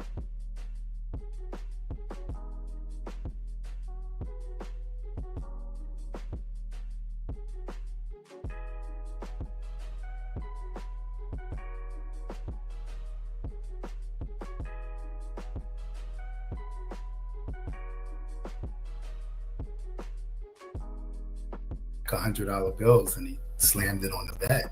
And, you know, we both kind of reacted startled, and she turned to him and asked him, was everything okay? And he was like, hey, look, I'm enjoying this, you know? So I did get cues of him enjoying it through his self-pleasuring and him directly saying it at times. So that's what I would share in terms of that. So I shouldn't be asking this, but a few people have put it in the chat. It was brought up at the court about his well-hungness or not. So again, I'm not supposed to look directly at him. I'm definitely was not focused in that area. The only thing I will say, which was kind of the odd scenario to me, I already said I cannot hear well, and I could hear the masturbation from across the room. Like it was it's like a flat, like I could hear it, you know? So it was very odd that you could hear like sounds of whatever stroke or movement he can do it, but there was a sound to it. And I thought that was, if you think about, if you're gonna ask the question of somebody being well endowed, which again, I don't know, right? But you would assume this, I know when I use that pump thing to get the hot sausage over the Frankfurter, I know the extra skin and girth or whatever could create sound, right? So wow, that's the only way I can answer that. I did not want to look. You know, I was already having a problem with my own erections, so staring at another guy's beef was probably would not have been a good thing for me. So I can't confirm anything, but that's the most I can say to answer that question. I hope it was helpful. Yeah, you're very helpful and very honest, and we appreciate that. I'm trying to, one side of my mind is not trying to think about this, and the other side of my mind is like, you got to ask a question, you got to think about this. But to be creating that much thunder, he must have been really banging his bishop from that distance. So, all right, so you've got a question here then. While using the baby oil, did you ever feel different? Like maybe it had other mind-altering ingredients in it? I did not. You know, I felt like I was in my stable mind the entire time. I'm not a drinker. I don't smoke or use any drugs or anything like that. So I was pretty much squared. The only thing.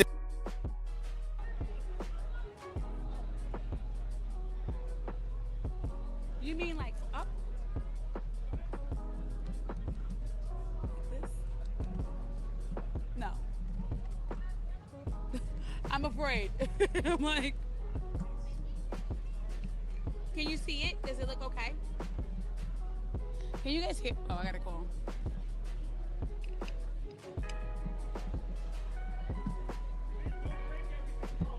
Huh? Oh, come on, dude. Hey, Mom! Hi, how are you? How are you? I don't know. Hey, Celia from New York City. Can you hear us? Can you hear us? Can you hear us? Hello. They got us. Hallelujah. Thank you. I owe somebody lunch. What we do? Lunch, coffee? What do you?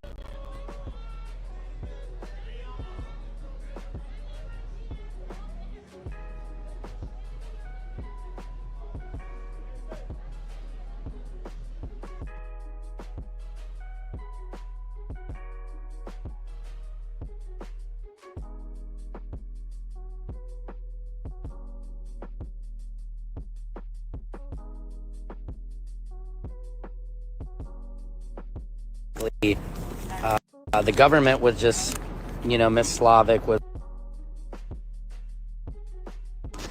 So guys, the government's argument, frankly, it seemed, okay at first. Miss Slavic was doing her thing. But the problem is they're trying to show Diddy as a pimp. And what Jason Driscoll, which shout out to Jason Driscoll, he's the slickest dude out there. He quickly pointed out all these different examples of the Mann Act that he brought up. The average sentencing was 16 months to 27 months at the most. And he's saying that Mr. Combs, Diddy is not a pimp, that all these people, the difference between Combs and these other cases that the government was telling about is these were pimps who made money. One of them made 1.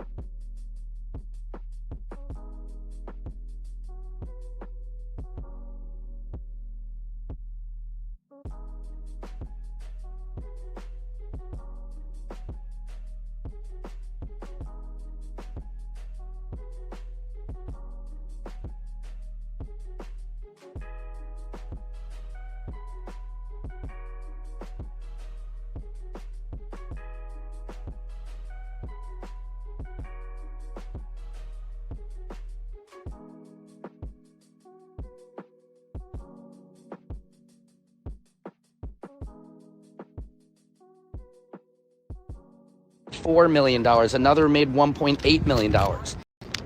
Then Miss Westmoreland got up there, talked about how inspiring Diddy was to her, and that 8 years ago she saw him speaking at an event, and he just, told her how, important your dreams are, and to make sure you go for your dreams, but stay awake. It was just, I'll be going over it more on my live, but not a dry tear in the house. Then his children got up, and I swear to God, when the twins started speaking and crying, it was so emotional, because you hear this gut-wrenching pain that a father has been taken away from their family. And also, their mother is Kim Porter. They lost their mother at a young age, and they talk about how, Sean promised to always be there for him, by their side. So they're begging the judge not to take their father away. So I don't know, guys. Yeah, so I didn't know he was like a team free Diddy.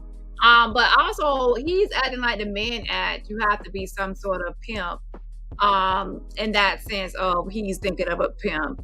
All you have to do is really transport someone across state lines, or internationally, etc. And it has to be for illegal activity, prostitution and things like that. And there has to be some other component as well, such as why you had them travel. You had to do some sort of coercion, persuasion, or some sort of something for that person to travel for those illegal purposes or activities. Okay, so you can actually you don't. It doesn't require you to have the title of a pimp. Okay, so that Man Act is not only about pimps. So if you actually listen, the judge actually said when he will point out something, or he was trying to say it's a precedent case, the judge would say, no, there's a distinction here. In that case, there was no violence mentioned, or there was that we have to distinguish that case from this, because he's pointing out those differences. And when the judge pointed out the difference, guess what? The defense did not argue back. They could have just kept on arguing back, whatever, but it looks like they didn't keep on going with it. The judge pretty much had done his homework, and there were these cases that there were distinctions in the cases that were being mentioned as to why they had a lighter sentence. So they had a lighter sentence because there was components or elements that are different from Diddy's, and that's what the judge was pointing out. So anyone thinking that any of the stuff the judge said overruled, denied, that's not language, stating that Diddy is going to walk. That's saying Diddy is going to get something. Now, will he get the max? Probably not. But so far, and then the judge also said the rest of the objections overruled. So then it wiped out, So with that being said, I hate for anyone thinking that Diddy's gonna walk. Nah, even with time served, he's not gonna walk. But I'm just me. But we will see who's right at the end of the day. Who's right, who's wrong. I don't think he's gonna walk. I think he's probably gonna get 4 to 5 years max. I don't think he's gonna get 11 years, because I do believe that, based on how the judge responds to certain people in the courtroom, that the judge is going to be empathetic to the fact that he has kids and the elderly mother. I feel like that will make him not give him the max, based on how he's responding to people's statements or certain things. And ultimately, I feel like the judge will go by the guidelines, and that's that 70 through 87 months, which is like 5 years and 10 months and up, right? And then take away his time served from that amount. And then if someone says, why did the judge do this? And then they'll say, well, that we're going by those guidelines. So then he can take all the responsibility off his shoulders and put it on that. Hold on. At this point, I don't know what the judge is going to do, but the 11 years is ridiculous. I really think that he should probably say 16 months, and that time is pretty much served, and he should let Diddy go today or within a month. Let me know what you got. That's not going to happen. That's not going to happen. Sorry to break it to you. Anyone thinking he's out today and going to lunch with y'all tomorrow? No. I think Secret Service Sam Al Sampson for president of TikTok. Patriots, Secret Service Sam here, pulling up to Daniel Patrick Moynihan for the last time in this. It's crazy out here. As you can see, I gotta see how I'm gonna get past this line to get in. What's up, Tisa? Tisa Tell's back there. Guys, this Okay, so let's see. They should be back now. Come on, people. Okay, yes, they are back. 2:11 p.m.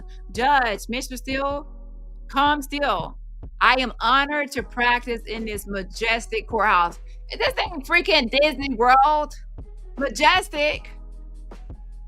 Y'all come on with this.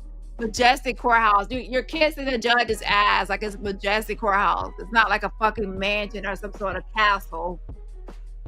I sit here with tears in my eyes. I can't believe we are here. Sean has impacted America in such a positive manner. What the fuck? You got your lawyers crying.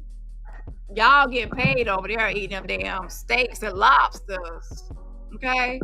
And y'all really just trying to bring on the waterworks, okay, to get him out of jail because y'all got paid all this money and Diddy want to be in Miami by next week.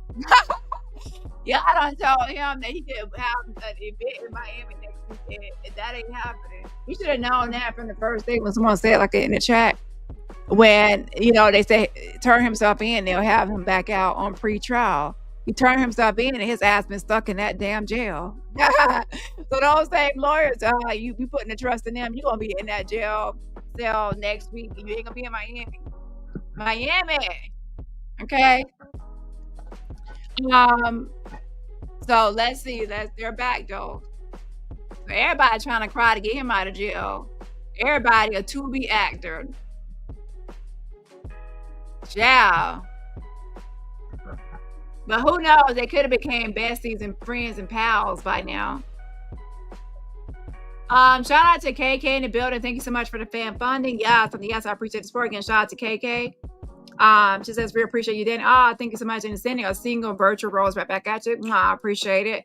And everybody else, remember, support my channel for free just by what? Hitting that like button. But yeah, people think that the Men Act is just for pimps. It never says you have to be a PIMP with the backhand and hoes walking up the scroll to be a freaking Men Act. No. You can actually just be a regular smuggler person, and if you do any of those two things, then boom, you can actually get it.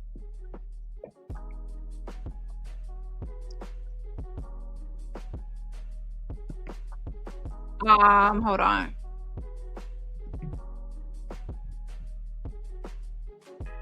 Let's see any more updates. Let's refresh this.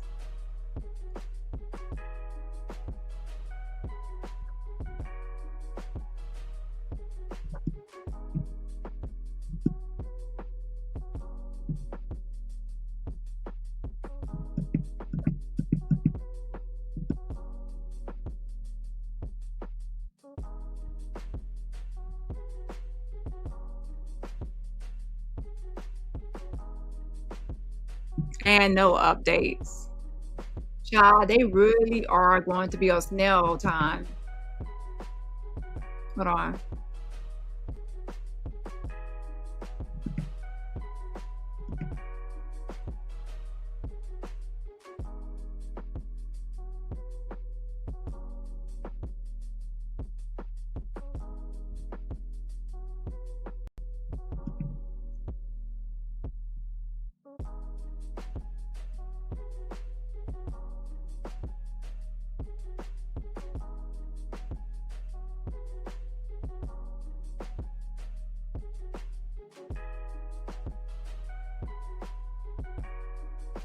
Okay, so let's refresh it one more time.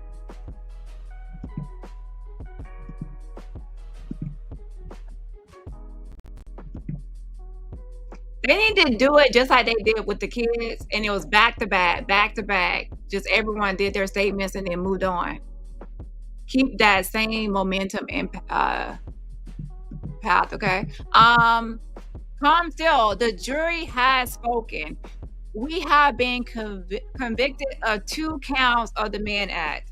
Sean's father was killed when he was 3. He was raised in Harlem in the 1970s. It was different. His mother had 3 jobs, moved them to Mount Vernon.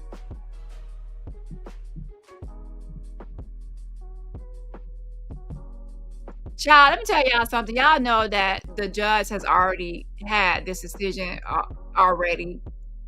if you know anything about making decisions or decision making, most of the time, most of your when you have a deadline, let's say court is going to be sentencing on this day, you already probably have like maybe most of your decision already made. There's only something like really, really persuasive that might change something at the last minute, but for the most part, you will have what you are going to say and do. You will be spending that time just prepping what you're going to say and do, like ready for it. But of course, it is going through the motions. Now, the question is, are they going to wrap this up for today, or are they going to, push this off over the weekend?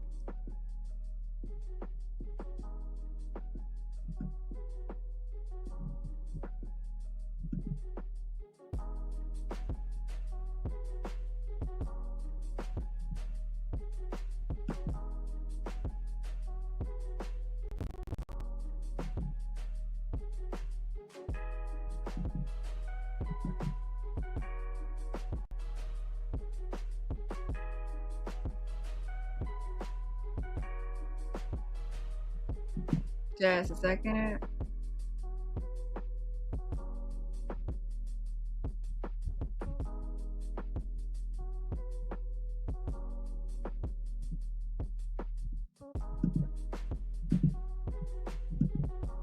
Okay, let's refresh and let's see if there's any new update.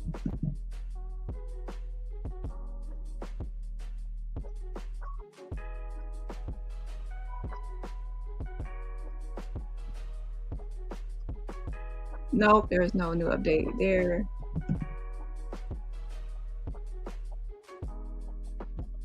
Hopefully he What's gets that? Max. I said hopefully you stay safe out there. And hopefully he gets some Max that he's allowed to. Appreciate it. Yeah. That's what we're praying for. Amen. That's what we're praying for. Shout me out real quick. Shout me out real quick. African Diddy NYC. Shout me out on that, so. No. Say it again. Wait, hold on one second. African Diddy NYC. African Diddy NYC.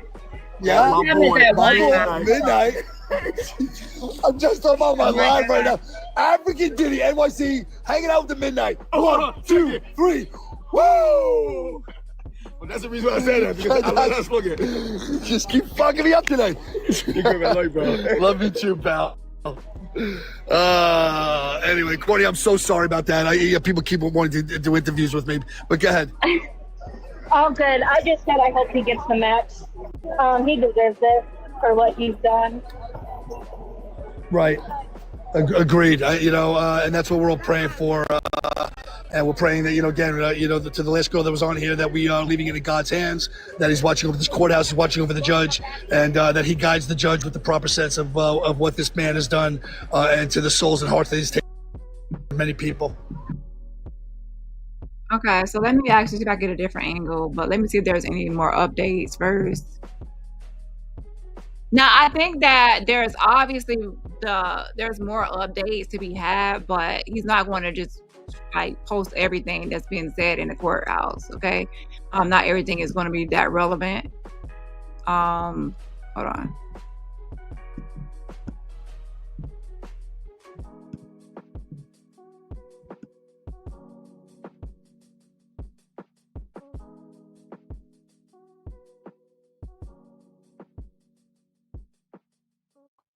Calm still. He goes to Howard, but he has another idea. He goes to work at a record company. He's in the studio with artists. His ear is better than everyone's. He works harder than anyone else. More trauma. His best friend is shot in LA in a drive-by shooting. Best friend. Calm still. Sean is upset. He's trying to break down barriers. He has an operation and he gets addicted to the painkillers he is given. He has been high from then until 2024. You heard it at trial. He was medicated because his body was hurt, his emotion too.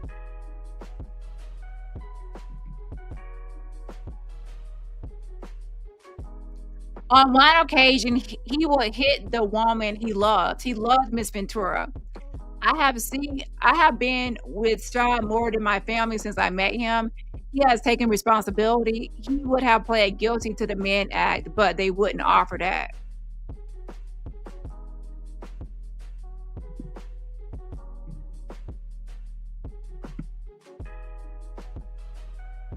So they're trying to say that he would have pled guilty to the Mann Act, but they would not offer that.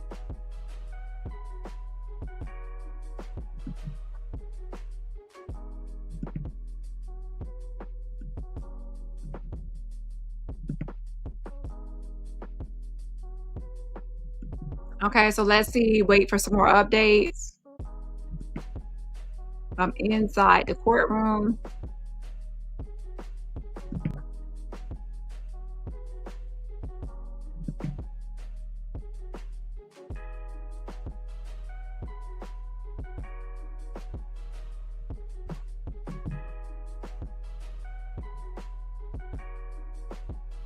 You said it. The judge said You accuse people. It's so bad. You could die from the stress. No remorse. Forget about the charges and going to prison. You could die just from the stress. I mean, they were clients. Are you cute to support Diddy? They were workers, so what he's supposed to say? I don't like Priscilla? sometimes it's not okay. What? What she said? Are you here to support Diddy? It's so bad. Yeah? To support? Yeah. Or just as fun? The legalities, I see it different. Wow, who you with? No, I'm a student. CUNY.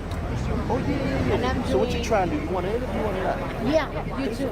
I know, right? You gotta get ready. What is your name? It is annoying. Famer two. The jam burning and they give everybody ladies. You can tell me your name and your Famer, Famer 2. Famer 2. How old are you? Me? 35. And why are you here? And I'm here as media, as press, to cover a historical case. Sean Diddy Combs on trial. Why The trials of Sean Diddy Combs. Why are you here? I am the same. I'm here to cover Yeah. What else you want to know? I'll tell you. So what do you think is during the trial? What is it? Because it's well known all around the world. Do you know who do you know No, not yet. But she interviewing me. No. Get this right. Get it on her. Take that camera. No, nobody can see it. All right, I'll tell you what. So she can get the content. We have information. Thank you for the gifts. Thank you for supporting the platform. If you have not hit the follow button, please make sure you hit the follow button. It's so funny because we were just watching the Mike guy from that angle, right? When he's live, it seems like it's just normal, but I always find it hilarious when you're watching somebody record themselves from so we watch him live, then we watch someone recording him while he's live. So he looks awkward. He looks awkward now. That he just sitting there with the phone. Okay. Yeah. A mess. If you have not subscribed to the channel, it's like their homes. We got information that the daughters were very upset. So when we saw that, we saw that he was nervous. That's why We also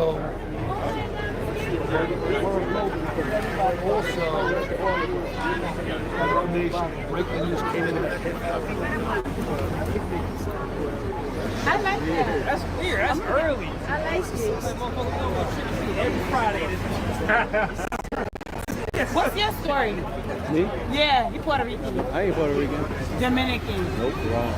You look annoying like a Puerto Rican. Annoying? Colombian. Nah, Nicaragua. Okay, that's annoying enough. You see how he don't talk? You see the Puerto Rican can't shut the fuck up? Telling me all this type of shit. That's the older people like Oh, he got arrested. Fuck that bitch. She's nasty. I can't believe she told her. I'll probably be seeing her tomorrow. She's always not dressed her.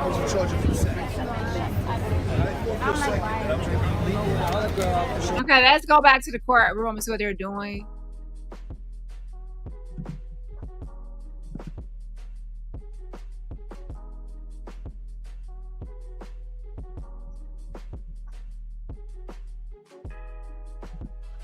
Calm still.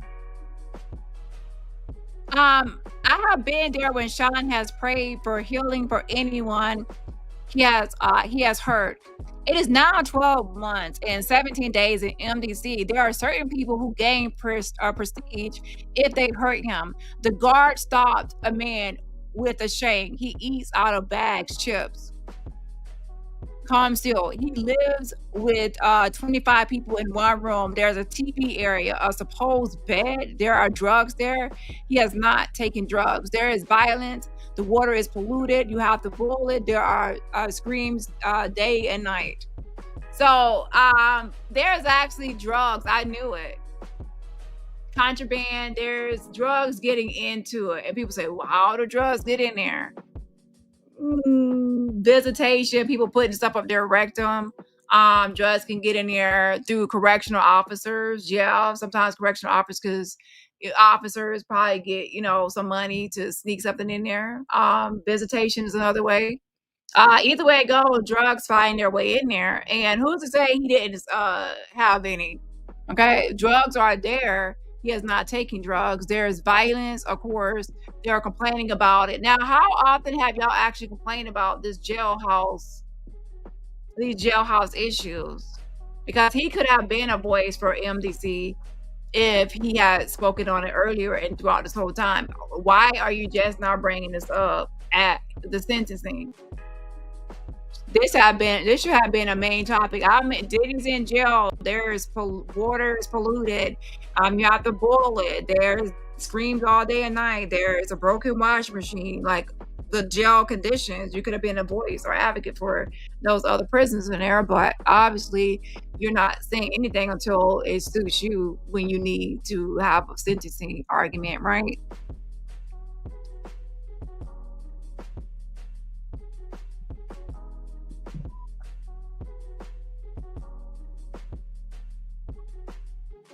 And he's acting like it's just like one little room when it's actually like an open dormitory. Well, it's technically still like that, but an open dormitory is different from like a little room where it's like 25 people. But yeah, I mean, they're not going to make it a fucking bed and breakfast hotel. Okay, they're going to actually make it something uncomfortable, hoping that it's going to be a deterrence. You'll want your privacy. So privacy is something that you will want. So you will try to avoid doing certain actions to lose your freedom and even privacy.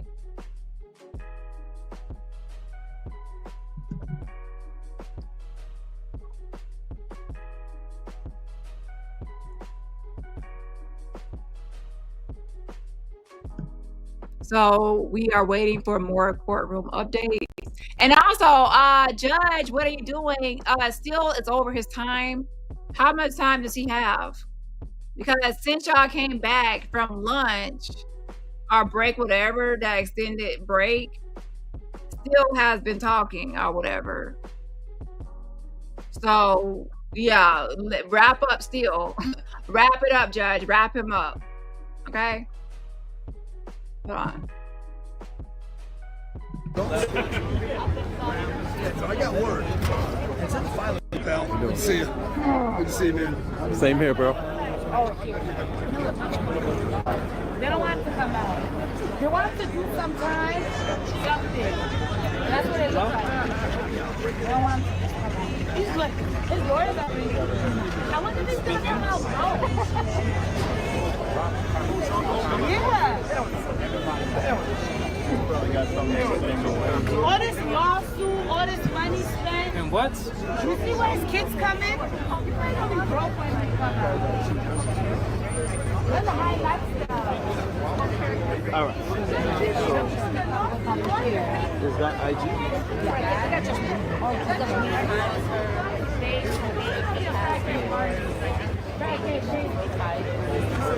Let's try to do it next week. Can we do it after? I'm going to put All right. All right. The week after? The week after Turkey. All right. Alan, what's that? India? Indonesia. Wow. Beautiful. Wow. I'm about to go back to work. And you will update until it's done. Alright, I'm gonna let you know what's up. I got you.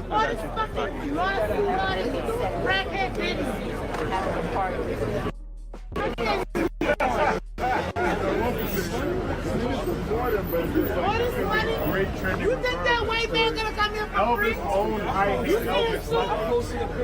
that white man too? That nigga not coming here for free. You know white people do not work for free. White people do not work for free. And if you're a smoking nigga, oh, bitch, right? Woo! Yeah.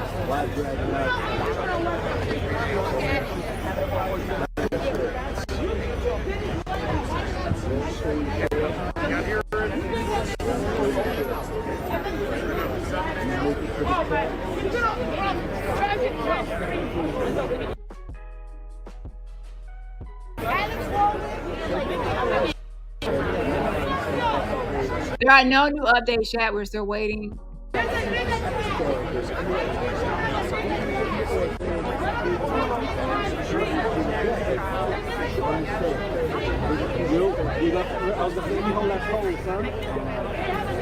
Oh, don't worry about it. We can out there. We look good.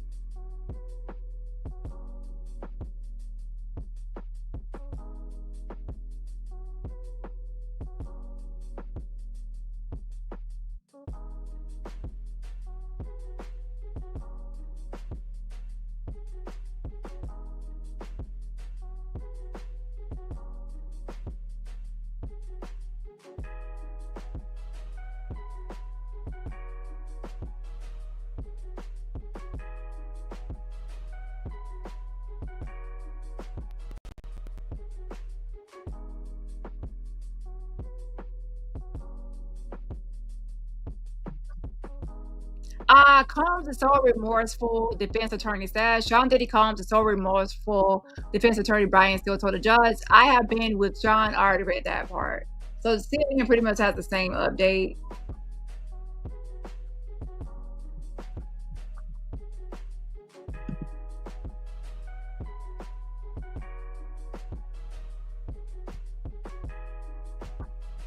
Okay, so let me go back here.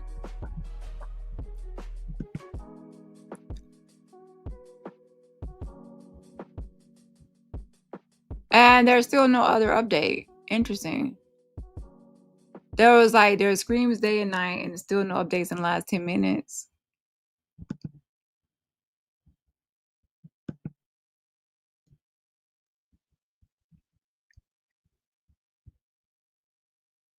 Or maybe there's a broken link. So let me check it.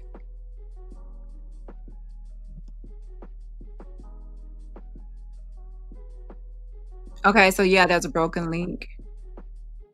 So he might have to, he probably had to start a new thread, okay?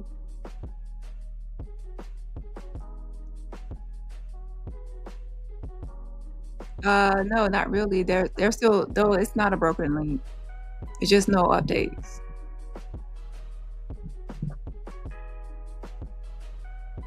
Yeah, no other updates yet.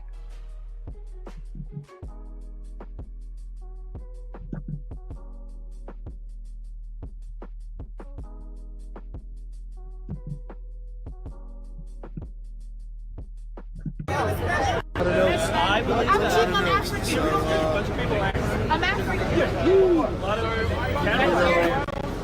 It's crazy. And I think that's why I don't know. It's huge. Is it huge? It's big as hell.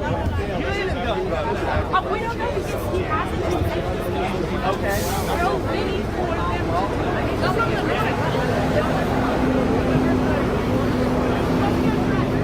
So she must be doing that on purpose, wearing a costume, like the blonde wig.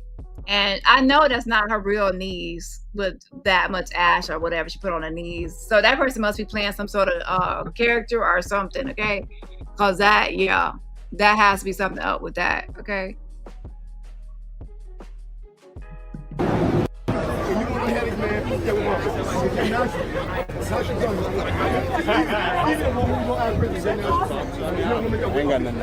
What? That's a lie. More than African American. You're like totally oblivious to this whole thing because like some people. What? What is that one Nigerian woman? Now lunch is over. What? That's lies. Jazzo. So easy going. Where's so easy going? So easy going. Grandma, you no motherfucking problem. Okay, let me have no problem. No problem. I let you kill me. And then Jazzo, they already had 2 fights so far. Middle of the street. Okay, so calm still. Some in the media, not all, who have written that Sean is an outcast, a leper. That is not true.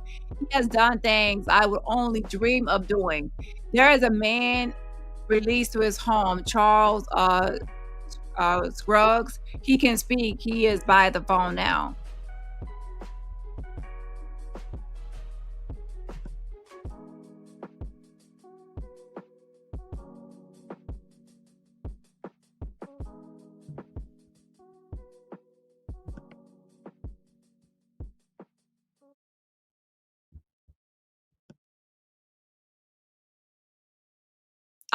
Calm still. October 6th is not a speaking engagement.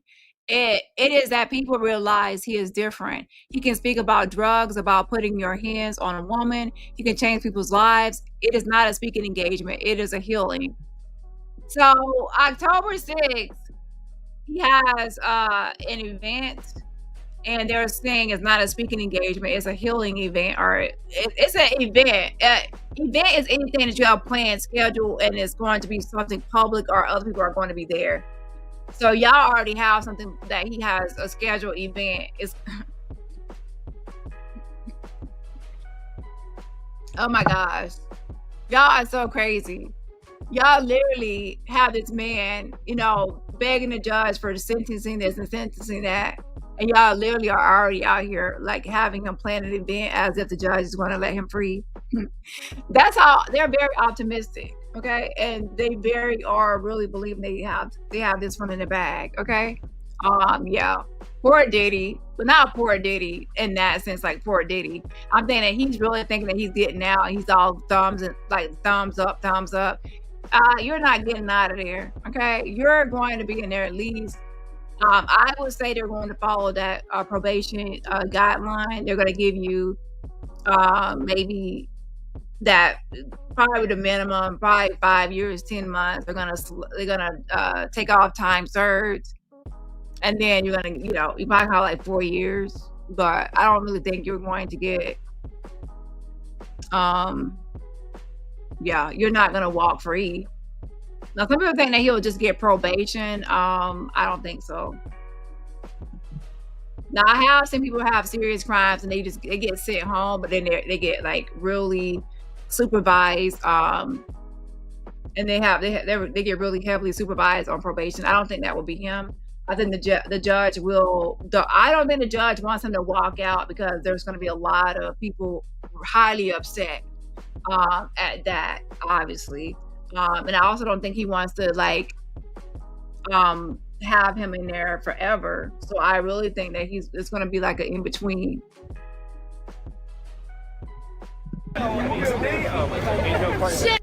Everybody's waiting. And the family's still in there.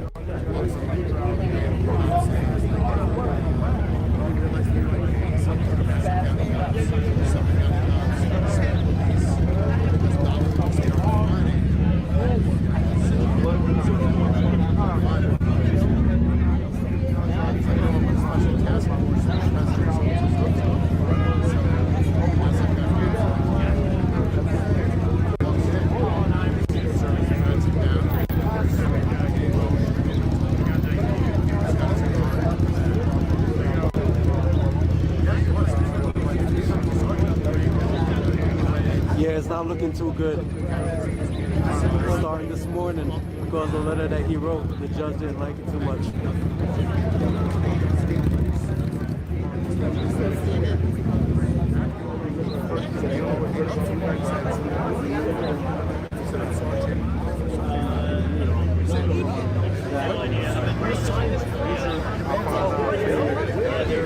Definitely is not looking too good.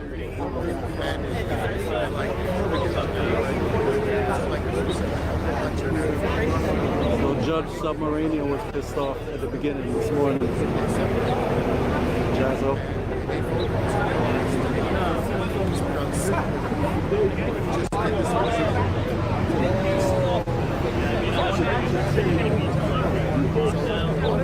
Yeah, the judge is trying to make an example out of him.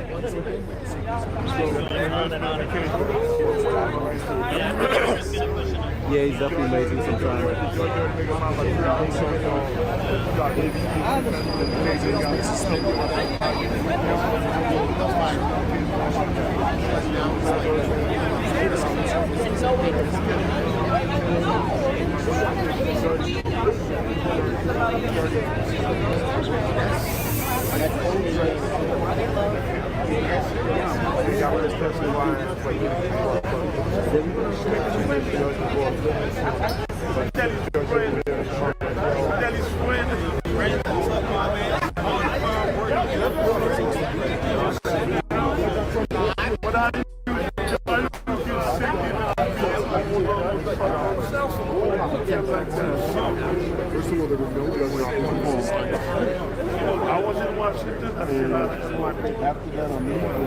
Hold on a second.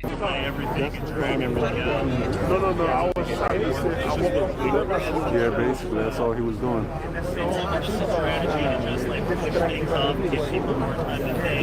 So then I went in the transitional, and when I get inside of it, so I took the pictures. That's it. So let's go to CNN. So CNN made a statement, a release. It says, Sean Diddy Combs is a great man. His lawyer, Brian Steele, told the courtroom. Some of the media have called Sean a disgrace, an outcast, like a leper. These people are wrong. Steele said, I know Sean personally. He's a great man who has been sentenced, but he still has done things that I would dream of doing.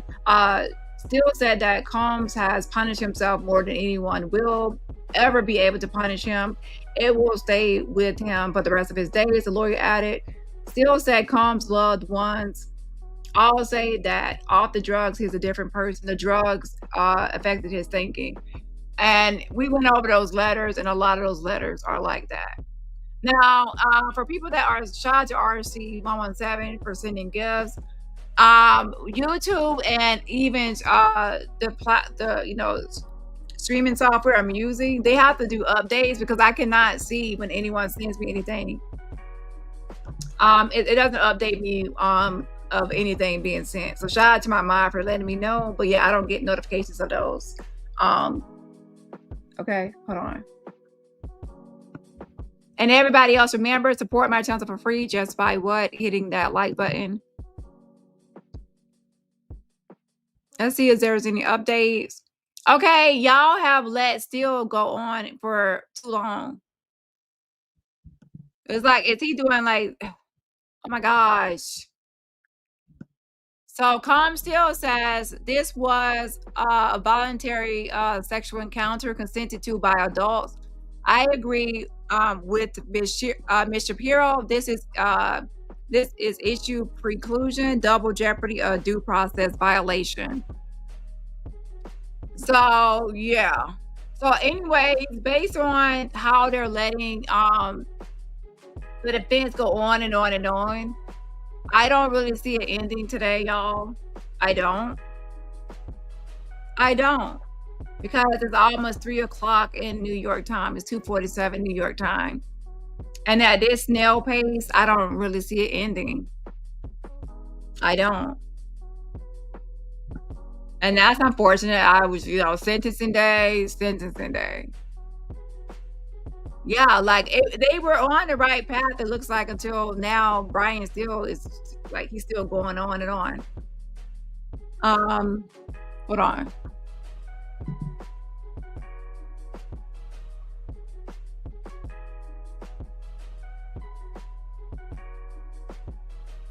So, by the way, this is not unusual because if you actually pay attention to my other video, we already went over that memo, and they were talking all kind of crazy talk about how the sexual encounters with the male escorts were willing people. They have been saying that no one is really a victim. People were actually willing participants in it. So how can on one hand you say you apologize to people, and on the other hand you're saying that they were willing participants? So on one hand you're saying they are a victim and you owe an apology, and then on the other hand you're saying they were willing participants, which will make them not a victim. It's quite confusing. Okay, that's why I feel like the judge is like there's no accountability because there's like a constant shift. Hold on. Yeah, Monday, and to be honest, at this snail pace, sloth pace, tortoise, turtle, it could be even Tuesday. I don't know what they're doing. Okay. Besides letting everyone talk and not have a time limit, I guess. Hold on. Let's refresh this.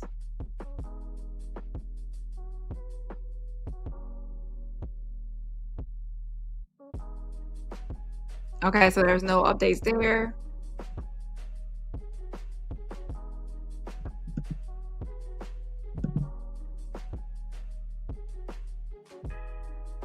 Lawyers always want to play. Ever let it just drop?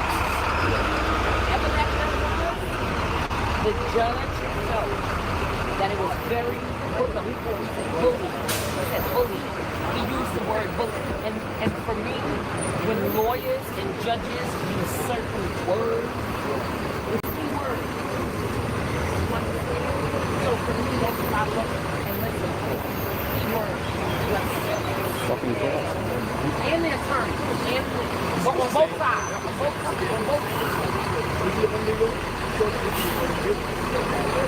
I took out the really different. But they read it that they also made it that and I believe you saying that. Yeah, she said that. Matter of fact, I read one of the videos. He went up there and took the stand. See what's going on with Media Row.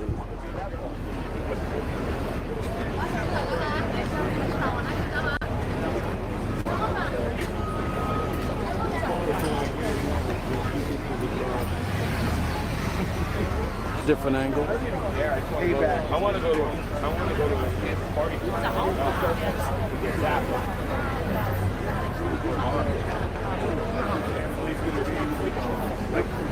I don't know. I don't know. Right?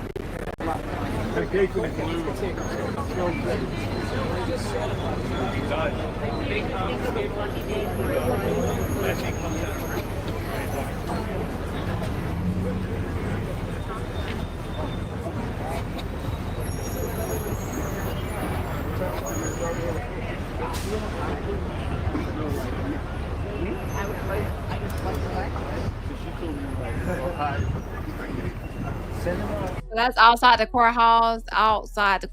So let's go back inside and see what's happening inside the courthouse now.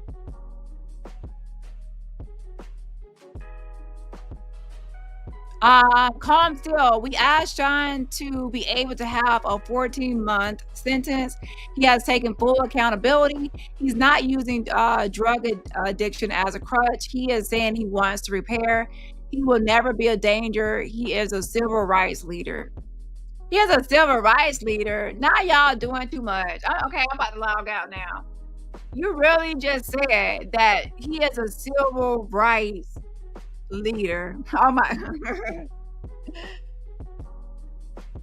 I'm done. I'm so done. They literally just said that Sean Diddy Combs is still.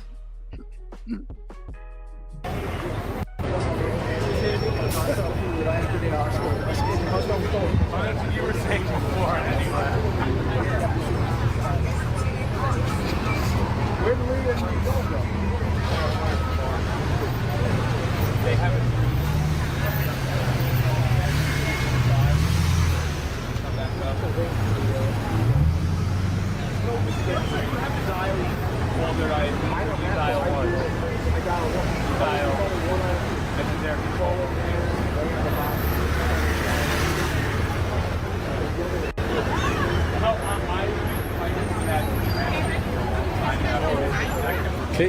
go.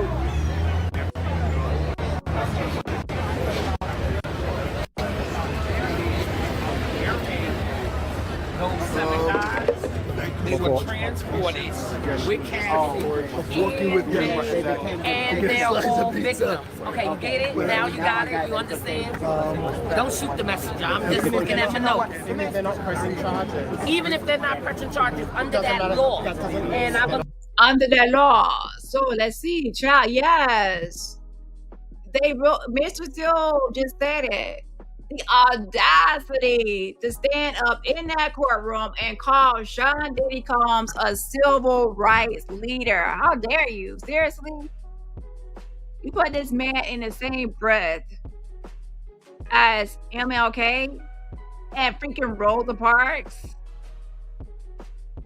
Other people, even, you know, Fannie Lou. These are real civil rights leaders. People who put their lives, their freedom on the line for other people, for the community.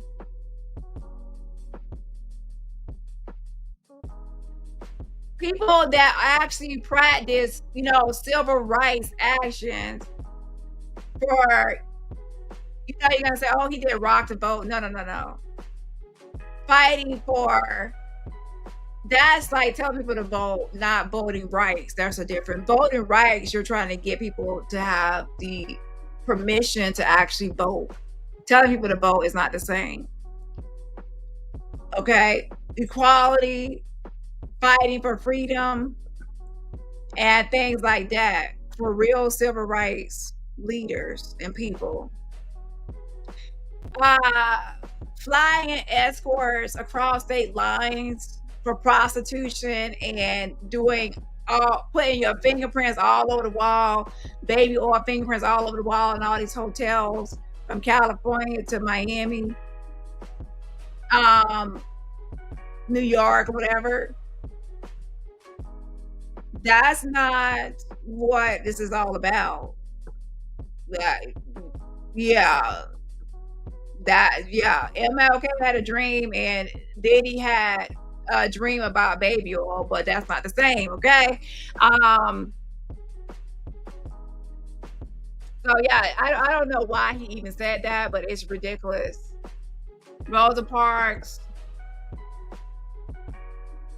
you know, Rosa Parks sat down the bus so we could stand up for justice. And Diddy, what did Diddy do? He probably got jets and sat down or whatever just so he could try to traffic people for sex. I don't know how he be considered a civil rights leader. But yeah, to be honest, and to even compare the two is very insulting. And also, it's not just insulting, but it also does something that people have to think about. If you label everyone a civil rights leader, you're actually going to make it watered down to where it's going to water down to where, oh, I'm a civil rights leader. I'm a civil rights. It's going to get watered down. And then the real people that really should have that honor and label, that's not watered down, and for it can show the real impact of it instead of just trying to, everyone starts saying I'm a civil rights leader, and it's going to cheapen the word and lessen the value of the actual word. And not just a word, but a title. It's a title that holds honor, a title that holds prestige, a title that is respected. And we have to make sure that when we say someone is a civil rights leader, we have to make sure that those people that hold that title actually uphold what it actually means and stand for. And Diddy ain't it. It ain't it. So it's kind of like, I can't believe he actually said that. That's actually disrespectful to anything. It just is. There's something really off about that. But of course, they wanted to put it in front of the judge like he's a freaking MLK or some civil rights leader. He is not a civil rights leader. He's a defendant in a prostitution case. Wait. Oh shit. I hate to say it like that, but hey, he's a defendant in a prostitution case, man, with freak offs, a baby on the Astroglide. Okay, that's what Diddy is. We're not going to. Yeah. And don't talk back. Okay. Y'all need to stop playing. Okay. Okay, he ain't gonna be marching down the road for no justice. He gonna be marching in and out of his jail cell. You march to and from your damn jail cell. Put your one foot forward and your good foot forward. Okay, and the march to the commissary, march to the child hall, and get your ass on. Okay. Anyways, let's go to back to the courtroom. See if there's any updates. A mess.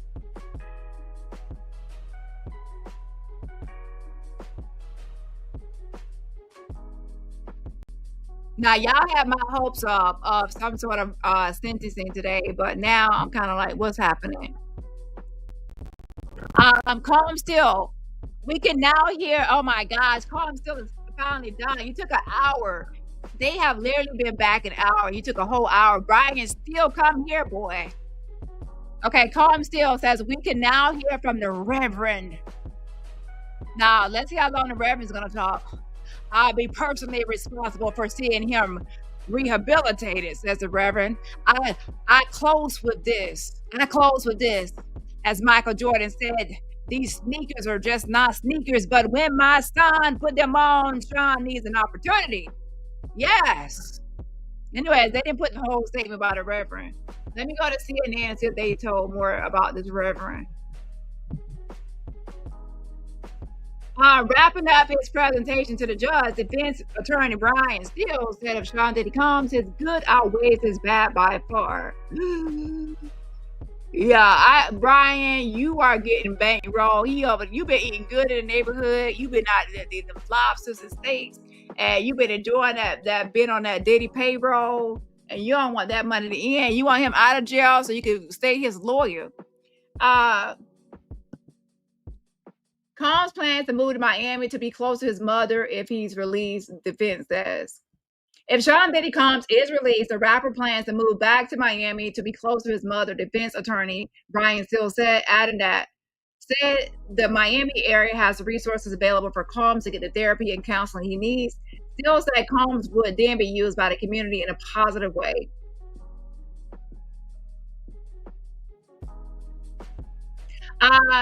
Steele said he's in the unique position that if this honorable court believes that it is something that goes into his special conditions of his release, he will be speaking openly about what it's like to be incarcerated, what's it like to be on drugs, what's it like to lose a global business, what it's like to harm people you love, what it's like to take the happiness from your family, he said. The defense pushes back on reports finding that Combs coerced Ventura into freak-offs. Defense attorney Brian Steele pushed back on the pre-sentencing report finding that Sean Diddy Combs coerced Cassandra Ventura into freak-offs. The defense team maintains that freak-offs were consensual sexual acts between adults that Ventura willingly participated in. Steele said the defense attorney read some excerpts from Ventura's testimony when she said she wanted to make Combs happy.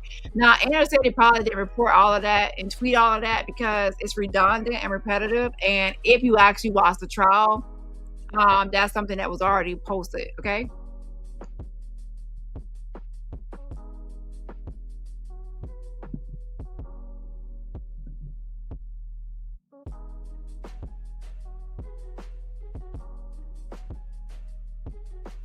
So that was the Reverend. So let's see what's happening next. In the meantime, in between time.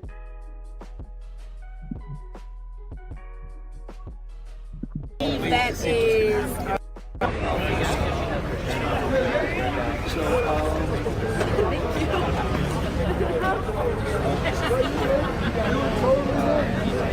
See what a crowd.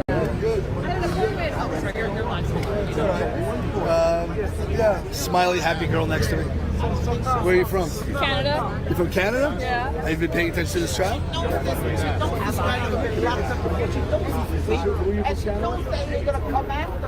Right? Because let's say 99% of the time.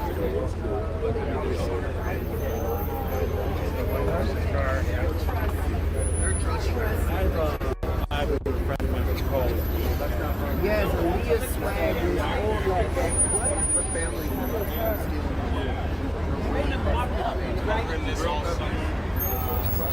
Back in the day, niggas when we first started coming out here. Now you see.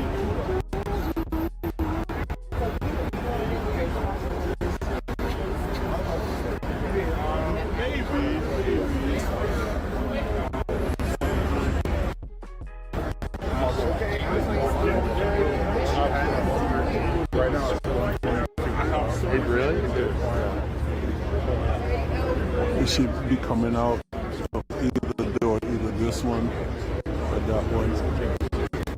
That's why everybody's waiting around.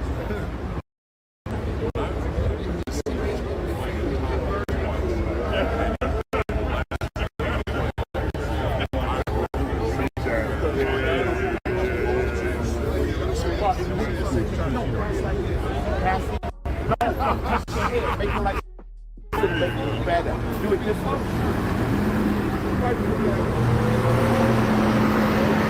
Out of here, bro.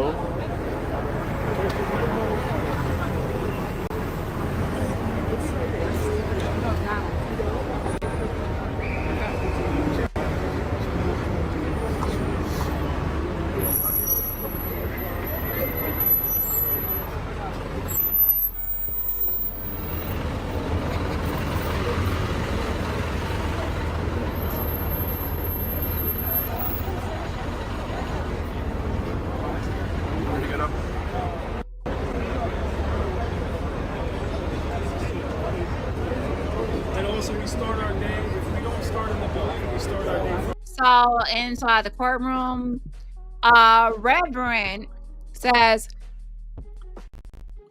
"You have been very honorable in this court. Combs still will have Mr. Donaldson." So now it's Combs Xavier Donaldson. Says, "It's been a long day, but I think it's been worth it. I want the record to be clear that Mr. Combs is not a pimp, a PIMP.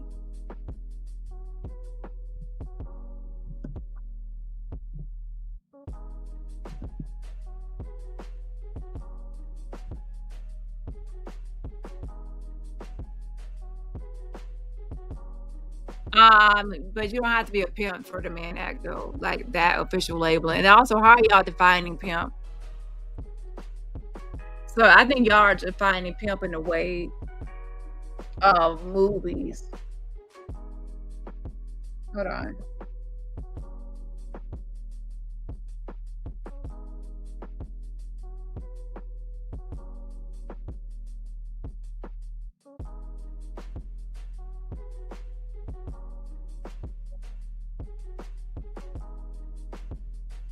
Okay, let's see if this, let's refresh this for any updates.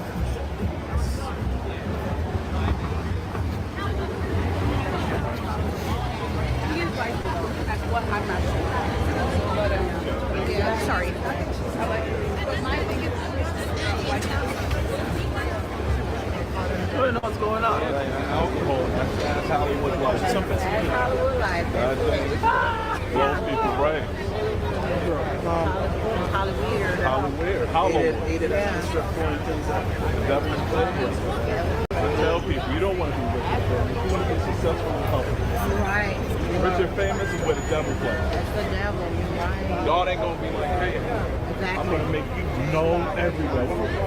He don't want cast. That's the devil's playground. The devil knows where that's gonna be. That's why you see these seven go crazy. And then months later, From entertainment tonight.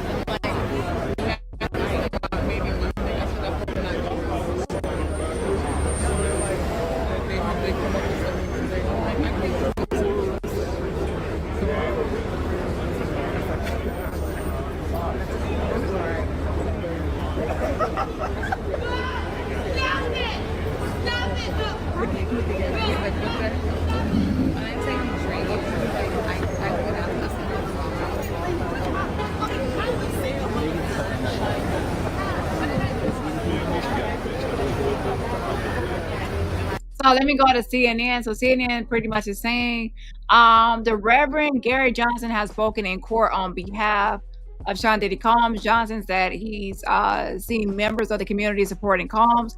If you free his body from his incarceration and allow him to have probation, we'll help free his mind, he said. If you give him the opportunity under us to work for us, he won't be back in here because he made a mistake.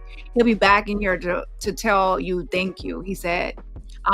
Johnson said, adding he would be personally responsible for making sure Combs is rehabilitated. I'm asking you to give him to us and we won't let you down, Johnson said in closing.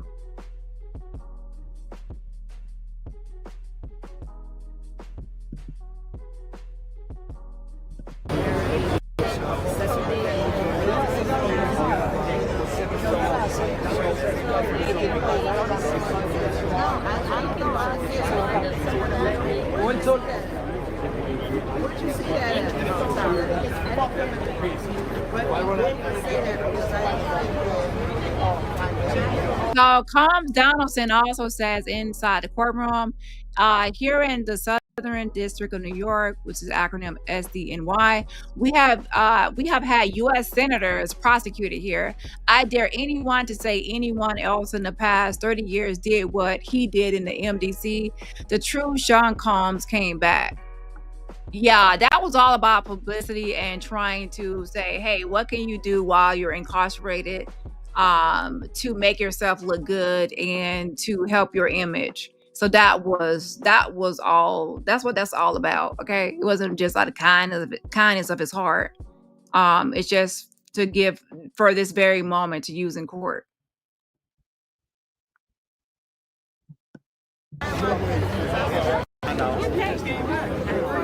To add more fuel to the fire? He could. Listen, he is that so I would not be surprised. I mean, he did get over the course, but never know play was I don't know how much longer. Everybody's trying to figure that out too. They should be walking out right here. Hold on a second. What happened?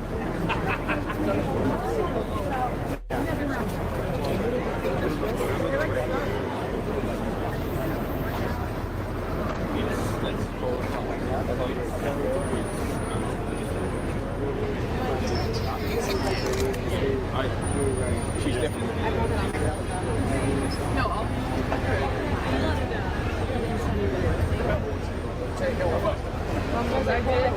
I did.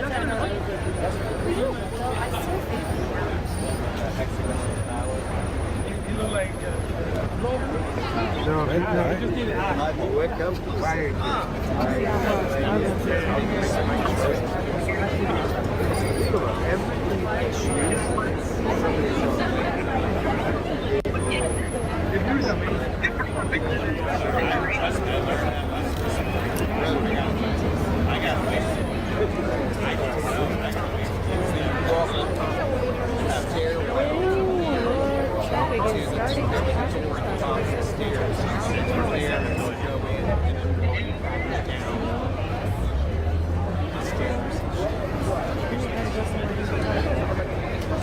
So yeah, right.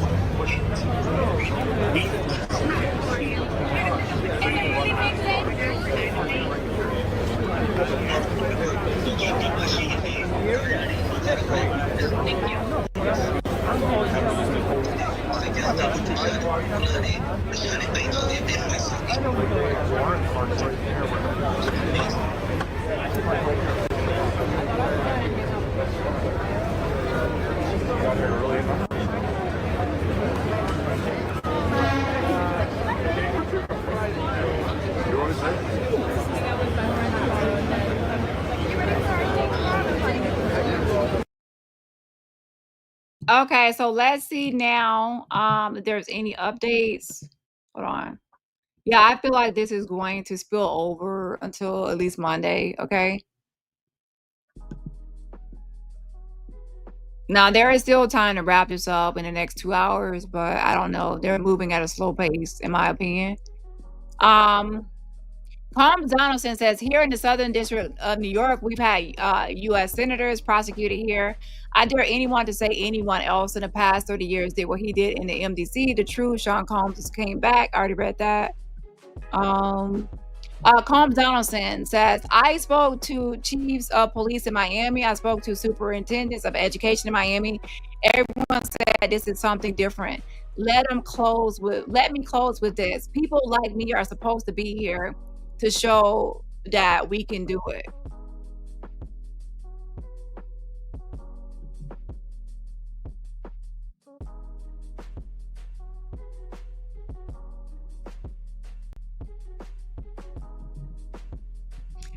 Defense attorney Xavier Donaldson is now speaking. He says the court's in a difficult position. I think, if I may say that respectfully, Donaldson said. He said the judge is looking at the victim impact statements written by Cassie, Jane, and other alleged victims, as well as the letters and statements from Sean Diddy Combs' loved ones. He said, you find yourself, I think, saying you have two people here. Who is the real Sean Combs? Donaldson asked. I like to believe that the real Sean Combs is in the grain of all those letters you read and what you heard from the family. Defense attorney Mark Agnafilo is expected to speak after Donaldson. Oh my gosh, listen, y'all.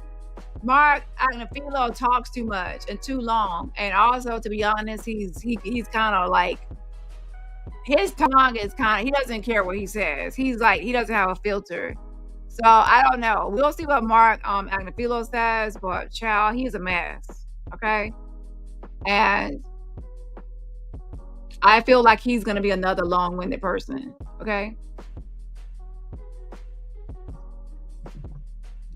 Jody says he want them tithes and offerings, child. Who knows?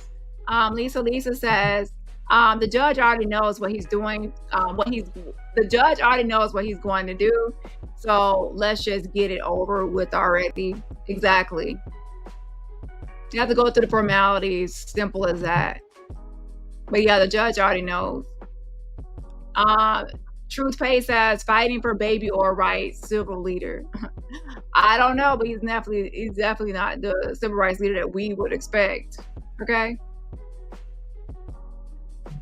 Lisa says civil rights. He's an abuser of civil rights. Let's see. Nina says, "Girl, I can't, and I won't tolerate such foolishness." Martin Luther Combs, shall. Yeah, they actually said that. Chrissy is like, he's a civil rights leader. I'm like, yeah. Nina says, now they are gonna sprain their arms with all that reaching. Yeah. Reaching, child. Reaching with them leprechaun arms. So they ain't reaching that far, but they still reaching.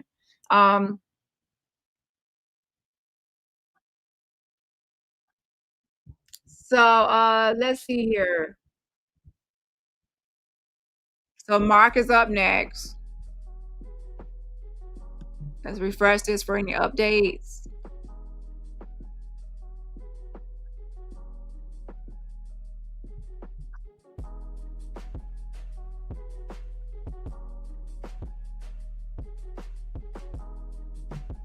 Combs Donaldson, we have a speaker ready to say that these are not speaking engagements. Mayhe is the executive director of Reentry One. The judge says, what is the gentleman's name? Donaldson Giovanni. The judge says, I have a letter from these others. 1 minute is fine.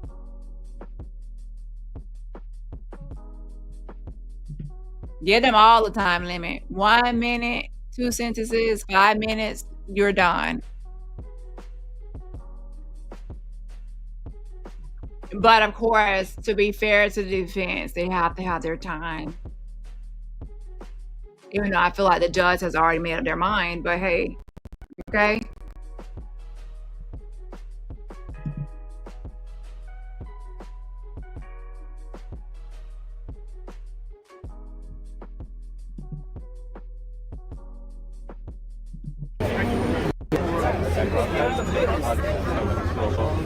Bidding for him to get a lower sentence, saying that he's had a lot of trauma and addiction.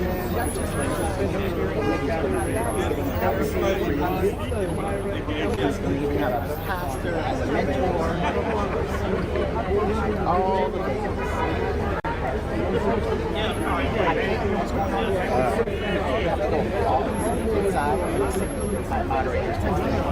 This one is finished.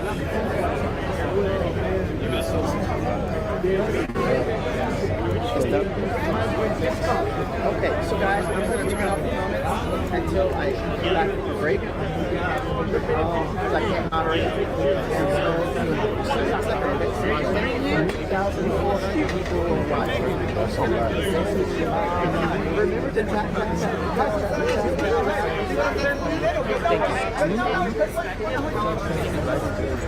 Puffer from Ralph Lauren.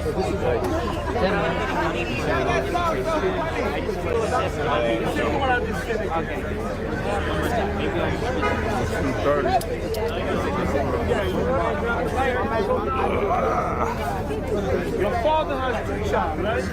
Did you get it?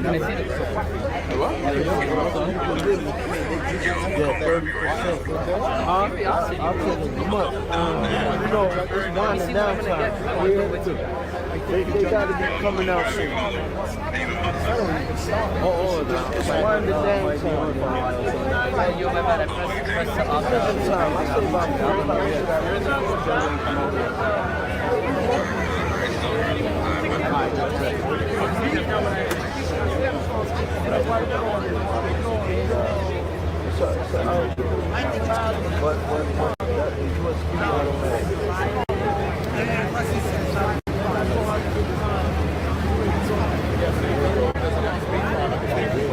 I don't know, man. You like radio tracks.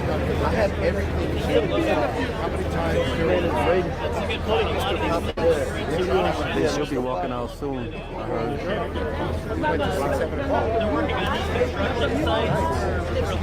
I'm trying to keep up with. Okay, so next it says, my name is Giovanni Sairas. It says, for re-entry 1, we serve a couple of hundred people per year. I have read the letter of those impacted by the teaching and mentorship of Mr. Sean Combs. As a formerly incarcerated person myself, I see the impact.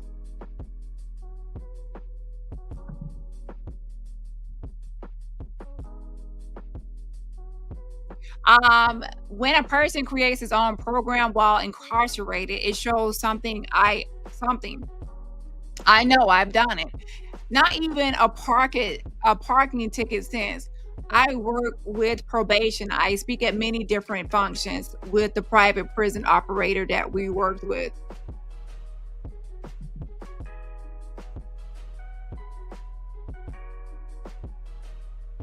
Okay, so that's the latest statement. Let's wait for some more updates. Latest news. This is what happens. Lincoln No, it's wherever they're at. My favorite.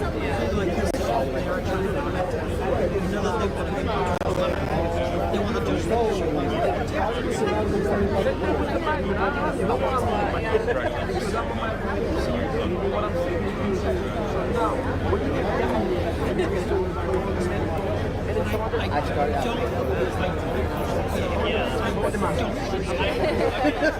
It's not the case everywhere you come to America across the border and immediately have like full health insurance. Yeah, people were camped out since about 2 a.m., 3 a.m. I work with people, some of them come here and they get phone benefits, a lot of them get shit, they get nothing. It's like this MAGA ideas, like in conspiracy theory, that you just go to America, you get everything Some people get nothing. That's not how it works. Stays dramatic. And if I heard the guy gets something, I don't get that. He remains a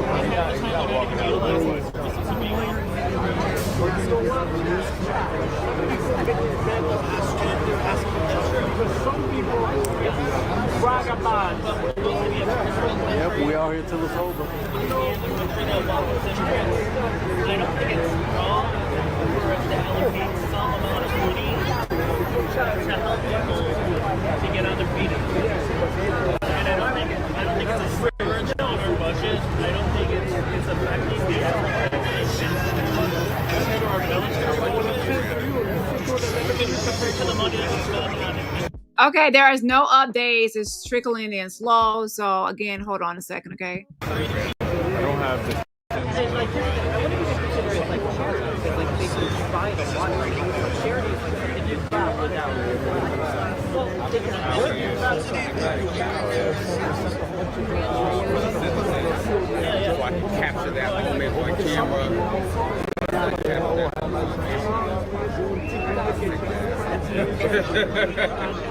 I'm getting tired, camera's dying, I'm hungry, I'm looking at Chinatown over there like, now I'm craving dumplings.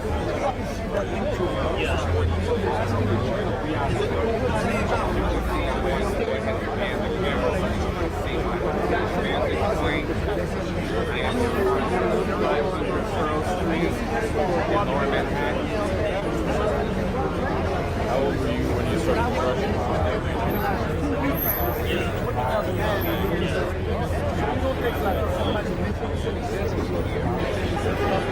You just were like, you tried something and you didn't like it, and you're like, fuck it. That's like, remember an old dirty bastard did that on MTV when he wanted to get his boots? Yeah. be on TikTok, right? Yo, you remember that? You gotta have some money. You gotta have some money. Life is good, man.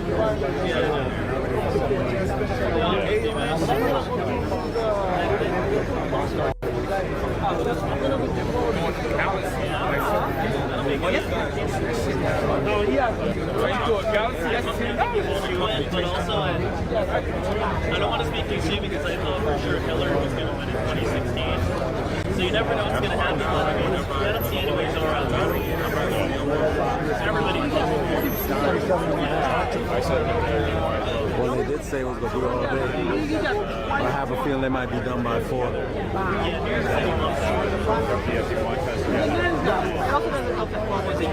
scored like a 1-2. I scored like a 1-1. It's a shit show, man. They called him, and he was the last class to go for it. And then I was supposed to go after him, and then they're in the middle. And he made me sad. And I started traveling the world. I traveled back and forth twice. And he might call me at the end of the pandemic. They're like, hey, you're next class. And I was like,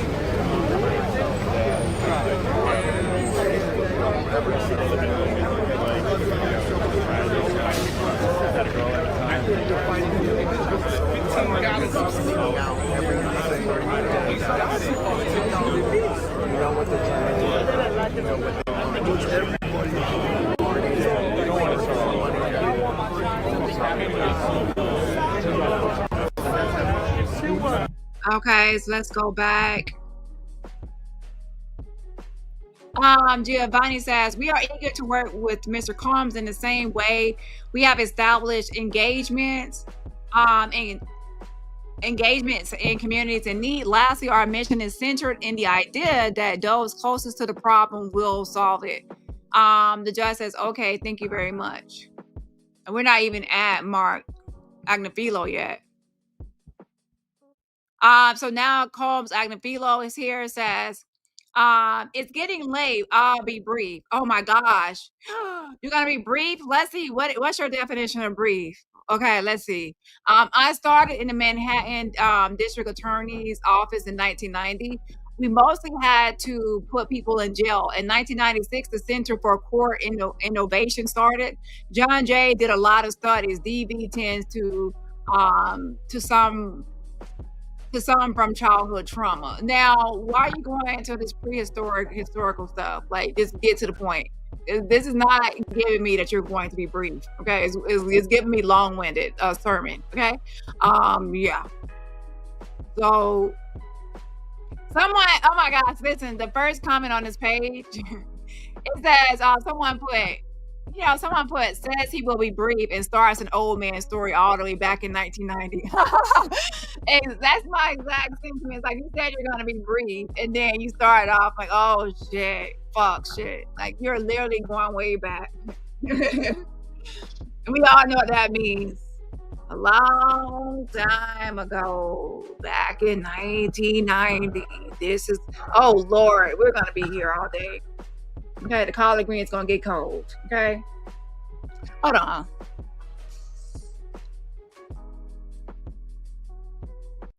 Let's refresh for any more live updates.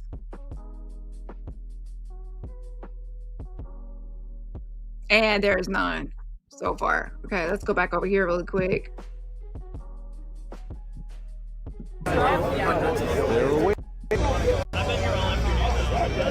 Like last time.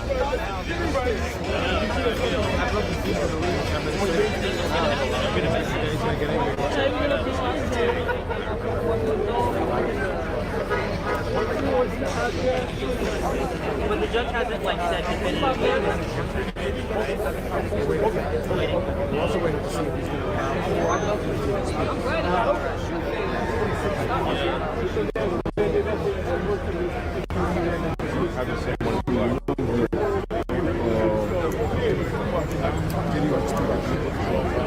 They're going to take the ass back. Yeah. See a lot of deceptive cards coming in.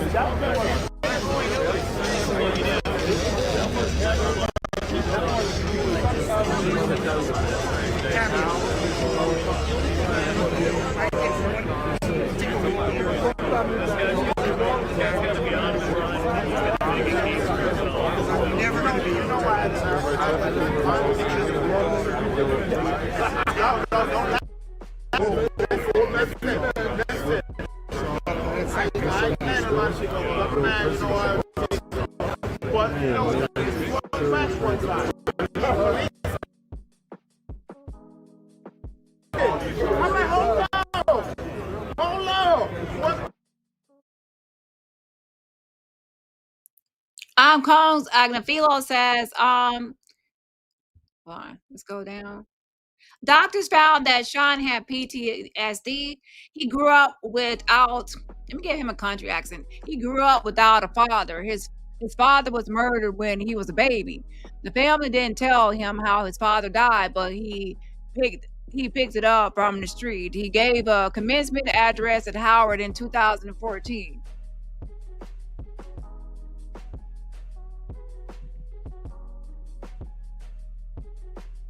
And then there's nothing. Slow updates rolling in, okay? From inside the courtroom. Sue Bone is yelling free Diddy. I hate to break it to you, Sue Bone, but he ain't gonna be out, okay? He in there. And I bet you bottom dollar he is in there for at least. Now, I never win a lotto, so I'm not gonna bet on nothing like that. But I bet that, you know, he's gonna at least get 4 years, okay? What is going on here? It's gonna be 4 years with time served. Well, I mean, I think it's gonna get 5. The minimum, I think 5 years, 10 months with time served. But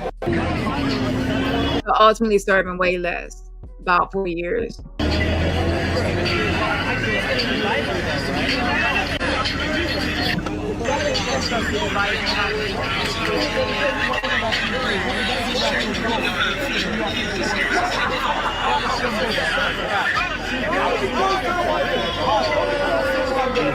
Come break it up. He was screaming, yelling. I thought people were gonna kill me. Because the dude who claimed that he was Tupac's son threw MTA lady's iPad on the floor. So she picked up the iPad and tried to hit him in the head. We just wind him up. We just wind him up. Oh, it's true. There was some sort of, it was almost a fight outside there. It was almost a fight. Somebody had to break it up. I gotta find that and see what happened. Combs Agnifilo. It says he found in the microfilm that how his father died in a drug deal gone bad. Maybe that's the trauma. He had major depressive disorder. Okay, I'm going to sit down in 5 minutes. Then Miss Slavic and Mr. Combs the last word. And Mr. Combs the last word. He gonna be talking. Oh, okay. So you're gonna sit down in 5 minutes. Miss Slavic is going to, how long is she gonna talk? And then Mr. Combs, the last word. Okay.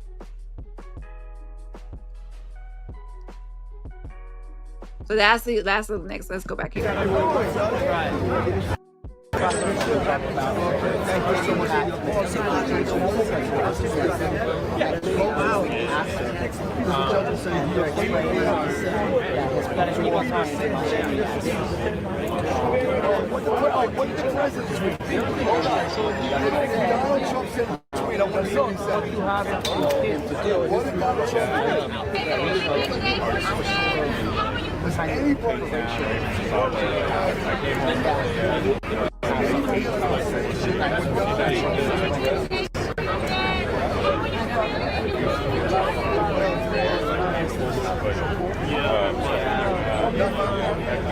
Yeah, the family went in earlier, so they should be coming out.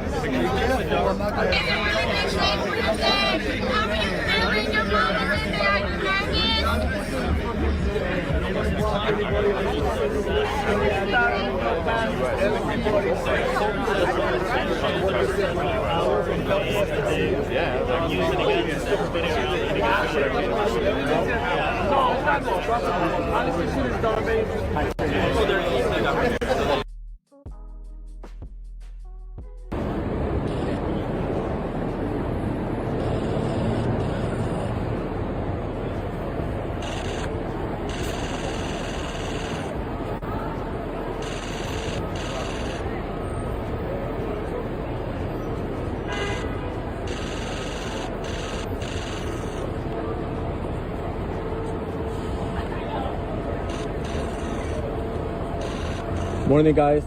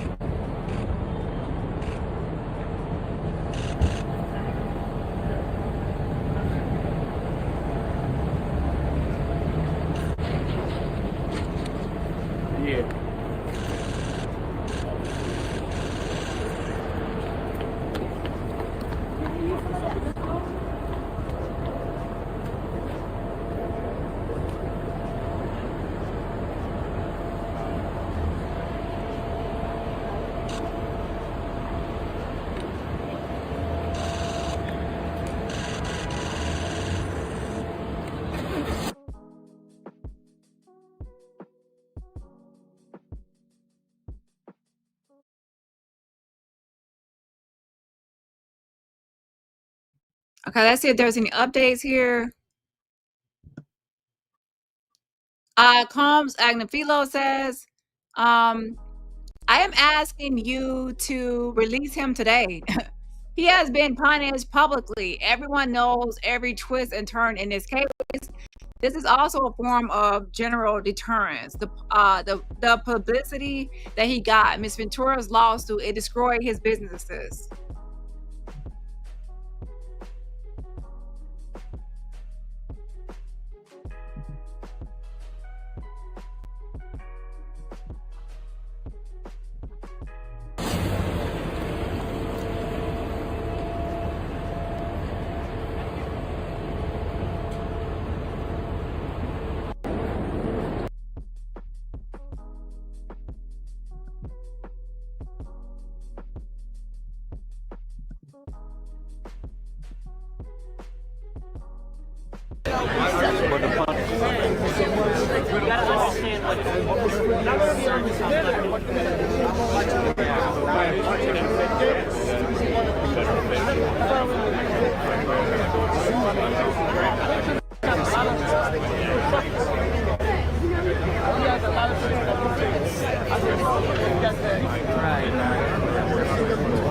I think most of what he says is probably so.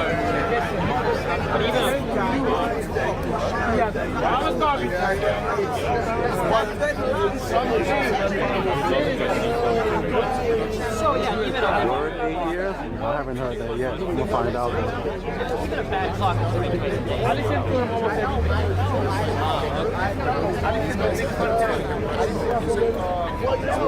Yeah, we just had a few people came out the courtroom.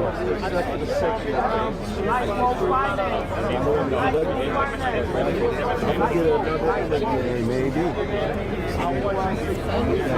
African Diddy, and when you don't let his shit, he's actually a good guy. Why is that based on his slippers or his title? Very bad company out there that's paying him off for some bad shit. But I'm telling you, I know the guy. He's got a big heart, he's got a big soul. He's actually a really good guy. She's getting emotional. He's getting emotional. No, I haven't heard that yet.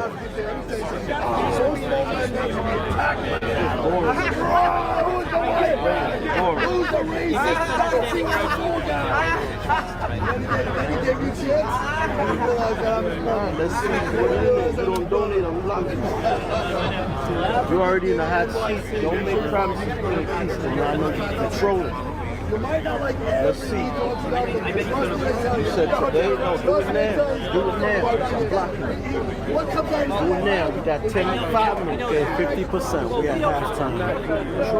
Not bad. We should be able to make it. You never come back. No, you set yourself up for that. I think I'm blocking you right now. Set yourself up for that.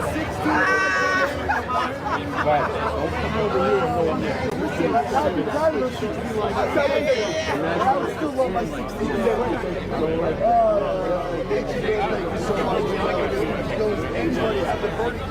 As a company, I know you guys are everybody's speaking.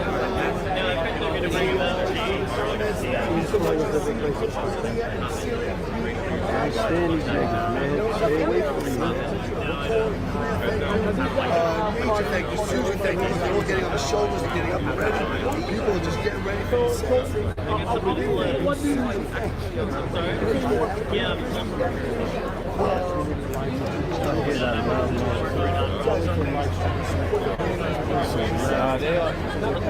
took away the weekend from us because they don't want to do overtime. So we work a 6 or 7 days.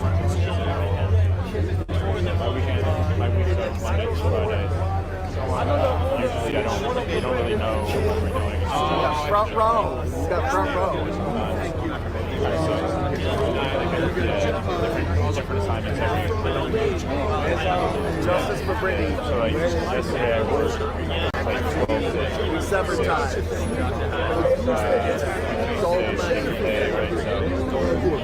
You guys were amazing. I'm better off alone.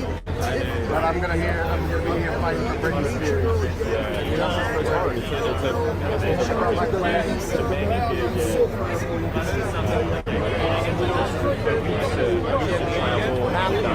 You have a card or the best example I gave is Ukraine. I went to like a concert Saturday. Thank you. Went to a concert, heavy metal. At the time, I did 6 in the morning. Ain't no party like a Diddy party. And let's go Yankees. That was a good win last night. Let's go Yankees. We got Lee, thank you, Emily, and Nature Girl, Teresa, Nature Girl. He was like a gifting piece right now. Amanda, Lamont, and Heather, and Nature Girl, Leah and Julie, everybody else on there. Jamie, thank you so much. Victoria, we are sitting here waiting at the P. Diddy courthouse. If you just joined the live, we are waiting. It looks like there's action happening. There's got to be coming soon. Again, I know you guys. Hey man, you want to stay? You want to stay after the sun, bro? Oh yeah, it's all right. Thank you so much. You guys are glued to the TV. Get us the verdict. We want to know what the sentence was immediately, and I would yell it out. Let's see. We got verdict goes down. Thank you so much. Love, thank you. Maybe Ramon and everybody just continues to support. I didn't hear that yet. Soul, thank you. Yeah, Barbara, thank you. Guys, you guys are just absolutely amazing. Thank you so much for the pumpkins and the hearts and the flowers. And, Okay, so let's see if there's some more updates. There should be some more by now. There's a few.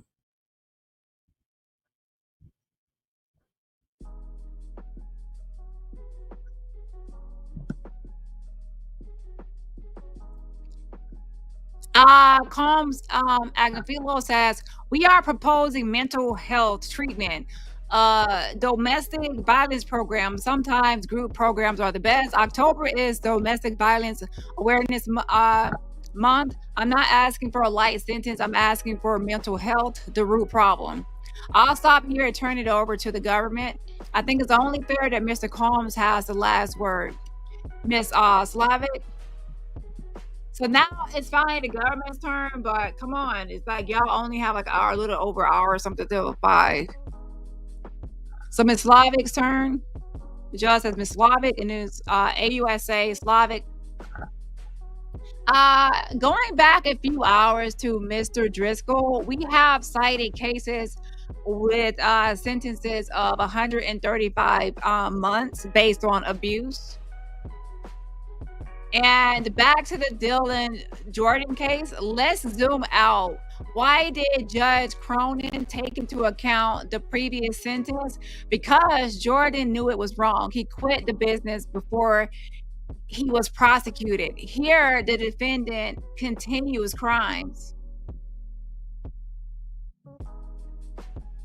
And Ms. Slavic says, pimps control their victims. That's what happened here.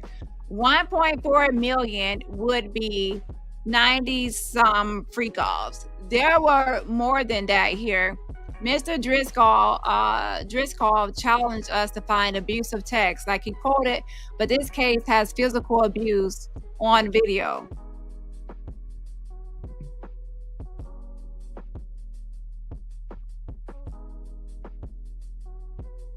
So that's the latest update inside the courthouse. Let's go back outside the courthouse now. So if you're just getting here, we're going inside the courthouse, what's being reported, and then outside, what's happening. Okay, hold on.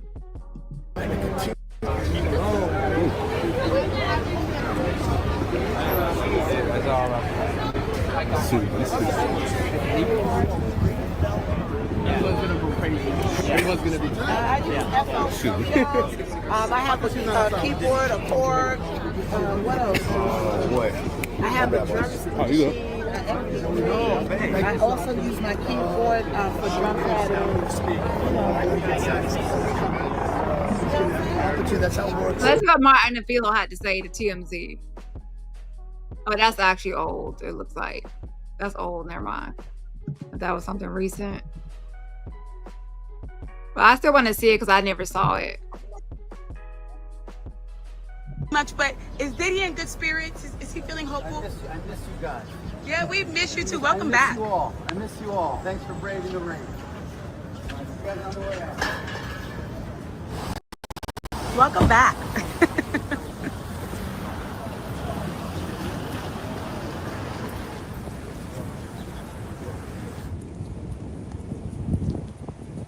Good morning. How are you?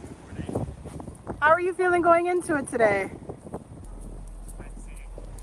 Nice to see you.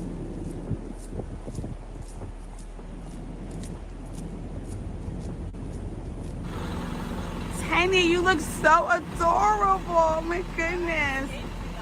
How you feeling this morning? You look so good, girl.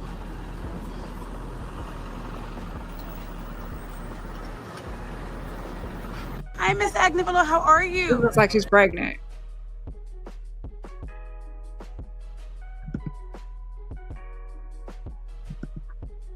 Okay, let's see what Ms. Slavic has to say. If there's any updates from Ms. Slavic inside the courtroom. The defendant is a master puppeteer. His video has better production values than the Intercontinental Hotel video, but that shows who he is. Right now, he would apologize to his victims.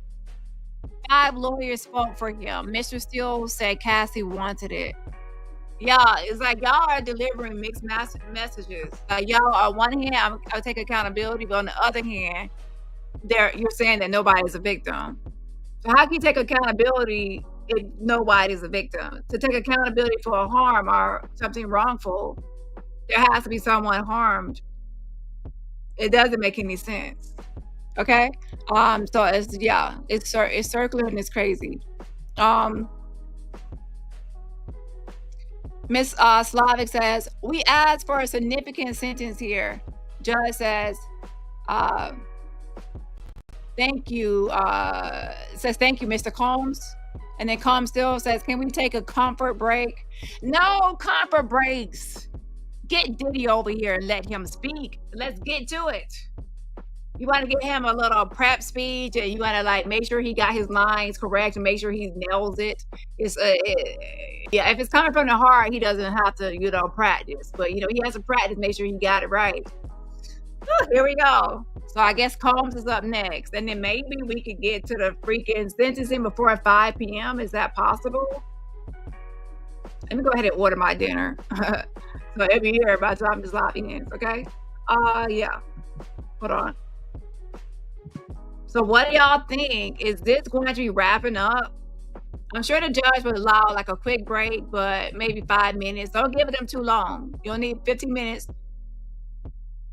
The judge says back at 4. I kind of figured the judge would only give like that, 7 more minutes. They'll be back at 4 as a quick break. Because the judge wants to wrap this up. The judge wants this done before the weekend. The judge wants to go prop their feet up over this weekend and have this Diddy trial done. Okay? So let's wrap this up.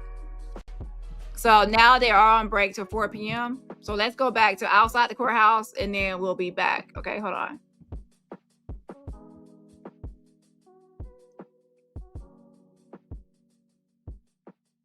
Sue Bone says, Diddy should say, what you mean I showed no remorse? Didn't you read my letter? What do you want me to do? Cry and beg for days? Fuck out of here. Child, the letter says one thing and then his memos and his lawyers are saying the opposite. So it's not a good look. Daughter, Yeshua says, leftovers for me. I mean, sometimes I be having leftovers too. Sometimes I have dinner and then it be like I don't eat all of it, and then sometimes I eat the rest for breakfast. As a breakfast, like yeah. So there's nothing wrong with leftovers. Let's see. RC says, Amy and Dani, I placed my order and just received my dinner. I am ready to relax. The thing is, what I was gonna eat yesterday, by the time I finished my live, it had closed. So now I still have a craving for that. And today I'm gonna make sure I order it before they close because yeah. So that was technically supposed to be my dinner for yesterday, but it closed before I finished because I stayed up late. Okay.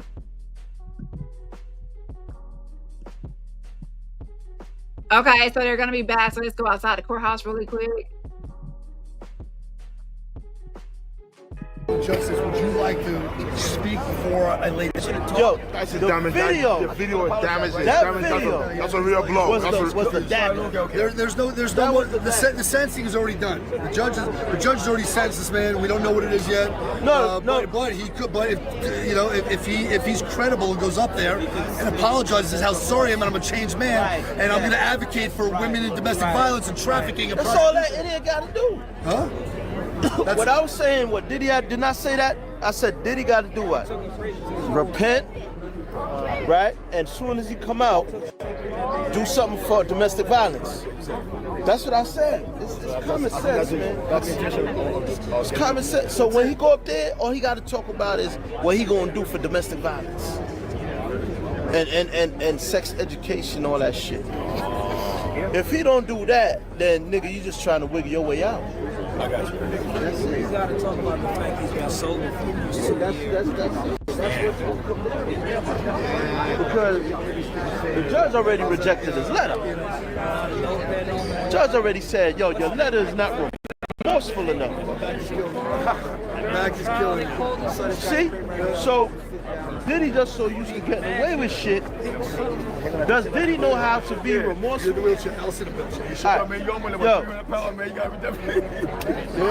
check this out, right? Diddy got away with so much.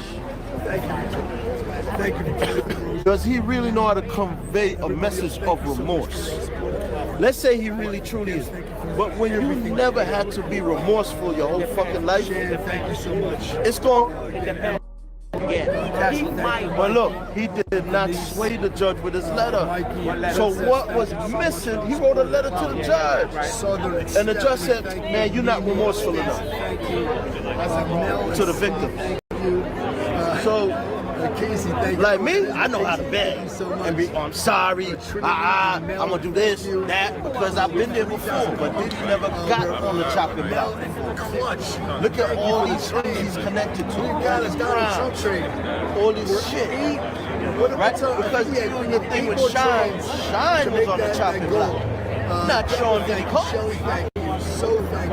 This is what I think the Shine case, right? They said he hired his own lawyer. He railroaded that nigga. Susie and you know what? Shelly, you're the He did. But after you did, He did, but you know Shine what? himself. He did, but you know what? That's probably because his attorney made it out that way. The road. Yeah, but he's the man. Yeah.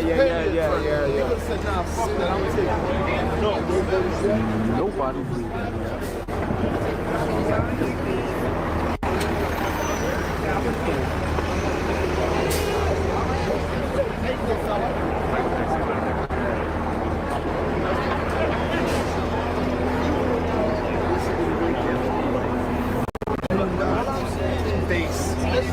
decisions in the voice on the verdict. The man can't save his life. Remember, he was writing letters in his cell. Tell your man. Remember, they found the letters in his cell. Remember, you will not take one more hand. You don't know how to be no criminal. No, you will not. That's why I said he told you. You will not ever tell me again that I'm not enough, and you will not ever be in this relationship letting me know how grateful you are that I chose to stay. That's what we're fighting for. This is much bigger than Okay, about 2 more minutes and they have to be back, and then we should be hearing from none other than Diddy himself, what he has to say. We already heard his letter, okay? So now we're waiting for, his actual public statement.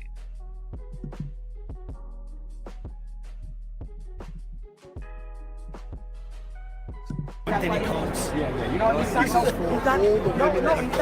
Sway the judge. He did, but he wrote the letter. Because if the judge felt like, okay, alright, this would have been over on time. Now he got to say, at 4 o'clock. He does so loud. 4 o'clock. You should be talking. got one not at all. You don't want to see the midnight truck radio. That I promise you. And it takes but Diddy, I don't know. I don't know, man. I did envision his ass walking out though. Yeah. And going. Are we sure he's not walking? I said if you walk out, he got dropped to. Are we sure he's not walking? No, that's what I'm saying. If he do walk out, he better drop to his knees. He won't be walking out. Diddy is not walking out. Y'all need to just hang it up. Hang it up, flat screen, hang it up. He is not walking out. In front of these motherfuckers, gotta go back to FTC. The judge already overruled on a bunch of objections, and the judge was not happy, didn't believe he took accountability. He's not getting out. Oh, poor y'all wanting free Diddy. He is not getting free. Y'all gonna have to wear y'all free Diddy t-shirts for no reason, because he is locked up and they won't let him out, okay? Locked up, and they will not let his ass out on today, okay? Y'all might keep the hope alive, keep the dream alive, but it ain't happening. That's unrealistic. Unrealistic. If you listen to what the judge said today, the judge feels like he has not taken any accountability. You think that the last minute there's going to be some persuasion that he's taking accountability with that letter to Mia. Whoever thought that was a great idea to write that letter. Something tells me Mark Agnifilo is behind that guy. If you actually listen to the Diddy trial, like read the transcripts, he's crazy. Okay, he's brutal with the mouth. It's like he doesn't know how to talk, or I mean, to be honest, he's the type of lawyer you will want. If you want a lawyer to be insensitive and to cater to the minds of a lot of people about victim blaming and victim shaming, he's the one that will say all sorts of things to get to people, for that audience and for those people, because a lot of people do blame victims or have those mindsets. So he knows how to argue those types of statements. That's a gold digger, or that's, he goes with that. Because he knows that people in reality, in the real world, a lot of people still believe that kind of thing. That people are just gold diggers. It's all about the money. It's this or that. So he drives that kind of message home. Yeah. Anyways, it's time's up. Let's see what's happening in the courtroom. To get released, he can't get. How much came in? All we had about 4 or 5 and then we are at the courthouse, show up on the codes. Verdict is about to come in. Sentencing is about to come in. I just got to figure out how to monetize. We were disappointed the first time around when he wasn't found guilty of the refill. We're not going to be disappointed today. We're not going to be disappointed today. This judge knows. This judge knows that we were disappointed last time, and he's going to give us a big win today.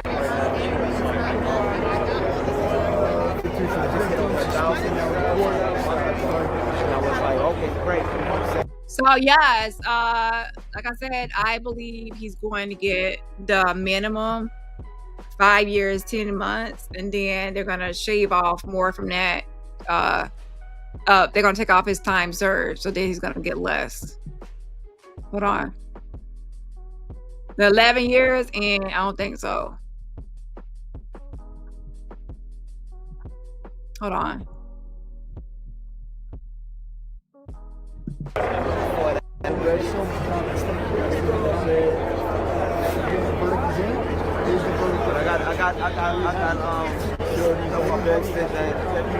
Especially on Diddy, if they go $100,000. Show no one access.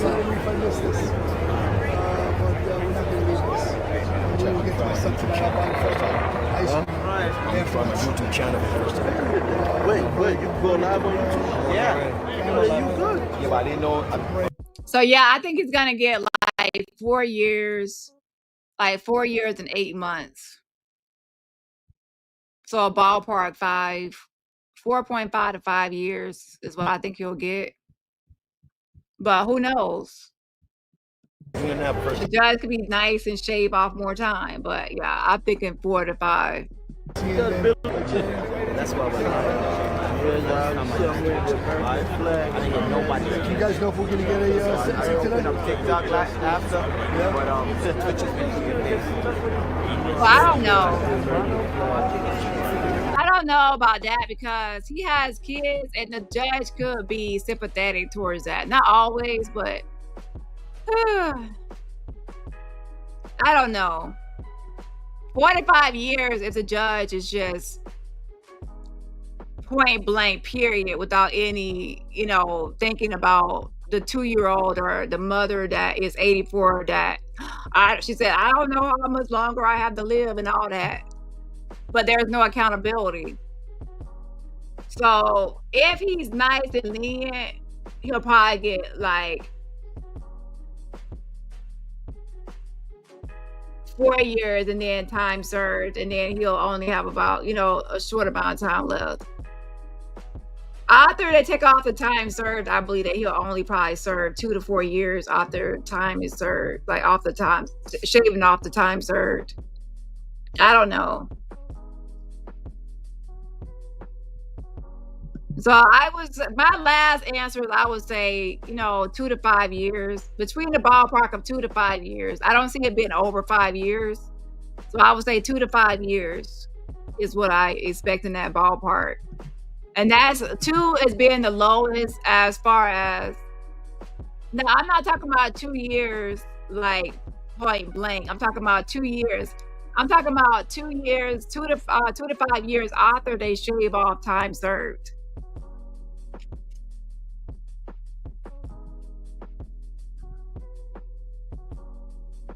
Hold on.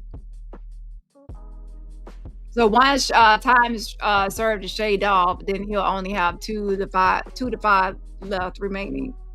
Or they could do some sort of split where they have, let's say, 2 years, 2 years incarceration and 3 years probation. Sometimes they do it like that. So where the person still is incarcerated for a certain amount of time, and then they'll be finishing out the rest of it on probation. Yep, he's right. People gonna lose it. Yes, he's about to speak. We're on that part. Where's my tab? Did I close it out? Oh, it's right. Why is it right here? Hold on. Not that one.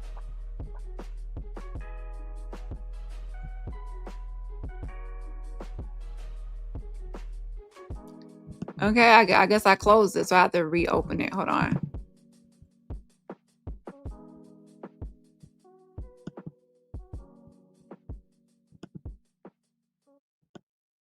Okay, so yes, we're at the part where Diddy is speaking. Back at 4. And now 26 says, okay, 4:06 p.m. They are back. Sean Combs stands at defense table. One of the hardest things, this is what Sean Combs, one of the hardest things I've had to handle has been having to be quiet and not express how sorry I am for my actions. I don't take that lightly. I would like to apologize to Cassie Ventura and her family.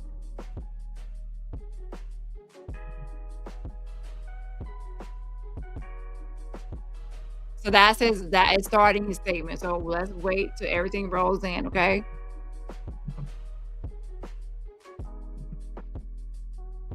And let me see what CNN is saying. Sean Diddy comes and started his address to the judge. I want to thank you for giving me the chance to finally speak up for myself. Combs, wearing glasses, looking over papers, began after looking over his papers and taking an audible exhale. I hope my lies don't fail me now. Okay. Combs says, I want to personally apologize again to Cassie Ventura. And I want to personally apologize again to Cassie Ventura for any harm or hurt that I've caused her emotionally or physically, he said. But y'all were just arguing earlier that there are no victims. Y'all have been arguing that there are no victims, that everybody's a willing participant. So Emotionally and physical. Okay, but you're gonna just say, "Oh, it's just about domestic violence." Yeah.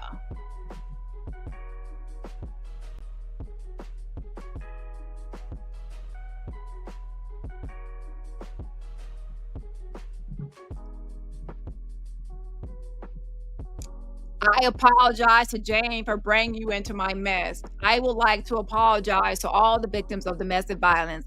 I know that the disgusting video triggered people. I was sick from the drugs. I needed help, but I didn't get the help.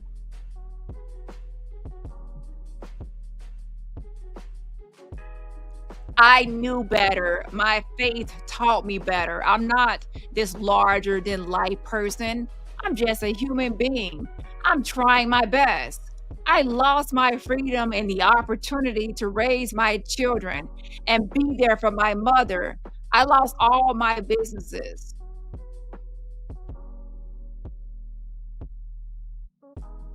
Nobody wants to hear about all of your how you lost and you lost and you lost, you lost. You Someone did not teach you well. The focus should be on the victims, not yourself. That's what I would have suggested. Not I lost this, I lost that. No, all about the victims. The victims outside of yourself. But hey,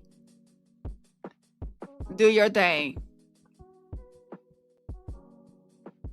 Sweet Baby Jesus says he did not care about none of that till he lost it. Exactly. Diddy, and also, who's to say he's not gonna rebuild things? Diddy did harm. Diddy did harm to more than Cassie. Exactly.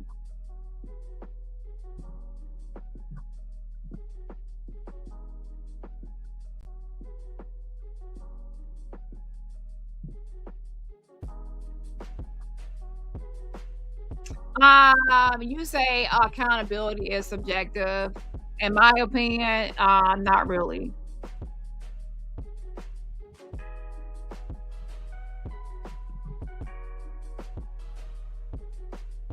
Let's go ahead and refresh it.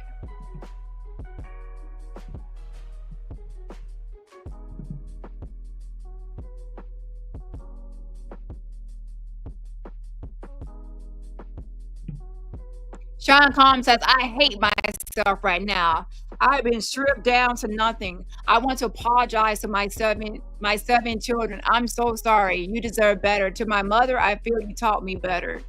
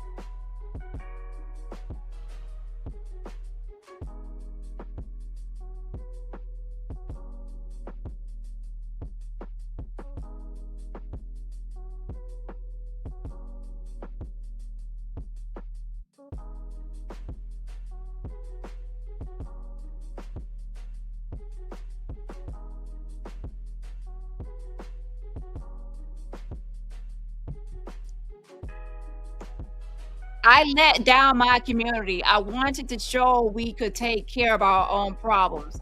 I got lost. I'm not this bad person. I'm sorry to my community. I let y'all down. People can change. I know I've changed.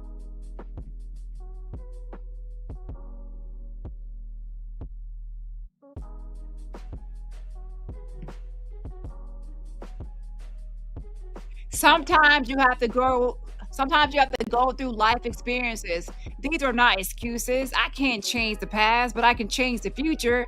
I beg your honor for mercy to be a father again, to be a son again, a leader in my community again, to get the help that I need.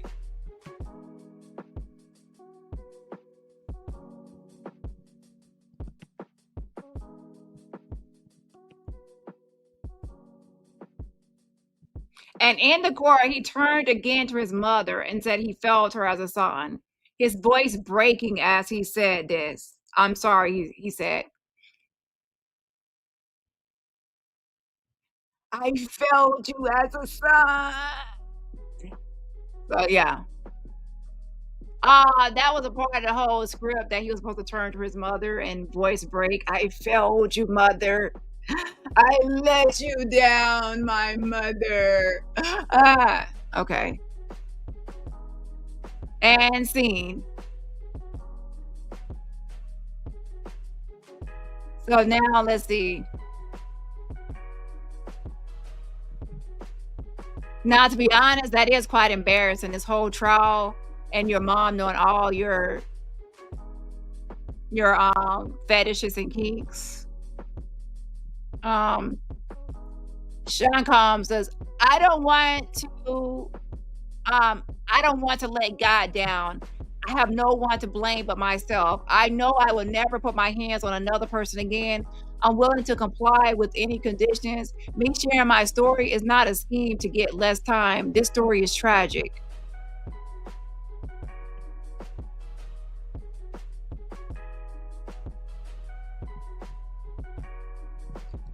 So Coffee says Janice as a mother failed her son. Well, I'll be 100% honest. I don't know the full story of Janice and Diddy, his background, his life story, to know if his mother is a good mother or not mother or average mother who does her best. So I don't know. But I will say this, and this is not about Janice herself or Diddy. This is to say that sometimes a child or person can be raised in a good home and good parents and values and principles and beliefs, religious, even good beliefs instilled, and that person can still rebel and just live their own life and make their own decisions. There are some people that are raised in a certain faith, and then when they get older, they switch religions. People change, and people have their own individual. So I don't think that so I would say it's case by case. Sometimes the issue is the child. Sometimes the issue is the parents. And sometimes the issue is a combination of the two. But it's not always that it's a bad child or bad seed, that there is a bad parenting. It's just some people don't even listen to their parents. So I'm not one of those people that say, oh, you're a bad mother because your child does this, because the child could be doing the opposite of what the parents say. Hold on. I'm sure some people, if you ever grew up, of course, and then your parents told you not to do something and you did it anyway. So that's you rebelling and being your own person, okay?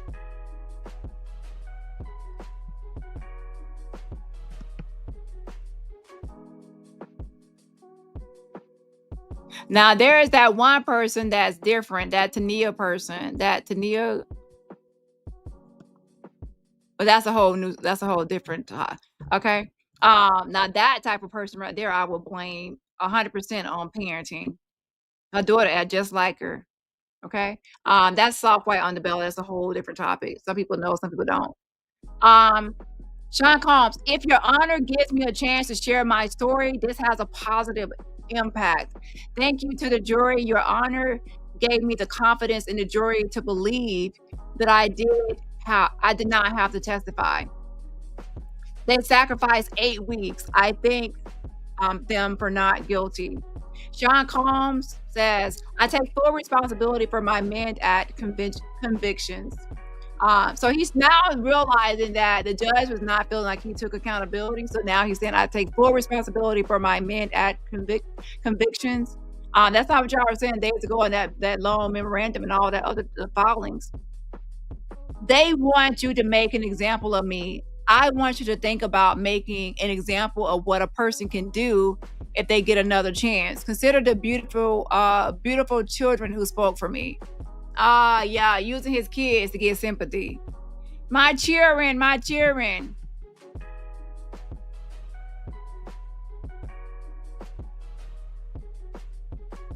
No matter what anyone say, I know that I am truly sorry. So here I know people ain't gonna believe his story. Sorry, I don't, because listen, you are denying everything that Cassie said in her lawsuit. Denying.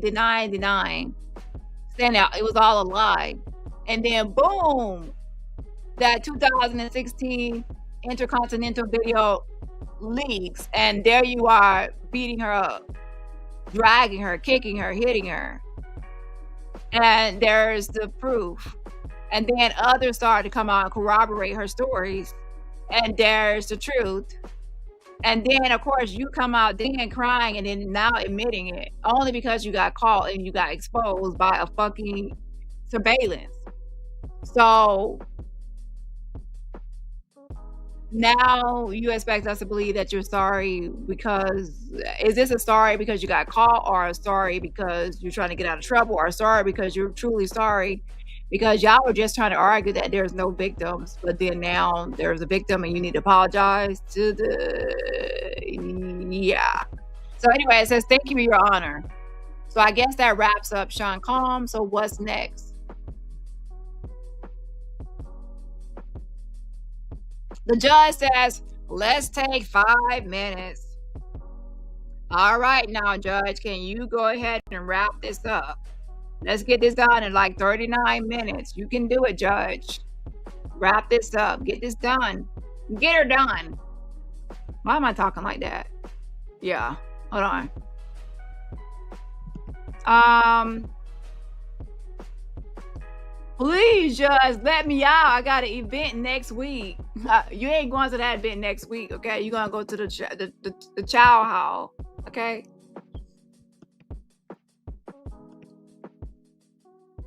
Leah says they will be done before 4 p.m. in my opinion. Well, in New York, it's 4:21. So where you're at, it might be that time, but in New York, it's already 4:21. So that they usually go up until 5. So I think the judge is pushing for 5, but we'll see. In my opinion, I don't know. It depends on what they. He's only sorry because he got caught. KK says, are we supposed to feel sorry for him? I don't. Shout out to Lisa in the building. Yes, thank you so much to Lisa for the gifting a membership. If you're getting a membership from Lisa, please say thank you for the gifted membership. Yes, and everybody else, remember, support my channel for free just by hitting a like button. I ain't gonna lie, y'all. I'll be honest. I was thinking that I would be online for maybe 3 hours tops for the sentencing. And then now, look, but I want to push through and just see it all the way through to the end. That's why they better finish today, because I ain't coming back on Monday. Well, I ain't gonna say that right now, but child, they need to finish it today, child. I've been held hostage. This is a hostage situation. So judge, come back and get this done, okay? I've been held hostage. Hold on. Yeah, I thought it was 3 hours, child. I was gonna have 3 hours, eat my lunch, and chill on this Friday, okay? The next thing I know, I'm like, wait. Okay, this person speaking, this person turn, this person giving a sermon. And Brian Steele, why you took an hour? This was not no opening and closing statements and arguments, okay?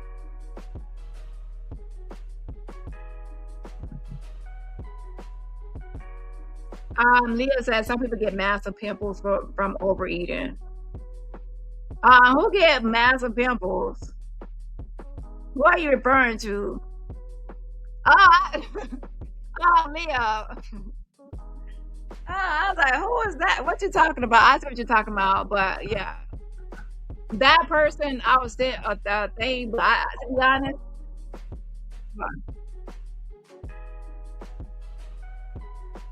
I don't really watch certain people as much. People I think expect me to watch certain people, but I really don't. I have a real life. I have a life outside of YouTube and obligations. I pretty much told people I have obligations outside of YouTube. So I really don't have time. By the time I do my own lives, my own thing, I don't have time to be watching everybody besides certain people. Certain people I might watch, for others, I'm like, it's just too much stuff to watch or keep up with in this space. But some people have annoying voices or whatever. But yeah.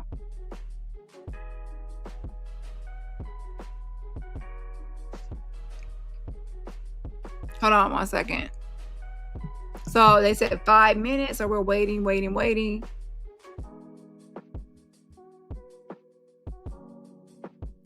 Leah says, you did the crime, Diddy. Now you have to do the time. Yes.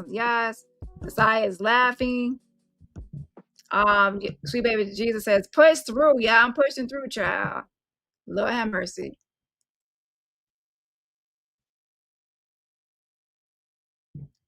This is not the railroading of a black man. This is someone that's actually got charged with the crime and are they facing time and yeah. Now, I'm the first person, if I feel like there's an injustice, I'm the first person that will speak for anybody. There are black men that I have advocated for, such as Jalen Lewis, who's unalived by police, and others. So with that being said, I'm a person that's all about injustice. So if I felt like he was an injustice, I would be the first one to say it. In this case, there is no injustice. He has done a lot of stuff. Okay. But of course you're entitled to your own opinion.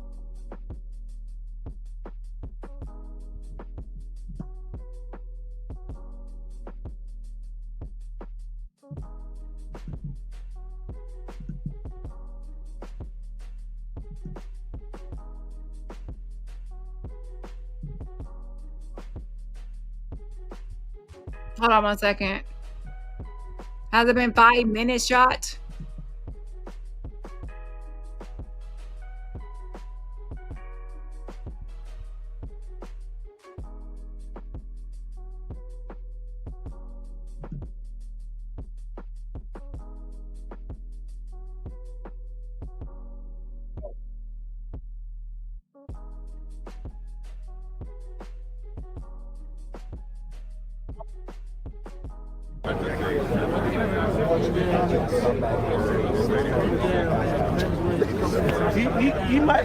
He might lighten the load. He might lighten the load, but. Come and say no, I give you 6 months. Go home. So that's he'll go past that.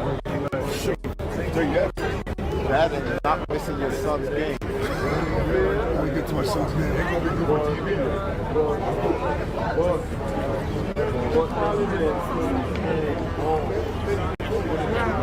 Court's been ordered to everybody in their seats. So now we're waiting to see if the judge. The judge has ordered everybody now to sit down in their seats. Here it comes. He's going to speak. He's going to sentence. This all from this station up here. He's giving his freest information.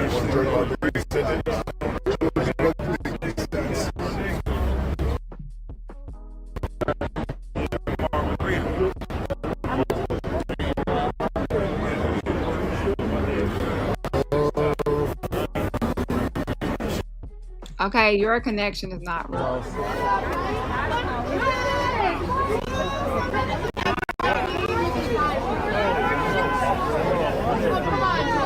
Some people are gonna be pissed off. They're gonna be pissed off because Diddy is not leaving this courthouse. He is not walking out. Walk it out. Now walk it out. He ain't walking it out, child. He gonna be cha-cha and sliding it, or let you sliding it out, child. He ain't gonna do the wobble out. He gonna be right in that damn jail cell tonight. So sorry to y'all, okay, for all the free Diddy people.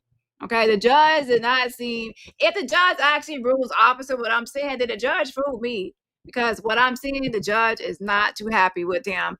But do y'all believe that those last little messages where he said he takes full accountability, do you think that was enough to change the judge's mind when the judge actually started this by saying he did not take accountability? But in my opinion, actions speak louder than words. The actions are not really saying it. but now at the last minute the words are saying it. I will have to see some actions. I don't know, but we'll see what the judge has to say. Let's see what's happening back into the courtroom, inside the courtroom.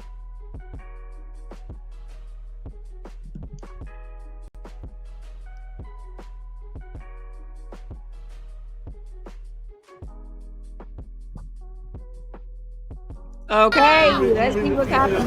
He said I'll get lucky. Here comes the judge. They are back, and the judge says, at the outset, I want you to understand, Mr. Combs, you are not being sentenced for acquitted conduct, but under 3553, I must consider many things. Mr. Combs, you are a self-made artist who has inspired. So he says he's inspired. Okay, community of color. Oh, please, you're not, go in the opposite direction here. Okay, let's see here. We saw the video, the free game course in the MDC. The court hopes you continue to expand it. Oh wait, continue to expand it. You are devoted to your family. The court, of course, considers the collateral consequences. The court has to consider all of your history here. Oh shit, Diddy, you're going down. Down, baby, down. He said, I hope you expand it. Like you gonna still be in jail expanding your little program you got. Now, will you still expand it once you're, you're going down, Diddy. Let's go. A history of good words can't wash away the record in this case. Ooh, you abuse these women. Oh, you use that abuse to get your way. Oh my God, I love this judge. Freak offs and hotel nights. The evidence of the abusive is massive. I was sitting right here during the testimony. Oh my God, hallelujah. Woo! This judge is giving it to him. I kind of felt that there was, the judge was, child. A mess. Diddy, you ain't going home, child. The judge is after you. Oh, I like it. I love it. So there's no update right now. We're waiting. The judge is y'all, let me tell y'all, the judge already had this already planned. And you, child, the judge is done with you, child. Okay? Yes, the judge, let me go back and read what the judge said. A history of good words can't wash away the record in this case. You abuse these women. You use that abuse to get your way. Freak offs and hotel nights. The evidence of the abuse is massive. I was sitting right here during the testimony. And child, some people gonna be mad outside that courtroom with them free Diddy shirts on, child. Y'all might as well cut them things up and use them as a rag, okay? Okay, why did I just say that? Why did I just say that? I haven't said anything, okay? So anyways, we're still waiting for more updates. Let's see what CNN has to say while we're waiting over here.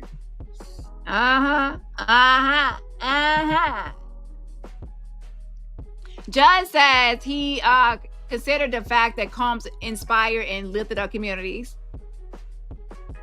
And then, he said Combs' successes are even more impressive given the struggles in his childhood. Like all them roaches climbing all over your body. He said he woke up the 15 roaches on his face, not on his torso, not on his neck, and head, shoulders, knees, and toes, eyes and ears. It was just on his face. And he was like, he trying to it's so inspirational. Nobody believed that you woke up with 15 roaches on your face and that you went to bed with peanut butter crumbs all over your face, okay? And they came over there to eat it off your face, okay? Made up story. Okay, if I woke up, child. So the judge says the drugs may have exasperated your erratic and violent behavior over the year. However, the court has to consider all of your history here. That's what the judge said to Diddy. Child, let's go ahead and refresh this right here. For any more the updates.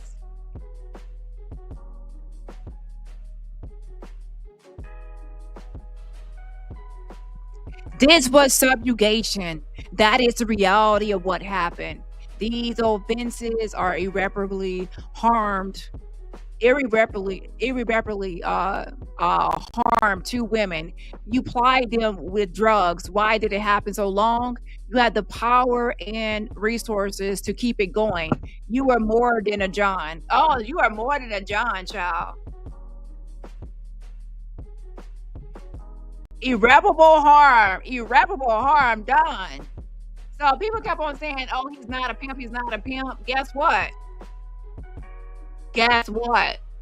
The judge said you are more than a John. You are more than just a John. So that's like you're worse than what you tried to say you're not. A significant sentence is required to deter.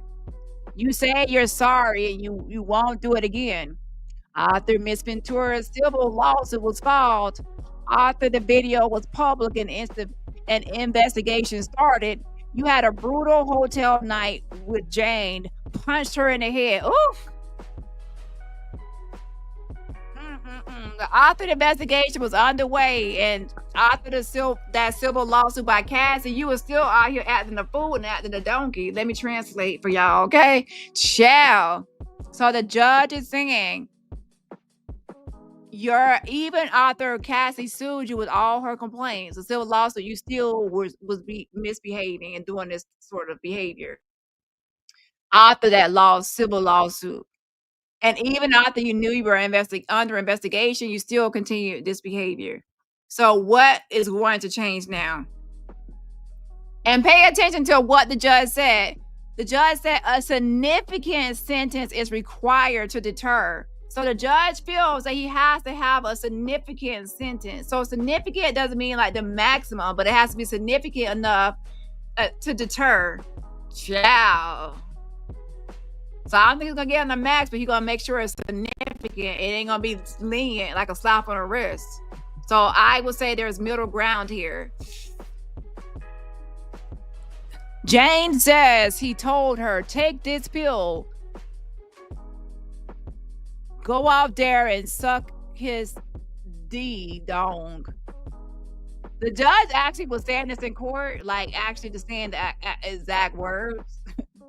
Go out there and suck his fuck him, I don't care. The court is not convinced. The court is not convinced this would not happen again. The court has considered the programs. They are outweighed by the trial record in this case. Child. So they were trying to say we need rehabilitation. He could be rehabilitated, so let's send him there. Let's get him help. Let's get these into this program or that program. And the judge is saying he has considered those programs and they are outweighed by the trial record in this case. He doesn't believe that those programs are going to actually solve this issue and be a deterrent. You're going to jail.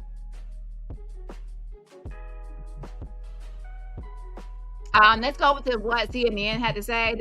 From CNN, it says, the judge also said there's no question that Sean Diddy Combs is devoted to his family. However, it said he rejects the defense's attempt to characterize the freak-offs and hotel nights as intimate consensual experiences or just a sex, drugs, and rock and roll story.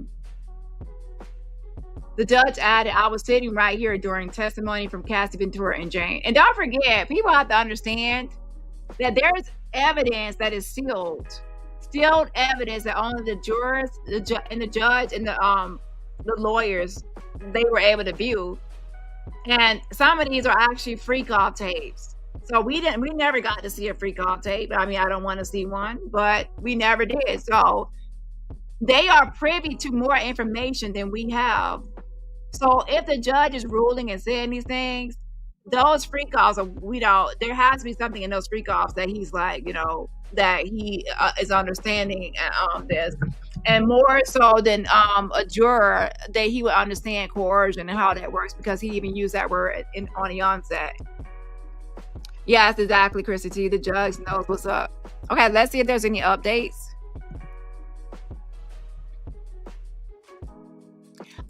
Exploitation and violence against women must be met with real accountability to promote respect for the law. The court reaches a few conclusions. 135 months would be more than necessary.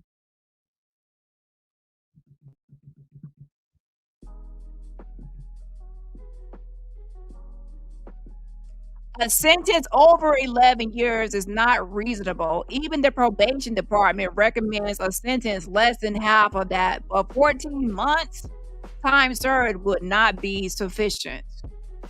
I knew it. There's going to be a middle ground. 14 is time served too lenient. 11 years too much. 11 years exact, but over 11 years too much. In my opinion, it's going to be exactly what I said in that ballpark. But let's see what the judge has to say. And we're waiting for updates.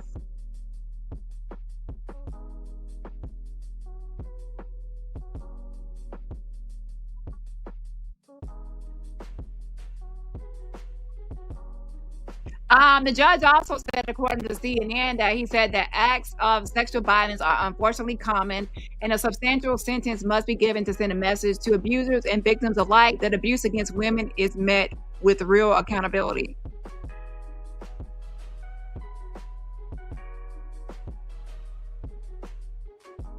Okay, let's refresh for more updates.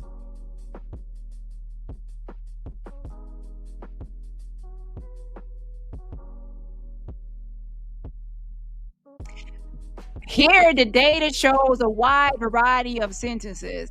Weighing all the relevant factors, the court determines that the sentence is 50 months of incarceration. So he gets 50 months of incarceration. There you have it, folks. Let's wait.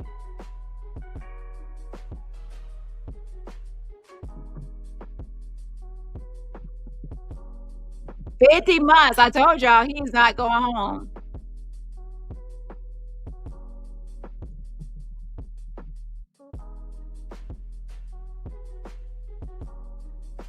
Let's wait for more. Y'all, I'm gonna go ahead and play the lotto. I'm gonna play the lotto. 4 years and 2 months. So I said, but wait. Then you have to take away the time served, though, right? Is he gonna get time served? Because that's gonna take away. So let's see. Hold on.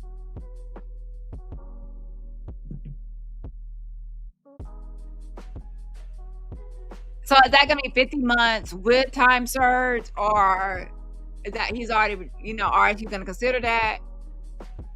So most likely,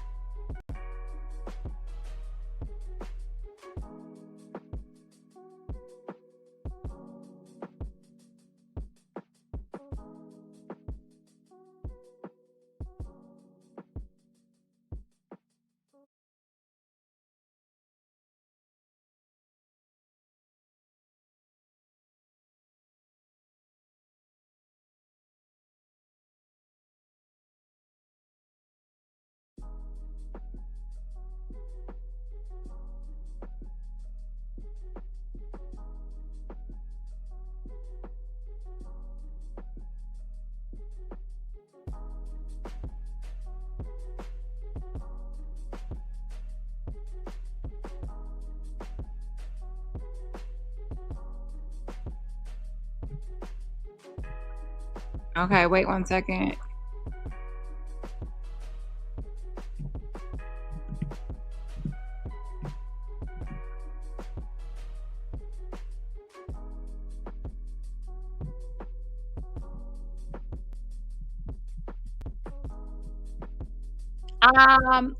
The judge says, Mr. Agnafilo, any recommendation were to serve the sentence? Tom's Agnafilo says, can we get back to you by Monday now that we know there's a sentence? The judge says, yes.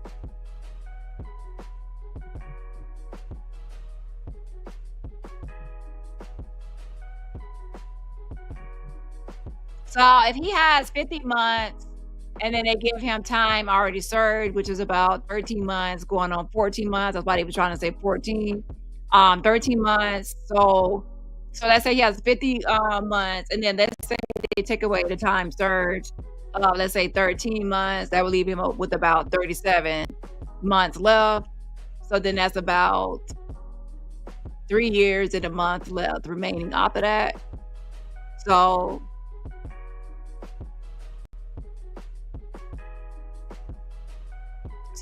most, if they have 50 months, right, and then they take away the time served already, that would leave him with 3 years and 1 month. Yeah. But then once you're in prison, you can actually get more time. You can earn more time of good credit, like for good conduct. So then that can knock off some more of your time. So we will have to see how the judge is going to do this with, of course, usually it's like automatic. If someone has 50 months, they'll already give them time served. So then he has 50 months, time served will leave him 37 months left, and that's 3 years and a month sentence remaining. Hold on.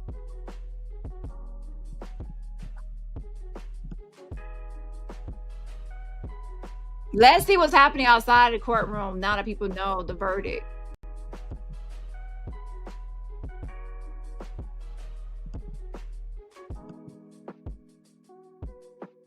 Yeah. Time served. That's why they He got off like that. Yeah, they took a year off. Also took a year off, right? So they shot me 5 years. You want to see that? It would have been 5 years, but they took that. I would not. Again, to everybody on here, I see the comments. Yeah, right. You just continue to do the right thing. Yo, what up, bro? What's the word?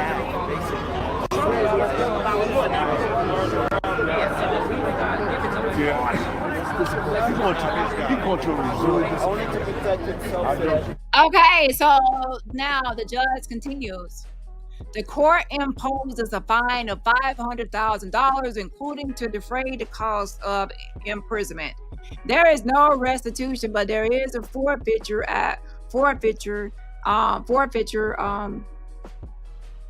Another forfeit, okay? As reflected in the order, there is a $5,000 fine under the statute and special assessment $200.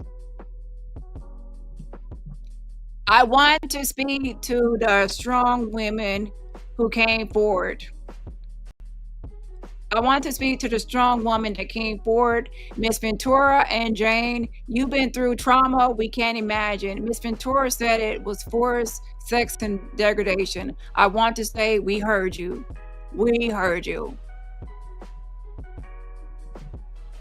So what do y'all think about this judge? See, the thing is, they thought that he was going to walk out. Some people are going to feel like it's a slap in the face.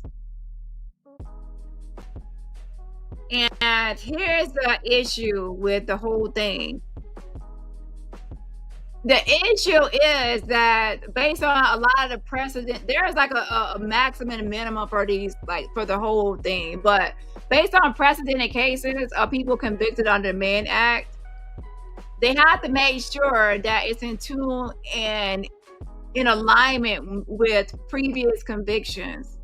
If you have an outlier, it's going to look suspicious or weird. And by that, meaning if you actually have Diddy and you get him the super max, and compared to others that have been convicted of the same crime, is going to look odd. So they try to make it like reasonable as it pertains to the precedent cases, what others have been convicted of. So if you actually pay attention, like the defense kept going on and on, talking about other cases and making these comparisons. So the judge has to be careful because he can also set a precedent because the next time something like this happens, they can say, well, in that case, this judge decided this based on that, and these were the circumstances. So you have to be careful when you're actually sentencing people based on precedented cases and fairness and equality, and make sure there's no disparities as far as equal treatment across the board. You don't want like 5 people committing the same crime and then they have similar circumstances and they all get different sentences. So you want to make sure if it's the same crime, similar circumstances, then there's going to be a similar punishment or sentence. So that way it's fair. Okay. So yeah, hold on. Let's refresh to see if there's anything new. The judge says to the jurors, you weren't just speaking to the jurors, but to other victims. So it's still talking to Cassie and others, okay? So speaking to Jane and Cassie says, you are not just speaking to the jurors, but to other victims. You stood up to power. It's not easy. Violence behind closed doors doesn't have to stay secret forever. I know you still bear trauma, but you've taught us you don't have to stay a victim.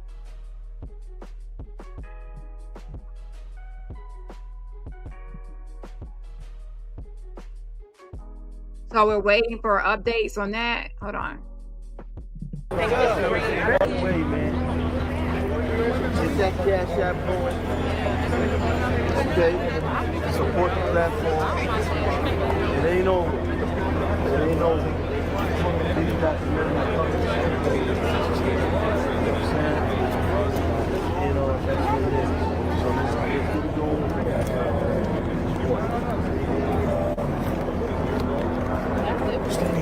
Where we at, man? Midnight. Where we at? 1.2, 2.6? 3 million.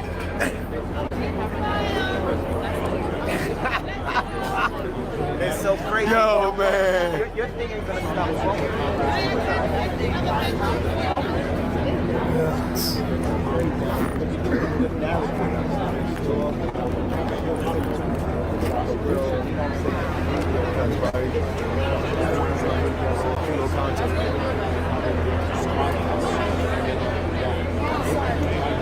Right, fair. That's what I'm trying to tell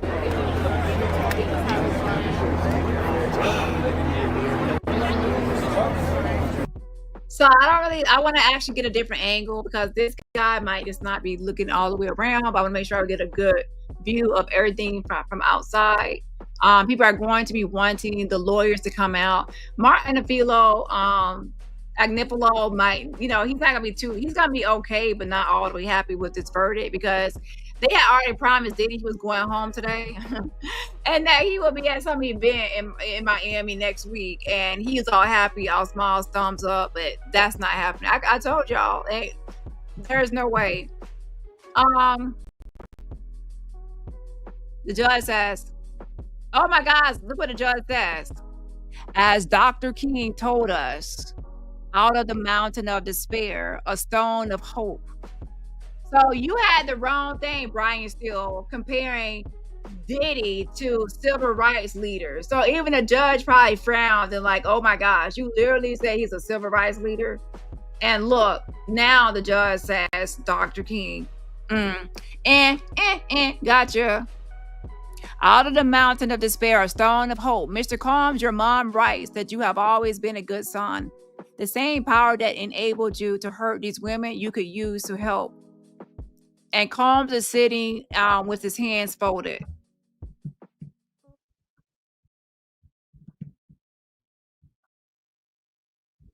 So let me see what CNN had to say.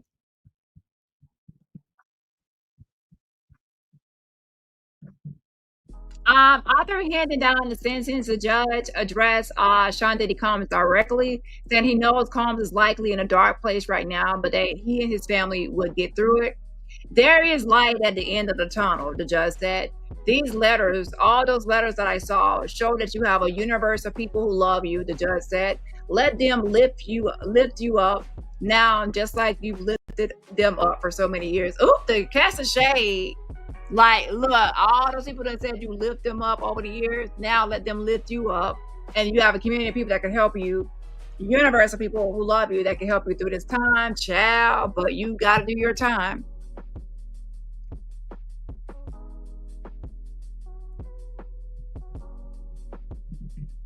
Okay, let's see if there's any more updates from inside the court. And the judge says, adjourned. Adjourned. It's over, child. The judge said, it ain't over to the judge thing. And the judge has sang and sung. And then to throw shade, to be honest, y'all, I think the judge was throwing shade at Brian Steele by quoting Dr. King, a real civil rights leader. Catch that shade. Okay. Ooh. Gonna be a civil rights leader did, here's a quote from a real one. A mess, adjourned. So now the last thing is saying everybody come out the courtroom, the family come out, the attorneys come out, everybody come out and speak. Charged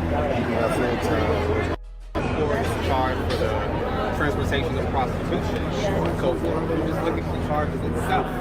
That alone, I think that's a bigger one. He's going to be out in the probably for 3 he's already serving time. I mean, how I got you. every day reporting on that. But you know what, bro? I believe so. It's a jet movie going on. Yeah, that's my time on TV. So this what they're going to do.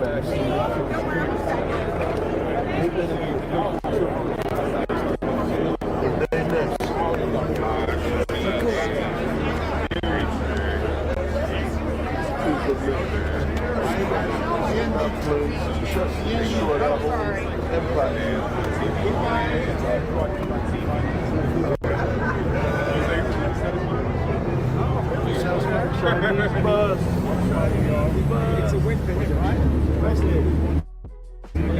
Triple B bus. Husky was 11 years. Probation said 5 to 6 years. We're waiting for the kids coming out. Is that what it is?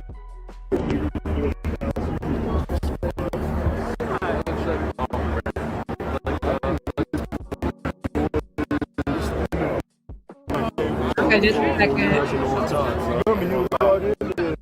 It's like he's doing 5. Exactly, right. Exactly. 4 years. It's a long time. So technically he's doing 5 years. Exactly, man. That's a long time. He has to be, right? And that's a fair. He got 7 more term, right? That's that Trump gets No, I'm not a fucking That's that Trump gets mouse. No. Unless you forgive him,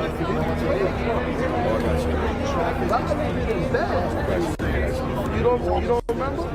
No, I remember that. You know, somebody, you let go the past, you know what I mean? It's Trump, you let go the past and stuff, you know what I mean? I see move, man.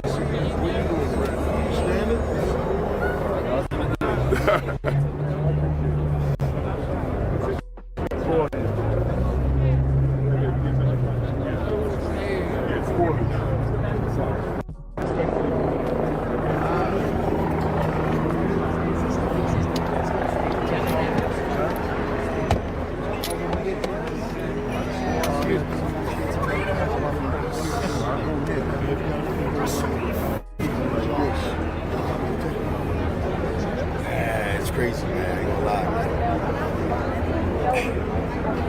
lie. 5 years. Yeah. 4 years.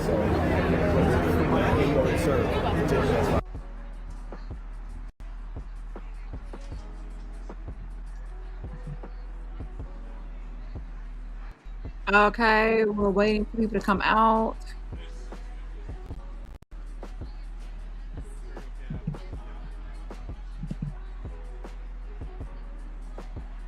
So are y'all shocked or surprised at the outcome of the sentencing or not?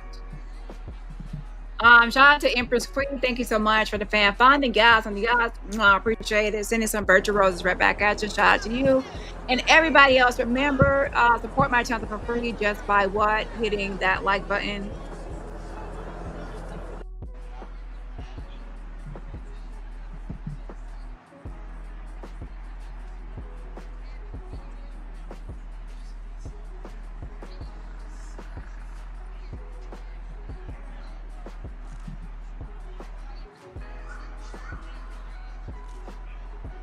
So I'm curious to see people's reaction, especially their free Diddy people.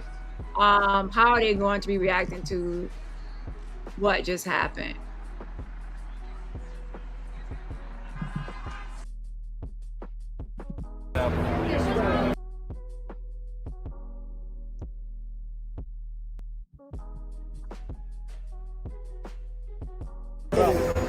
Twist that joint, it's gonna be long. It's down there.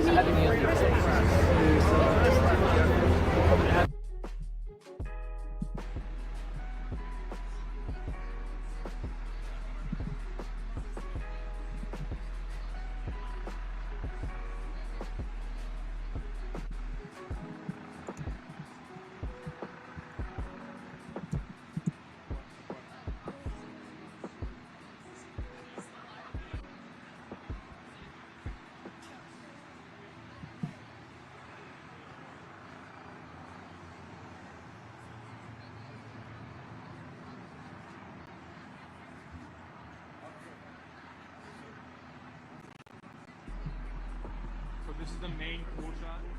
If you can just, if you mind, thank you.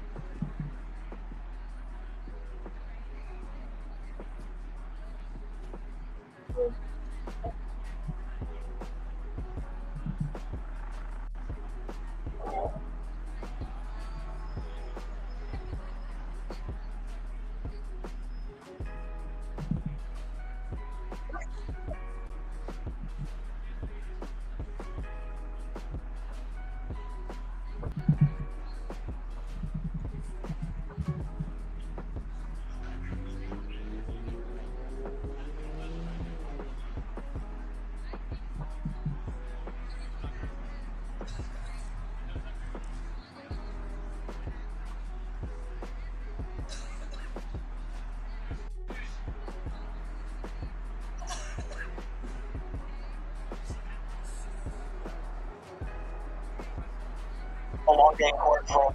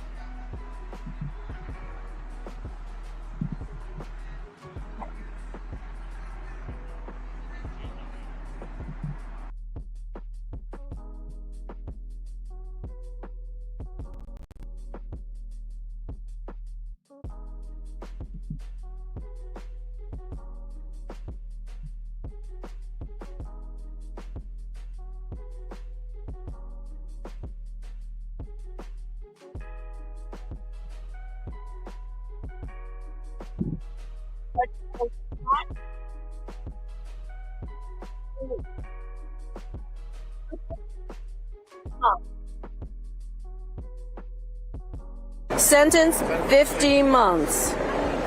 50 months. The judge is giving Sean. So we're waiting. Where they have that set up on to the left. We're waiting for them to come outside to answer questions from the media outside the courtroom. Okay. And of course, there was going to be, the family coming out as well.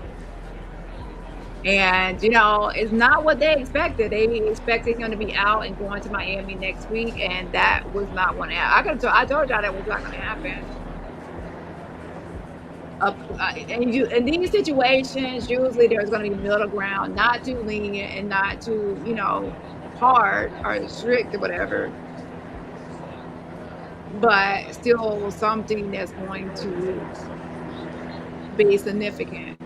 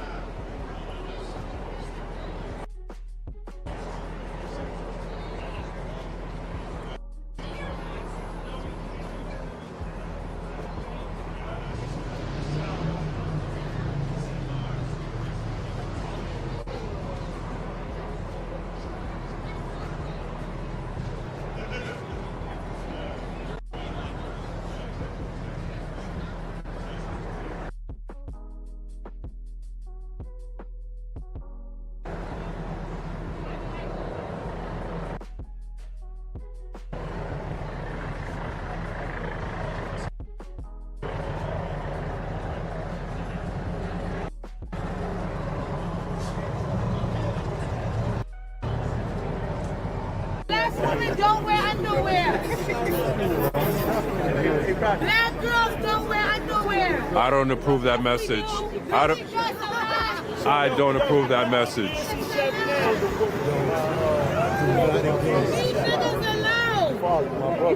I do not approve this message.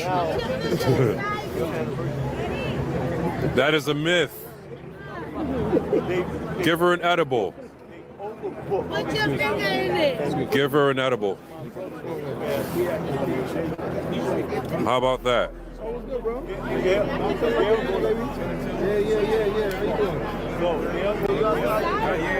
You subscribe? Thanks, man. Appreciate that. Chopper, I appreciate that. And everyone else, too. Thank you for subscribing to my YouTube. Ladies and gentlemen, thank you all for subscribing to my YouTube channel. If you have not subscribed to it as of yet, you could click the link in my bio.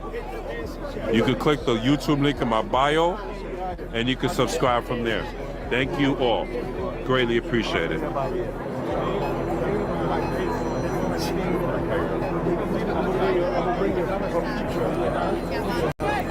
Diddy out 2 years, not even. Let's go. That don't surprise me. Oh, that's Dickie, bro. That don't surprise me at all.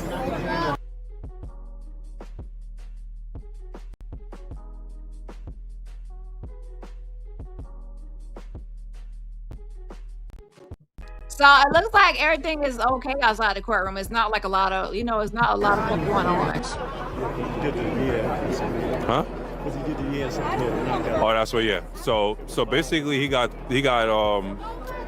Oh, so they hit him with 5 before, right? So he got 4 months left. What is this person talking about? He got 4 months left. You're way off base. Okay, let me get out this video. Okay, he ain't got no 4 months left. Yeah, well, I don't know what mathematics you doing, but let me go. Let me go over here. He wish he had 4 months left. Oh my gosh, a mess. Shout out to you, Just Being Me says, thank you, Dani, for covering the Diddy trial sentencing. Oh, you're welcome. I appreciate the rose. And sending a virtual rose right back at you. I appreciate the support. Also, shout out to Cyrus as well. Thank you so much for the fan fund and super sticker as well. Again, I appreciate it. And everybody else, remember, support my channel for free just by what? Hitting that like button.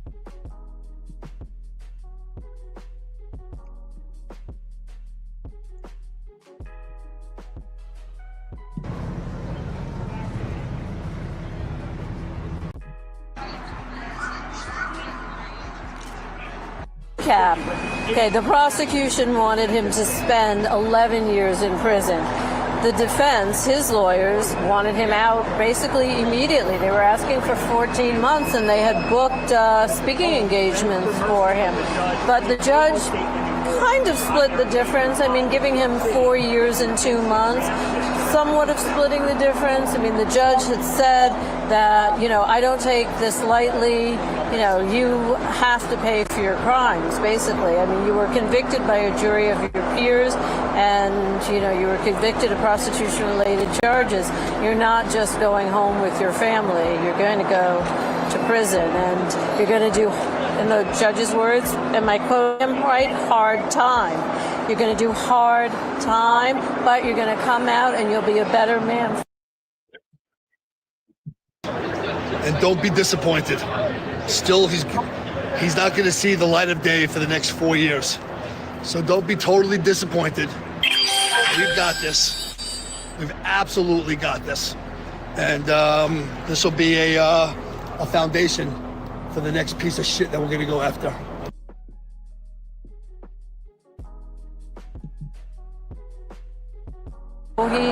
He will miss a lot of birthdays of his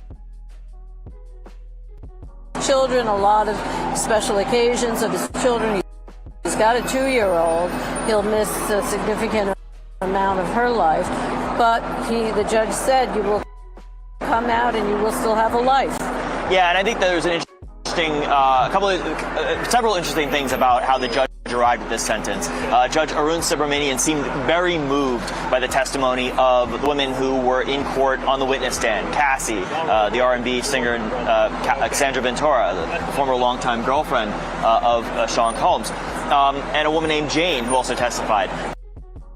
And also the judge, definitely, I believe that the judge has their own morals or beliefs or values that are actually influencing it as well. And also the judge cannot just be swayed by emotions of people, family, friends, etc. I mean, they can try to be a little lenient, but they still have to go by law. The judge has to be fair and go by law. So in this case, you know, the judge has to be a judge and make a ruling. And obviously there's a crime and he was convicted and he has to serve time based on that. Okay. And that's that. So he's lucky that the judge didn't give him the max. But again, I believe that's because he wanted to stay within that, you know, that guideline period or close to it. And he knows that this could be setting a precedent. So you got to make sure it's actually a good one. Okay. Yeah. And it's also fair based on previous cases of people being convicted of Men Act. Okay. It's going to be unfair to, let's say, sentence him to 11 years or 13 years. And then other people with a similar case didn't get that much time. And people are going to, you know, compare cases and be like, why is this one so much different? There's violence, there's this, there's that. But yeah, it has to be like no disparities across that, okay? When it comes to sentencing. There was another woman named Mia who was a personal assistant who was going to appear in court today and make a statement, but decided not to, in part because she said she felt intimidated by the defense team. He factored all of that in, and he went through a whole litany of things that he considered as he arrived at this sentence. He said he factored in comments that were made in court today by 6 of Sean Combs' 7 children. You don't want to go in the system? Just get a prenup, right? You're going to get married. Costs a couple $100. It'll save you a lot of money.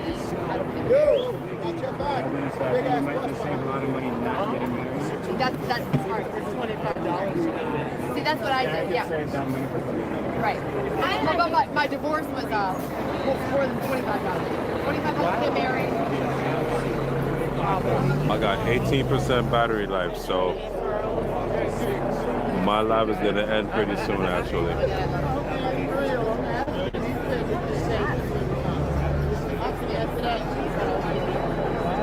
It's only $25 to get married? No, in some states, it only lasts 7 years. Oh, wow. Hey, you see them making a big mess over there. I said, why are you making this big ass mess? Just because you're married don't mean you're going to be making a mess on the street, doing all this confetti shit, jumping and banging and screaming. All right.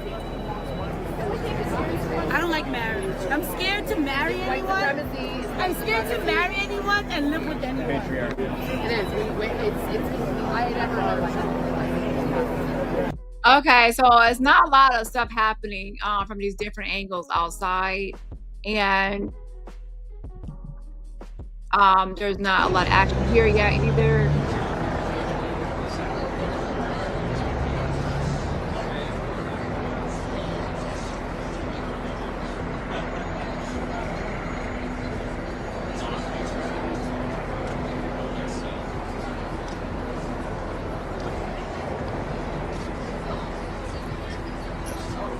Sir, you got heavy.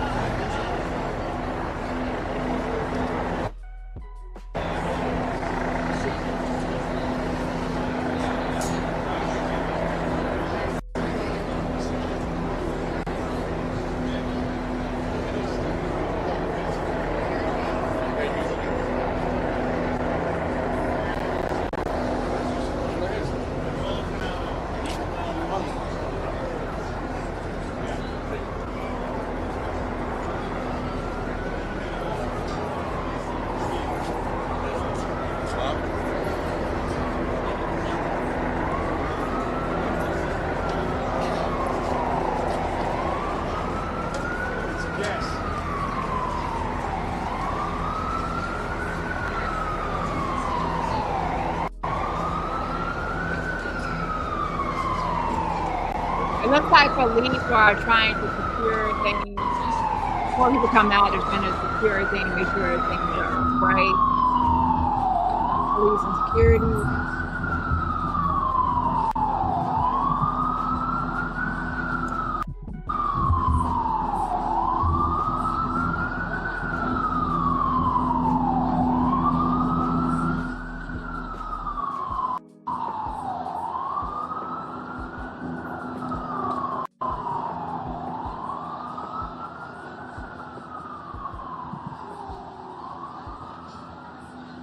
Okay, let me see if there's any other updates from inside the courtroom. Even though I said adjourn, let me make sure there's nothing else.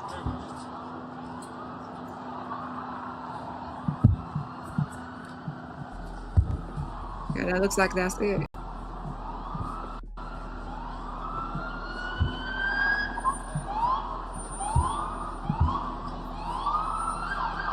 Okay, y'all, come on out, come on out.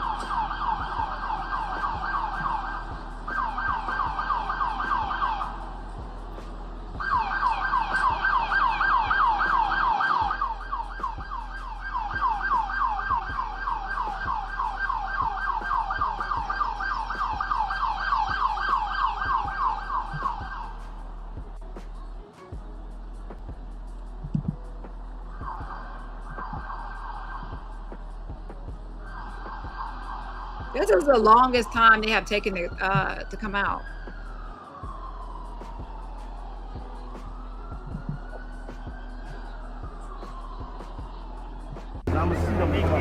Oh, it's So because what's- you keep turning it. Me? Well, you knocked it. All right, you good now? Yeah. I'm gonna let you know when you're coming up.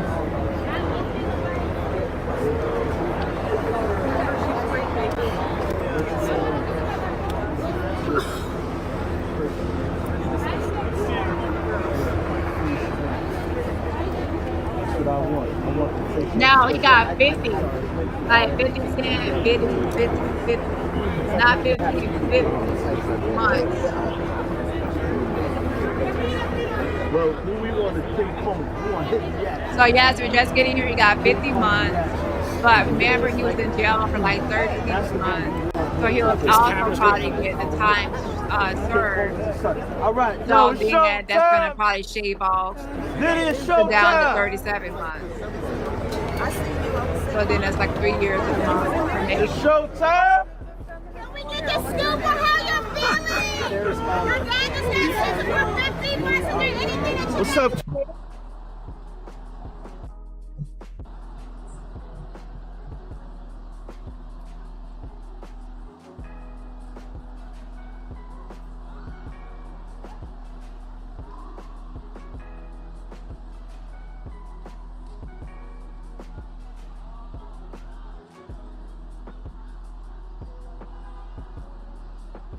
Okay, I'm coming over here because it's like a better view.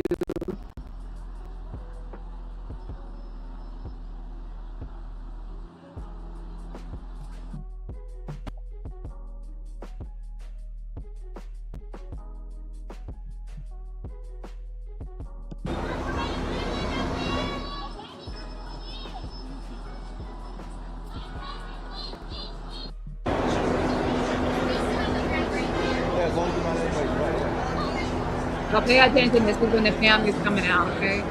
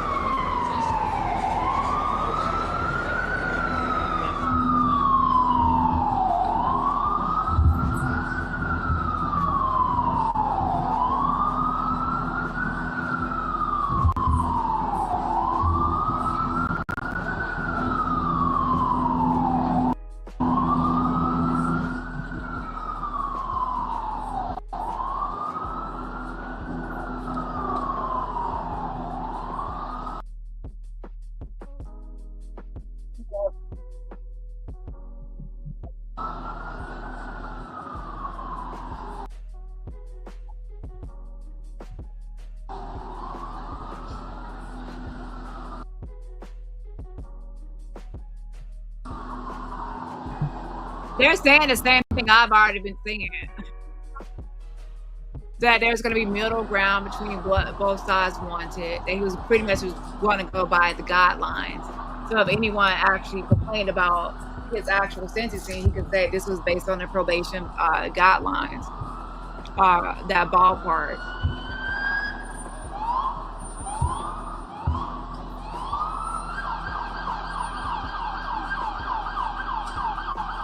Okay, they're coming out.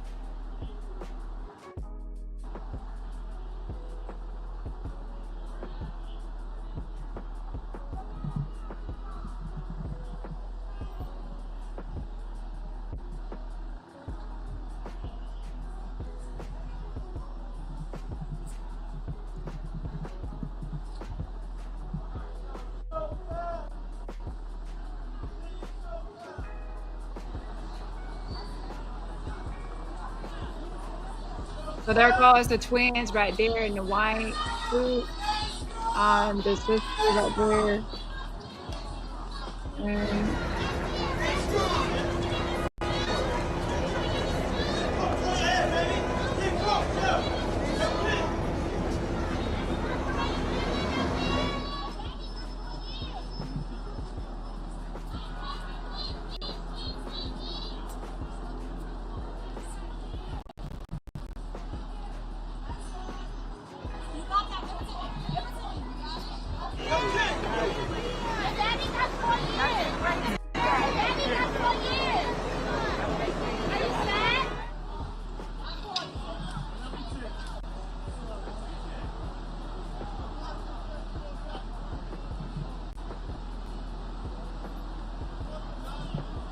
Of alleged victims of Sean Diddy Combs. I have 2 civil lawsuits against him for my clients who allege that he sexually assaulted them.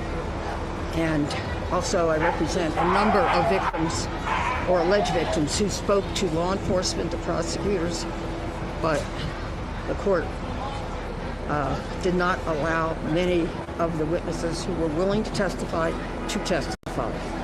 probably because of judicial economy, because the trial would have been very long. I don't know.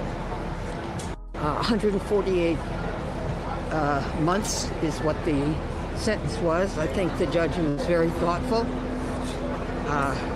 He didn't do the 11 years that the prosecutor wanted, and nor did he do the 14 months that the defense wanted. So Mr. Combs will be in prison for a while. He basically had a lot of good things to say, the judge did, about Mr. Combs and his contribution to the community over many years and to racial justice. But on the other hand, he has to pay the price for what he did. He could have had 10 years for each of the 2 counts of the violation of the Mann Act, which is going across state lines for the purpose of prostitution. So I think all in all, he gave the sentence that was recommended by the probation office. And so that's somewhere in between what the prosecution wanted and what the defense wanted. So it's finally over, except that there will be appeal, of course, by Mr. Combs' very large legal team. And so we'll see what happens on appeal. Yeah, the argument was by the defense that that really this was just watching sex, and so that's free speech.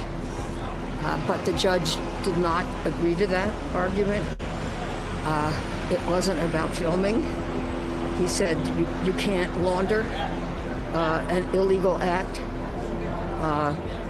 into a constitutional right, because that would otherwise be a very narrow interpretation of the Mann Act. So it was about commitment.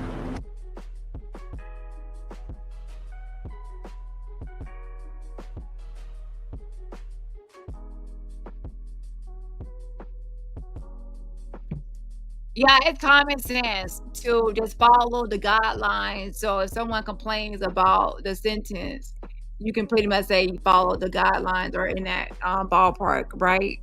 Figure. So it was common sense that, to be honest to me, that he was going to do that and not give him the max, not giving him the minimum, and just find something closer to that guideline. It's safer that way for him and for future cases, because future cases are going to reference him and cite him or cite this case and what happened with the Diddy case. So he knows that he holds that responsibility of that. So that's why I figured that he would, do this. Hold on. Committing a crime, because he pointed out that Mr. Combs had in fact participated and sometimes had sexual interaction with Jane and also with Cassie. So it wasn't just about watching, he actually participated in it. So I think he's got a good argument, and I don't think that well, yes, Leah, he has. The judge sentenced him to 50 months, but since he has already served 13 months in jail, usually they take that off as time served. So that would leave a remainder of 37 months. So then that's what he will have left to serve. Well, that's still have 3 years and 1 month, but I say left to serve around that. But of course, we will have to wait and see everything. And also, once you're in jail, I'll say prison, you can get more time shaved off for good conduct.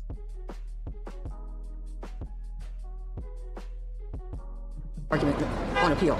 So he could have gotten 20 years, 10 years consecutively for each count, but now he has 148 months for a sentence. Many of my clients were very concerned that he might walk free by the end of this year, time served, and then a couple more months, and they were very much afraid that he would retaliate against them. And so I think that they will be happy that he will be at least in prison for a number of years. I think they'll feel do I think that he will snitch on other celebrities? No. I really don't think that there is like a network of celebrities that are involved, because I feel like if there were, they would have been called out or found out through all these investigations. People were like thinking that Jay-Z was linked, but Jay-Z's name never came up. And the thing is, you have to keep in mind, Jay-Z, his name should have came up by Cassie, Christina Coram, anybody at any time through this whole thing. I'm not saying that Christina Coram came. I'm saying that in some of the messages or exchanges that they've had, I recovered, Jay-Z's name was not popping up in anything, and neither are a lot of other celebrities. So I think that all the lies that have been told by people like Jaguar Wright, Aldi Carter, and others, even Courtney Burgess, a lot of people have lied about celebrity involvement. They made a bunch of lies up, and these things have gotten into where people believe that these all these other people are involved, and maybe it is what it is. Diddy and these Cassie and Jane and these male escorts, and he kept this private. He wasn't involving all of these other celebrities that people are thinking. He probably, had the regular party and then send everybody home, and then he would go do hotels and do freak offs. And they kept on mentioning that a lot of times these freak offs occurred at hotels. So he didn't even want these freak offs at his house. Like sometimes they would do it at houses or homes, whatever, or Cassie's place, whatever. But most of these happen at these hotels. So he kept a distance from. It looks like he lived like a double life. I would say a double life away from his with his friends and family and to that. So I don't think there's going to be a shakedown of this celebrity is involved, that celebrity is involved. Oh, no. So thank you. Okay. All right.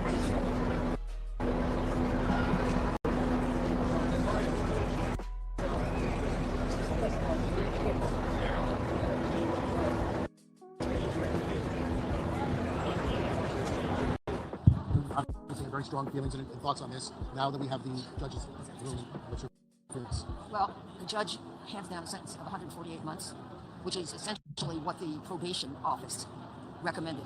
So it wasn't the 11 years that the prosecution wanted, nor was it the 14 months and get out by the end of this year that the defense wanted. He did have very kind words for Mr. Combs in reference to his contribution to racial justice and the community. But on the other hand, it's obvious that Mr. Combs is going to have to pay the price, the consequences for his two criminal acts. He could have had 10 years for each count in the Mann Act. That would have been 20 years. So he only has 148 months that he's ordered to serve. No doubt his legal team will be appealing from this sentence and from the trial as soon as possible. He's got a very large legal team because he has sufficient funds, and so he'll be able to do that. What I would like to say is many of my clients who allege they were victims of Mr. Combs were very afraid that he would get out either today or in a couple of months, and they were afraid that he would retaliate against them. That's something that Cassie Ventura said, but it's also something that my clients were concerned about. So I think they'll be comforted by the fact that he will have to serve now a number of years, and that they won't have to worry about his getting out. I'm not saying he will retaliate against them. He argued today in the defense that he is a different man today, now that he's no longer on drugs.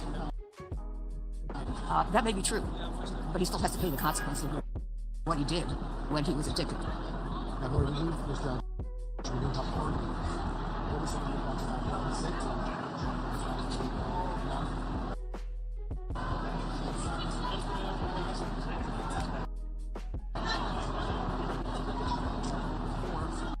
Right now, they're waiting for the other lawyers to come out.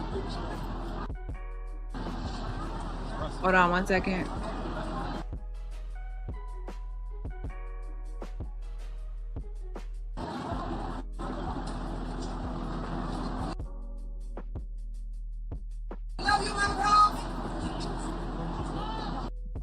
So now we have, Diddy's mom. So Diddy's mom, of course, is coming out. She probably is talking to Diddy. Love you too. Thank you. All right. I will. Thank you so much. She is not 84. She doesn't look 84.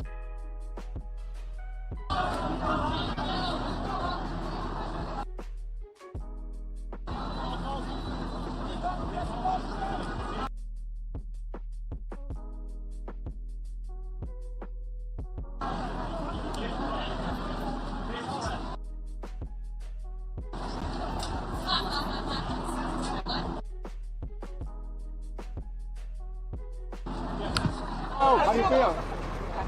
Mama calls, how you feeling? You got your dog in there?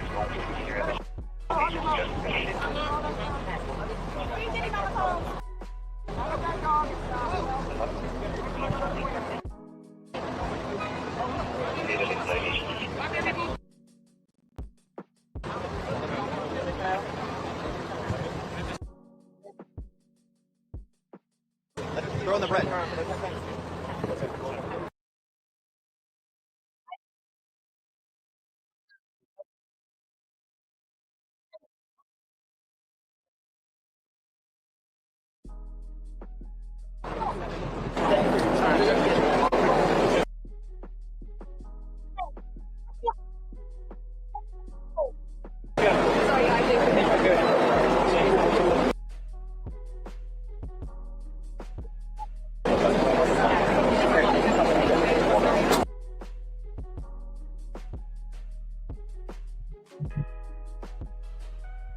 Yeah, hold on. Why are you doing that? I go viral.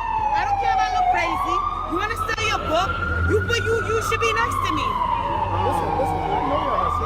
Yeah, like don't be trying to cover you. You want to sell your fucking book, right? Shit. But anyways, they say you're the Punisher. What does that mean? And what does that mean? So, if you are you paying? Yeah, I dare to sell his book, child. He done been all around YouTube, all on I'm just out here making. talking about Diddy and how he frapping off in the corner. Okay, but they told me that you have a biggie and that you can't go over.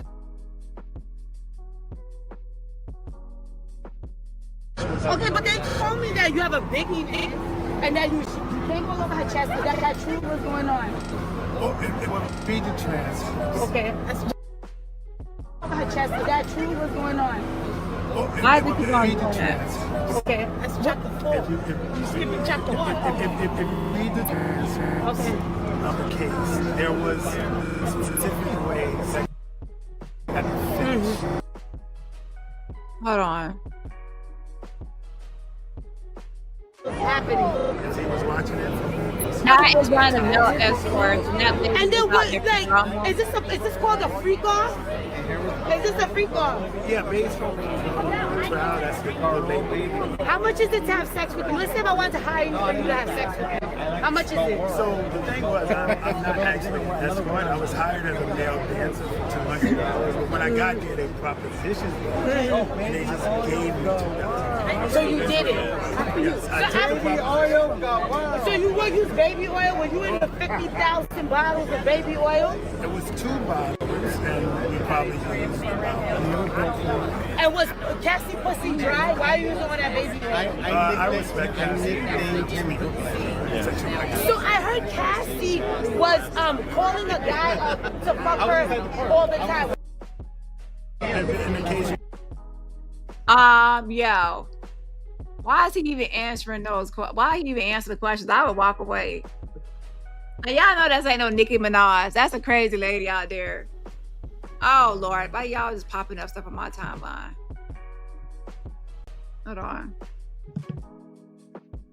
And I think she intentionally wore that outfit, and then I think she made her knees look ashy because it's.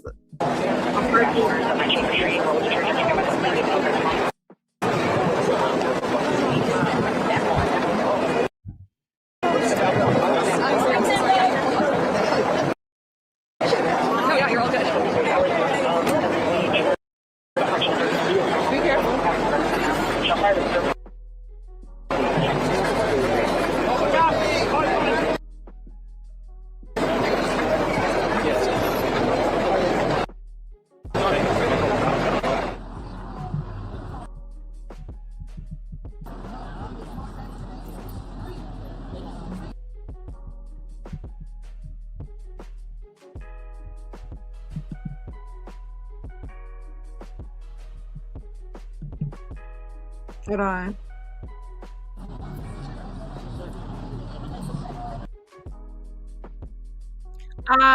Mark Agnifilo, where you at?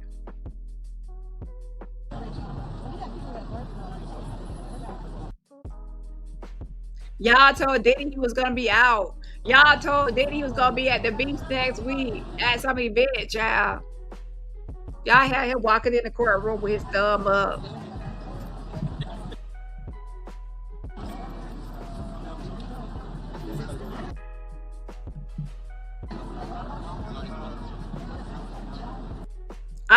I would have been realistic and told him most likely there's going to be down the middle of what both sides want.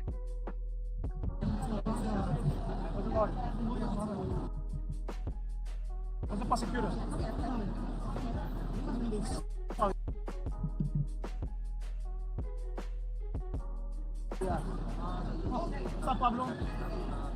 Hold on a second.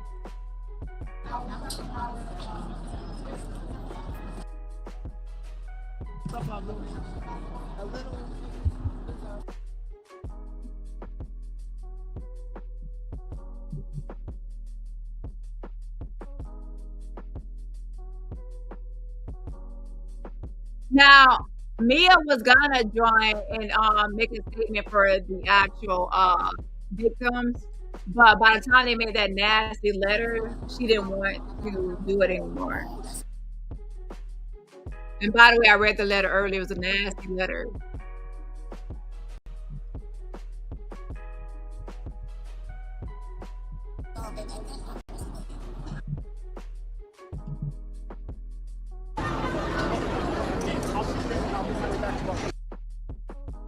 Okay, I'm pretty much going to be wrapping up. Trying to wait for the defense to come out, but they're taking too long. Okay.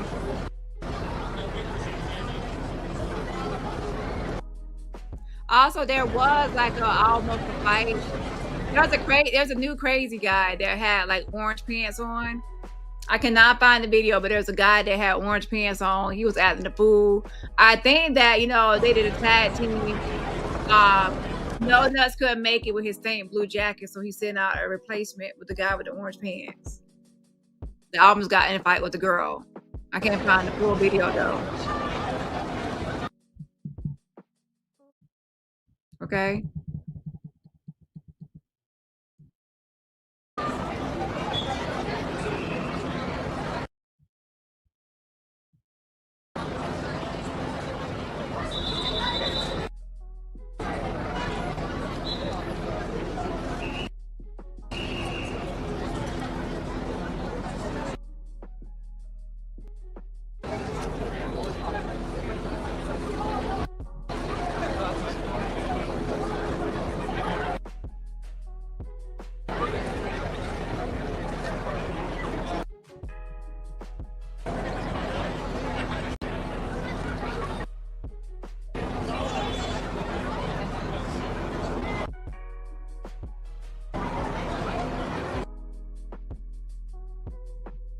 This is what you did. When it goes away, it goes away.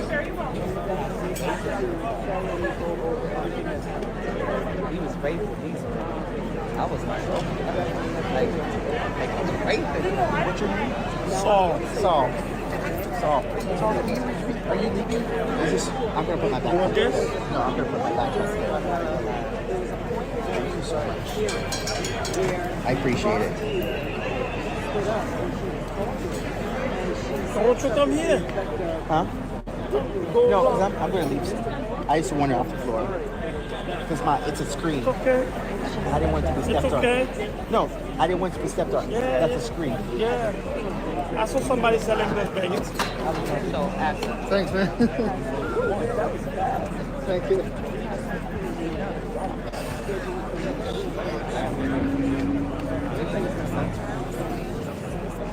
I just came in this one. The screen light at nighttime, right? The screen light at nighttime. Yes. I saw somebody in Europe selling this. In Europe? Yeah.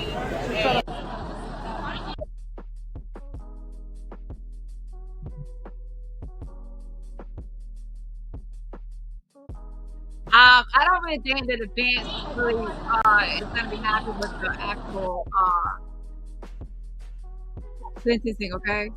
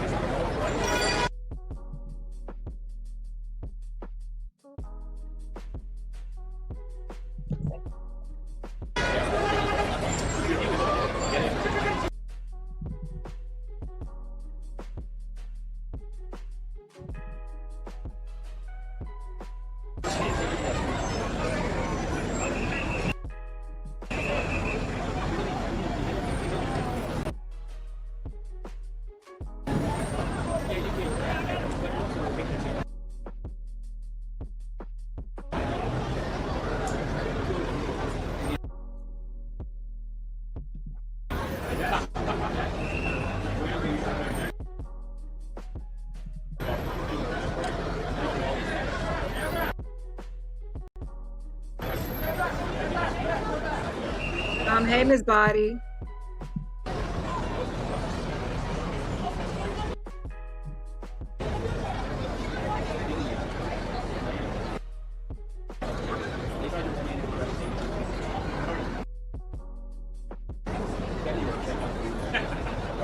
I'm gonna go back in a minute.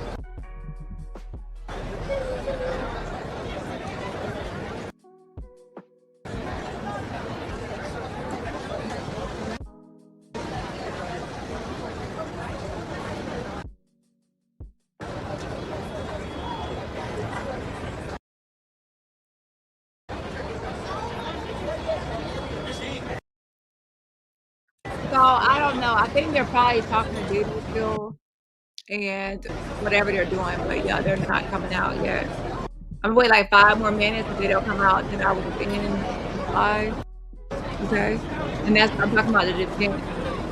Usually like their take is on, you know, they have to get their losers too. They lost.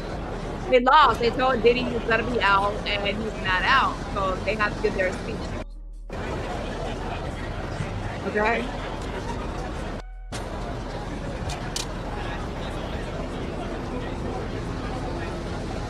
Hey Aries 1.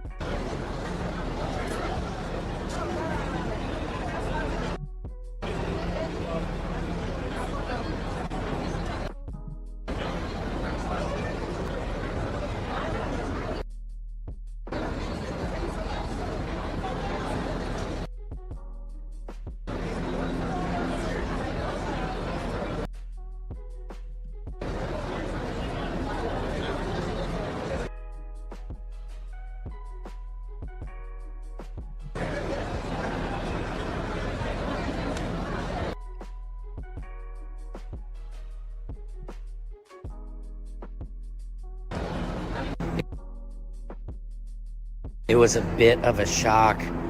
Good Lord, all the speeches. Judge Arun Subramanian, it was like a reality show where he's like, Diddy, you've done all these wonderful things for the community. Yeah, you have your rehabilitation program, you got your free Diddy game, all this stuff.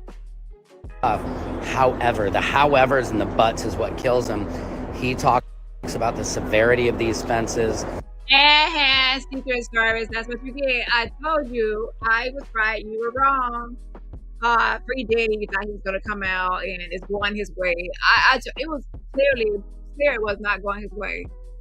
Offenses, the severity of what happened to Cassie and Jane, and so he didn't take the recommended 135 months, but the probation recommended 60 months. He ended up giving Diddy 50 months, 50 Patriots. That is 5 years. Now, people are telling me inside that with his good behavior, that's a year off. With his programs he's doing, that's a year off. And time served, that is 13 months. So we're actually looking at probably about 1.5 to 2.5 years that the diddler will actually serve. I want to thank you guys for this whole entire time. I got to thank my wife for letting me do this, but mostly you guys. Thank all of you. I love you guys, all my loyal Patriot followers on all the platforms. You guys have lifted me up to have the energy and the enthusiasm and the heart and passion to just keep going on this. So this is not the end. I love you guys. I'm about to go on Nancy Grace right now. Please pray for me. Pray for for my family, pray for yourself.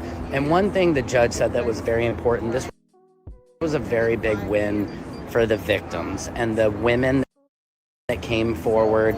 And this is a message throughout the world to all the women that any man has ever talked down to you, taken control of you, lifted a hand to you. Women, let this be a message, and Judge Arun Subramanian wanted to send this. This is a win for the victims, all right? Diddy will sit, he will rehabilitate, he will come out a better man, but for the women, this is an important message to men. Never put your hand on a woman. Secret Service Sam out, Samson for president of TikTok. Tune in live tonight for my live. Love you guys. Peace. Patriots, Secret Service Sam here, just coming out of Daniel Patrick Moynihan for what could be the last time. It was a big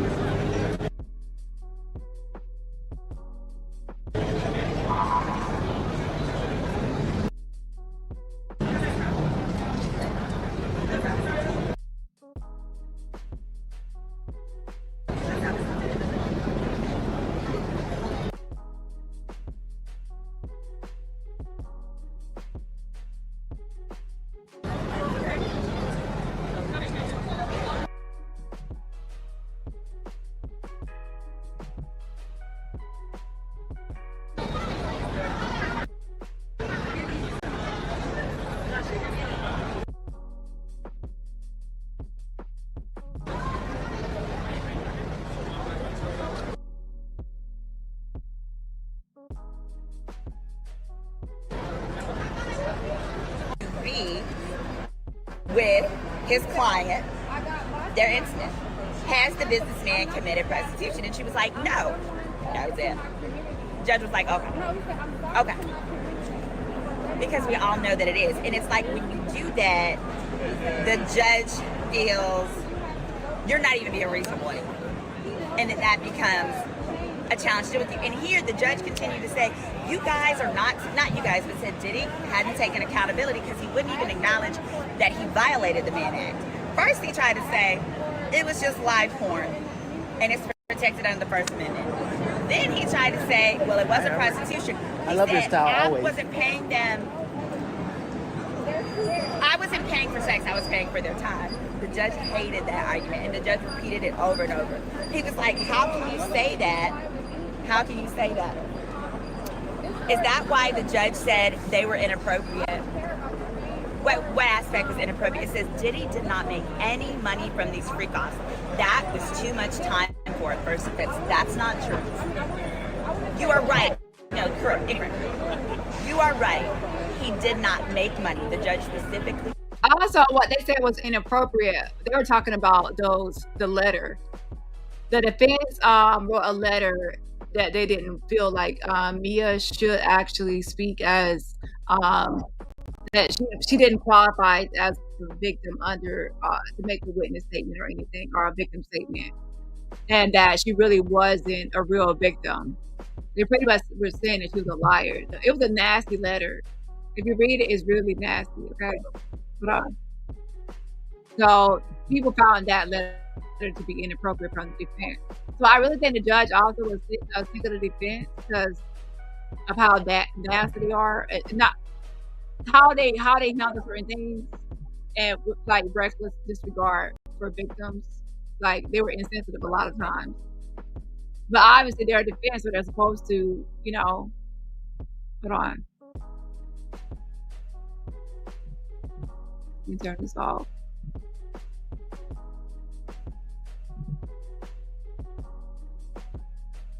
Okay, are people finally coming outside? You know.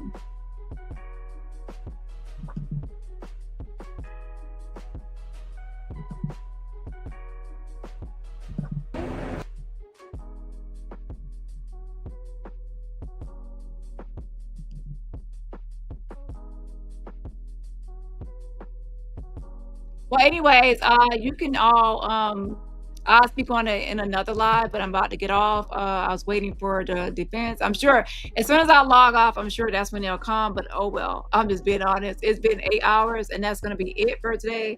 I love y'all, and I will see y'all in the next live. I'm sure they're going to be like, you know, they're disappointed, but you know, I think that they're going to file an appeal. Mark Agnifilo is someone that does not give up.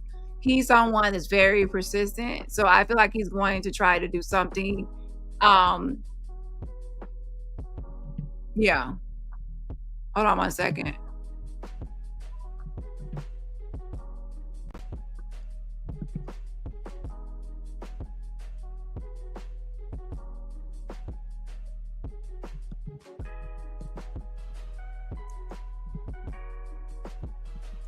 After the way they were talking, I was like, good, then you'll be all right in it. Great. You could do more good. Longer, you could do more good. You can help more people. Yay! Yeah. You're not going to get beat up. I don't have to worry about them like breaking your limbs. You're going to go in there. Thank you so much for the super chat. Now, let's see. Now that Diddy is sentenced, will he lose any of his properties? Yes, thanks for joining us. He will. There is an asset forfeiture order. I don't know what's in there. I'm going to pull the docket once it gets updated to see. So yeah, most likely I think that the appeal is going to happen. I don't think they're going to just sit by and just take this. So I expect, I expect that to be happening. Yeah. All right, y'all. I'll see y'all in the next live. Hit that like button and replay, and I'll see y'all later. Bye. And we have to reschedule bingo because I already went live a long time today, so we have to move bingo to tomorrow night. All right, y'all. Bye.